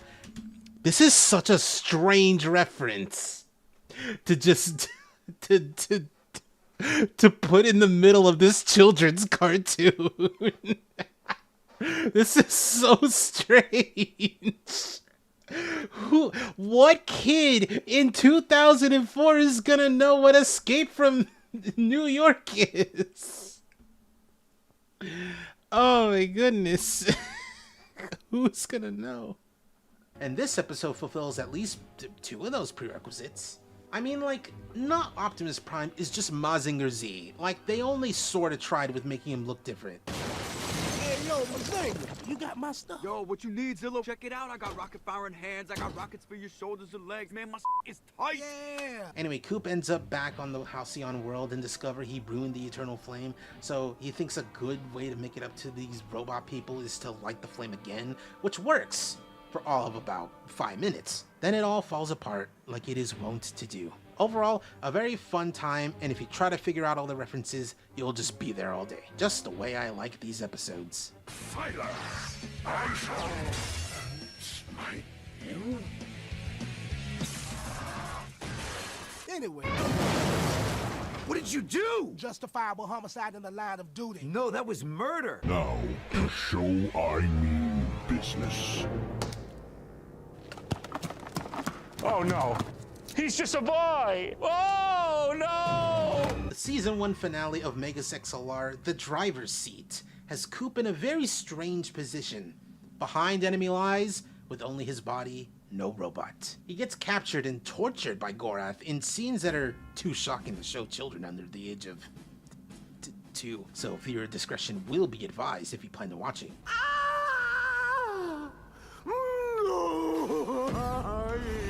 You want this? You slimy green sucker! Tell me how to control the prototype's time drive! No way!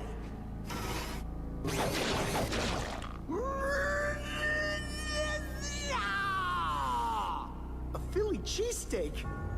Oh man, that's low.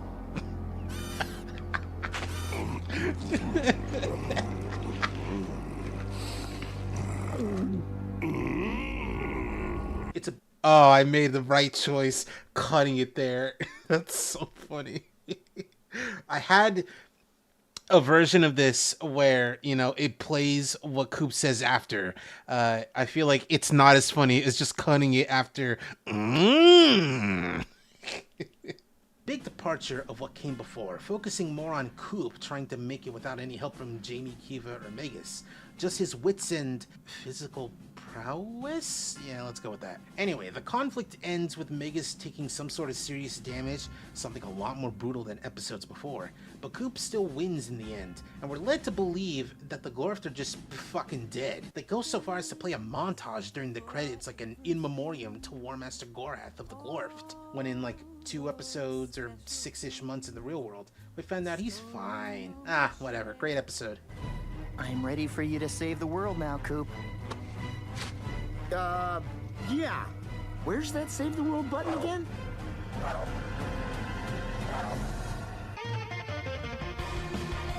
Love this edit. Oh, I'm kind of a genius. Oh, bliss. Bliss and heaven. Oh, it was gorgeousness and gorgeosity made flesh. The title, A Clockwork Megas, should be sending at least a few red flags if you know what the reference is, but we'll get there. Coop and the gang somehow end up on a very nice pastoral world, which has grass being attended to by a kind and polite robot, other robots tending to a garden, and other robot individuals just kind of being happy. When being asked how to leave the planet and return to Earth, one robot remembers that they can fly, and is immediately fucking annihilated by guards. I can fly! Yeah, make another one remember something, Coop. The gang realizes something isn't right, and find out that this isn't a peaceful world, it's a prison world, run by the warden, Clar, played by Peter Cullen. 'Cause I'm coming. He's coming? I was like, I don't have that many, like, iconic, Peter Cullen roles. Let's just do another Optimus Prime. It's got to be something funny. It's revealed that these robots aren't being rehabilitated. They're being reprogrammed, basically brainwashed. I won't exactly spoil what happens in this episode, other than Coop winning, but keep in mind that the episode is a reference to A Clockwork Orange. Or don't. It's fine. Not everyone can watch every movie. Hey, while I got you here, did you know that the original ending / final chapter of A Clockwork Orange was so bad it was removed in the international publications? TLDR, Alex, the main character, goes through some hell with the mental reprogramming that he went through in prison and tries to take his own life. leading to the government giving him basically all the second chances he wants as an apology, where it's revealed that the reprogramming didn't stick forever. But in the original final chapter, it's implied that it did, and you read about Alex basically having a nice life with a cushy government job, and he's married and he's basically just being a good boy. Needless to say, some readers felt it was unsatisfying at best and pro-parliament propaganda at worst. Anyway, this is the best episode of season 2. Moving on. This device must only affect a robot with an artificial intelligence operating construct. You hear that? You can't do nothing to us because we don't have intelligence. I just wanted my Mega Slush! Have you ever struggled to get just one thing, one simple thing that should be so simple to acquire, but things seem to be getting in the way to an absurd degree, keeping you away from that which you desired most in that hour? That's the struggle Coop has to deal with in All I Wanted Was a Slushie. I mean, the title alone sells the sheer desperate desire, but also annoyance of that situation. The episode revolves around one of the funnier guest stars, Michael Dorn. You can both suck my ridges. As the Regis, a nanomachine-based robot that is designed only for destruction, annihilation, devastation, messats. I totally forgot. I have to put a picture of Akuma. I gotta put a picture of Akuma there for messats. Anyway, doing well past Cheese and ReactBot? That sounded a lot better in my head. The answer is yes. The dramatic ass music as this little spider robot goes around declaring how unstoppable he is will never not be funny.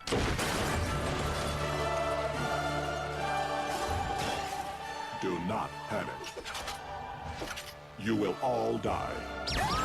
Megas tries to balance destroying the Regis and getting a Mega Slush, which proves to be extremely difficult. It gets to a point where he destroys every single Mega Slush machine in the greater Jersey City area, but Regis has not only come back, but absorbed construction equipment and even multiplied. Megas is overheating, and Kiva discovers Regis's weakness in a scene that's really dire and dramatic, like it's framed like a series finale. Sorry, Megas. I love you. Nah, it's fine in the end. This episode is one of the more iconic ones in the series, and part of that is the impeccable performance by the aforementioned Michael Dorn. How long have we known each other, Lulabelle? Let's see. About 4 years, I reckon. Oh, wow. Oh, I love that. I love... Oh, wow. It's such a funny sound. Oh, wow. Merry Christmas. Wild 7. Nanahara Shuya. So for the longest time, I just wanted the scene in the original Battle Royale where, you know, Merry Christmas. But I could only find, in good quality, the one from Battle Royale 2. The second episode in the entire series, Battle Royale, features the introduction of Magnanimous, played by the ever-iconic, legendary Bruce Campbell. This MODOK-looking motherfucker. Mental organism designed only for sucking what? A joke for 7 people rather than 3. Has only one love, one desire. Running a racket with a galactic robot fighting league, complete with betting, fixed matches, and even manually activated traps. There's not really much to discuss that's major. Coop likes fighting robots, Magnanimous sets him up as a new fighter to fight robots. He's on a roll with victories, then Magnanimous asks him to throw a fight. It's basically every corrupt prize fighting story you might be aware of. What makes it unique, other than the chin and the space stuff, is how much Jamie and Kiva do. Jamie makes a killing betting on Coop and draws the attention of green chicks. Green skin girls! While Kiva uncovers the corruption accidentally whilst looking for parts for Megas. Also, there's a quantum singularity, but that's on par for Megas XLR. And of course, Magnanimous comes back, but we already talked about that. When you think giant robots fighting, the first thing you think is hell yeah. The second thing you think is probably this episode, which just goes to show how iconic it actually is. So, he wants to fight with sound, huh? Oh my god. You're not gonna... This is a Sorry, dumb joke. Jamie. He asked for this. Oh, Coop, no one deserves that. Not even Magnimus, Manly Moose, whatever his name is. Rerouting all power to the jammer.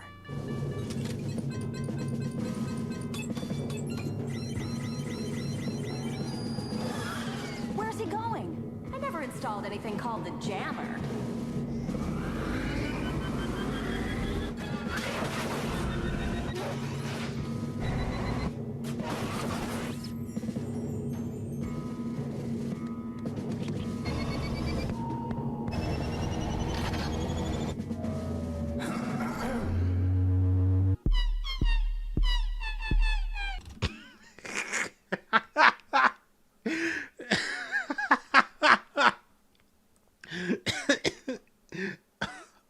God, that joke is so stupid.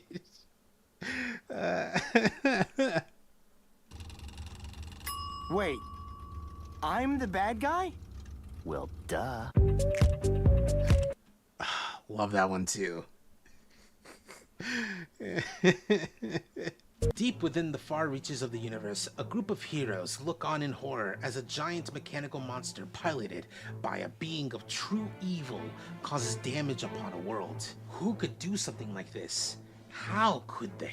Cut to Coop at a hot dog eating contest, absolutely destroying the competition. This is The Bad Guy, a true classic of Megas XLR. The S-Force make their debut appearance. There's Argo, played by Scott Innes. I'm as cute as a Powerpuff Girl! Mac, Jax, Sloane, and Duchess, led by Targon. They're here to vanquish evil before more innocents are destroyed, but, you know, small miscalculation. Megas XLR takes place in a universe where collateral damage is totally ignored or even encouraged. But the S-Force don't know that, and they're gonna kick Coop's ass before Coop somehow teams up with Ender, one of several S-Force baddies. It's a real fun one, with something I feel people have forgotten about. Campy, layered anime and TV references that are meant to entertain first and look cool second. They truly don't make things like classic Gatchaman, Voltron, and Super Sentai anymore, especially the third one. God. Like, entertain first and look cool second. They truly don't make things like classic Gatchaman, Voltron, and Super Sentai anymore, especially. Like, that's crazy still. I still can't believe this. A real, true end of an era. Especially the third one. This is one of the all-timers. When you think Megas XLR, you think this, Battle Royale, the Mega Slush episode, and the episode in the #1 spot. But #2 is a little more personal. Well, personal to millions of Americans. Hey, check me out, yo. Rock on! Word. Sir, did you fill out the 1170? I think I did. Did you fill out the 1170? I filled this out. That's the 1190. You're gonna have to go stand in the blue line. Look, I was sir. already in that line. Sir, don't get snippy with me. Well, I've been here all morning. That is not my prerogative, sir. I wait in one line. They send me to another line. You know They what? send me You back can to always call to make an I try appointment. to call. I can't get through. The line's always busy. It's ridiculous. Go wait in the appointment line. Then. I don't want to Sir, wait. I've got a job. I don't have all day. I can't say this. You're gonna have to take that somewhere else. All right. You know what? I'm on break. There is one thing the average American hates more than women's livers, gays, environmentalists, several minorities, the homeless, couple of religions, anorexics, obese people, the handicapped, old farts, baldness, and people who walk real goofy because they just had a vasectomy. Yes, this is a joke. Don't take it seriously. And it's the Department of Motor Vehicles. In DMV, Department of Megas Violations, Coop and the gang beat up this bounty hunter and her mind-controlled muscle, and then go celebrate with some food. But they find out Megas has somehow been towed and is in the impound lot. Realizing that his license is expired, Coop and Jamie, because he's got nothing to do, enter the worst place to go to willingly, the DMV. It's every DMV stereotype you can imagine, and it's not even exaggerated. This episode is non-fiction, especially the B-plot, where it turns out that the bounty hunter isn't after Coop or Megas, but she's after Kiva, because word has gotten out in the galaxy that she's from the future, and people are willing to pay a pretty penny for information on events that haven't happened yet. Both of these plots are happening concurrently, and it's genuinely hilarious how it cuts to high-octane action and just the most boring, miserable situation you could find yourself in the first world. Honestly, this one scene, extremely relatable. I wish this happened every single day.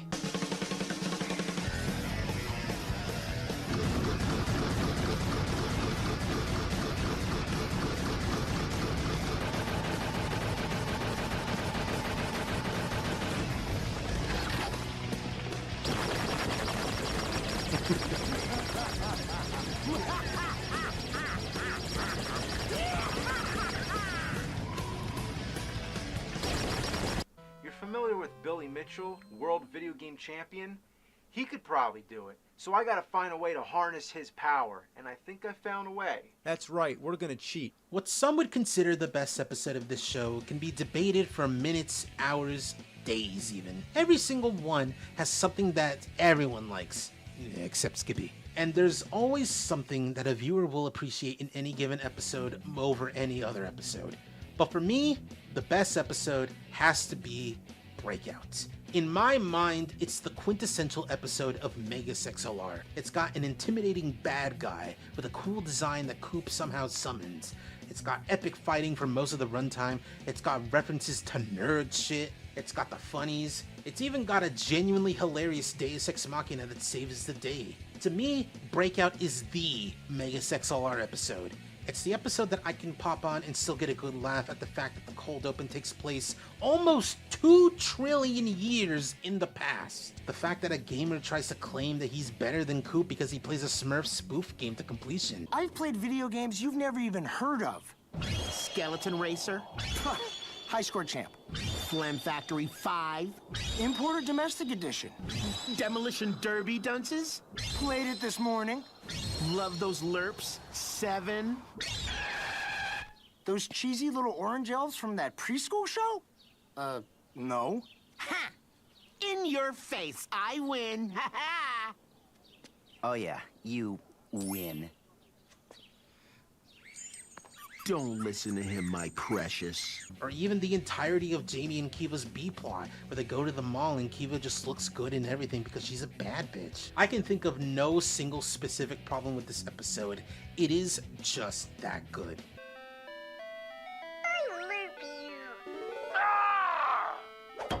You're right, dude. This is way better. Watch this. I'll give you something to lerp. Sweet. I demand you return me to my maximum security interdimensional prison.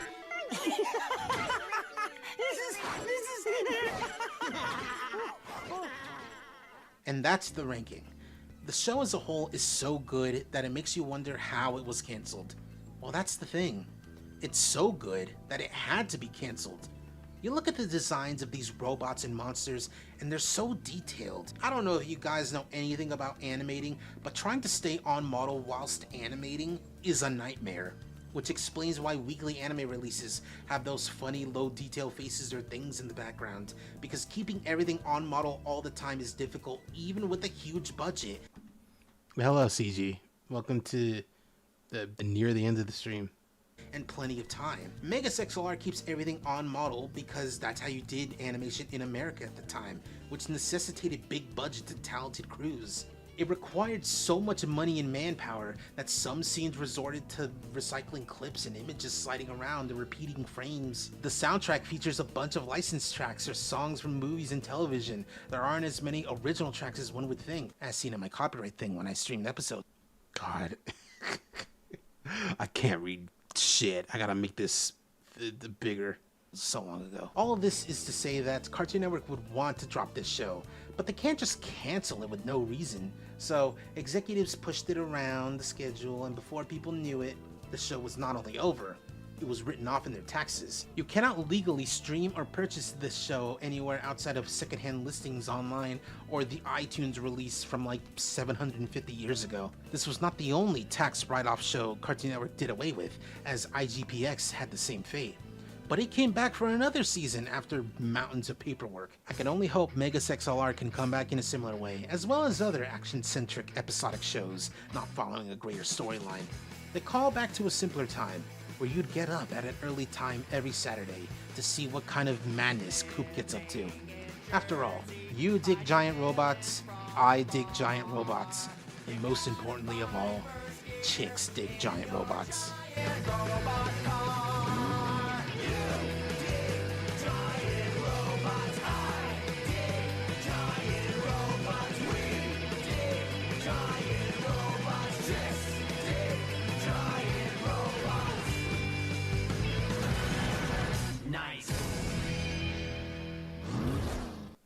Nice. Very cool. Apparently, I'm still not done, but it's whatever. And with that, thanks for previewing the video and being an audience for me to be like, oh man, I forgot a thing. I will fix it, and you will see it again, but uploaded tomorrow at around noon Pacific. So, you know, look forward to that, everybody. Anyway, that's the stream, everybody. See you later. Take care. Bye-bye.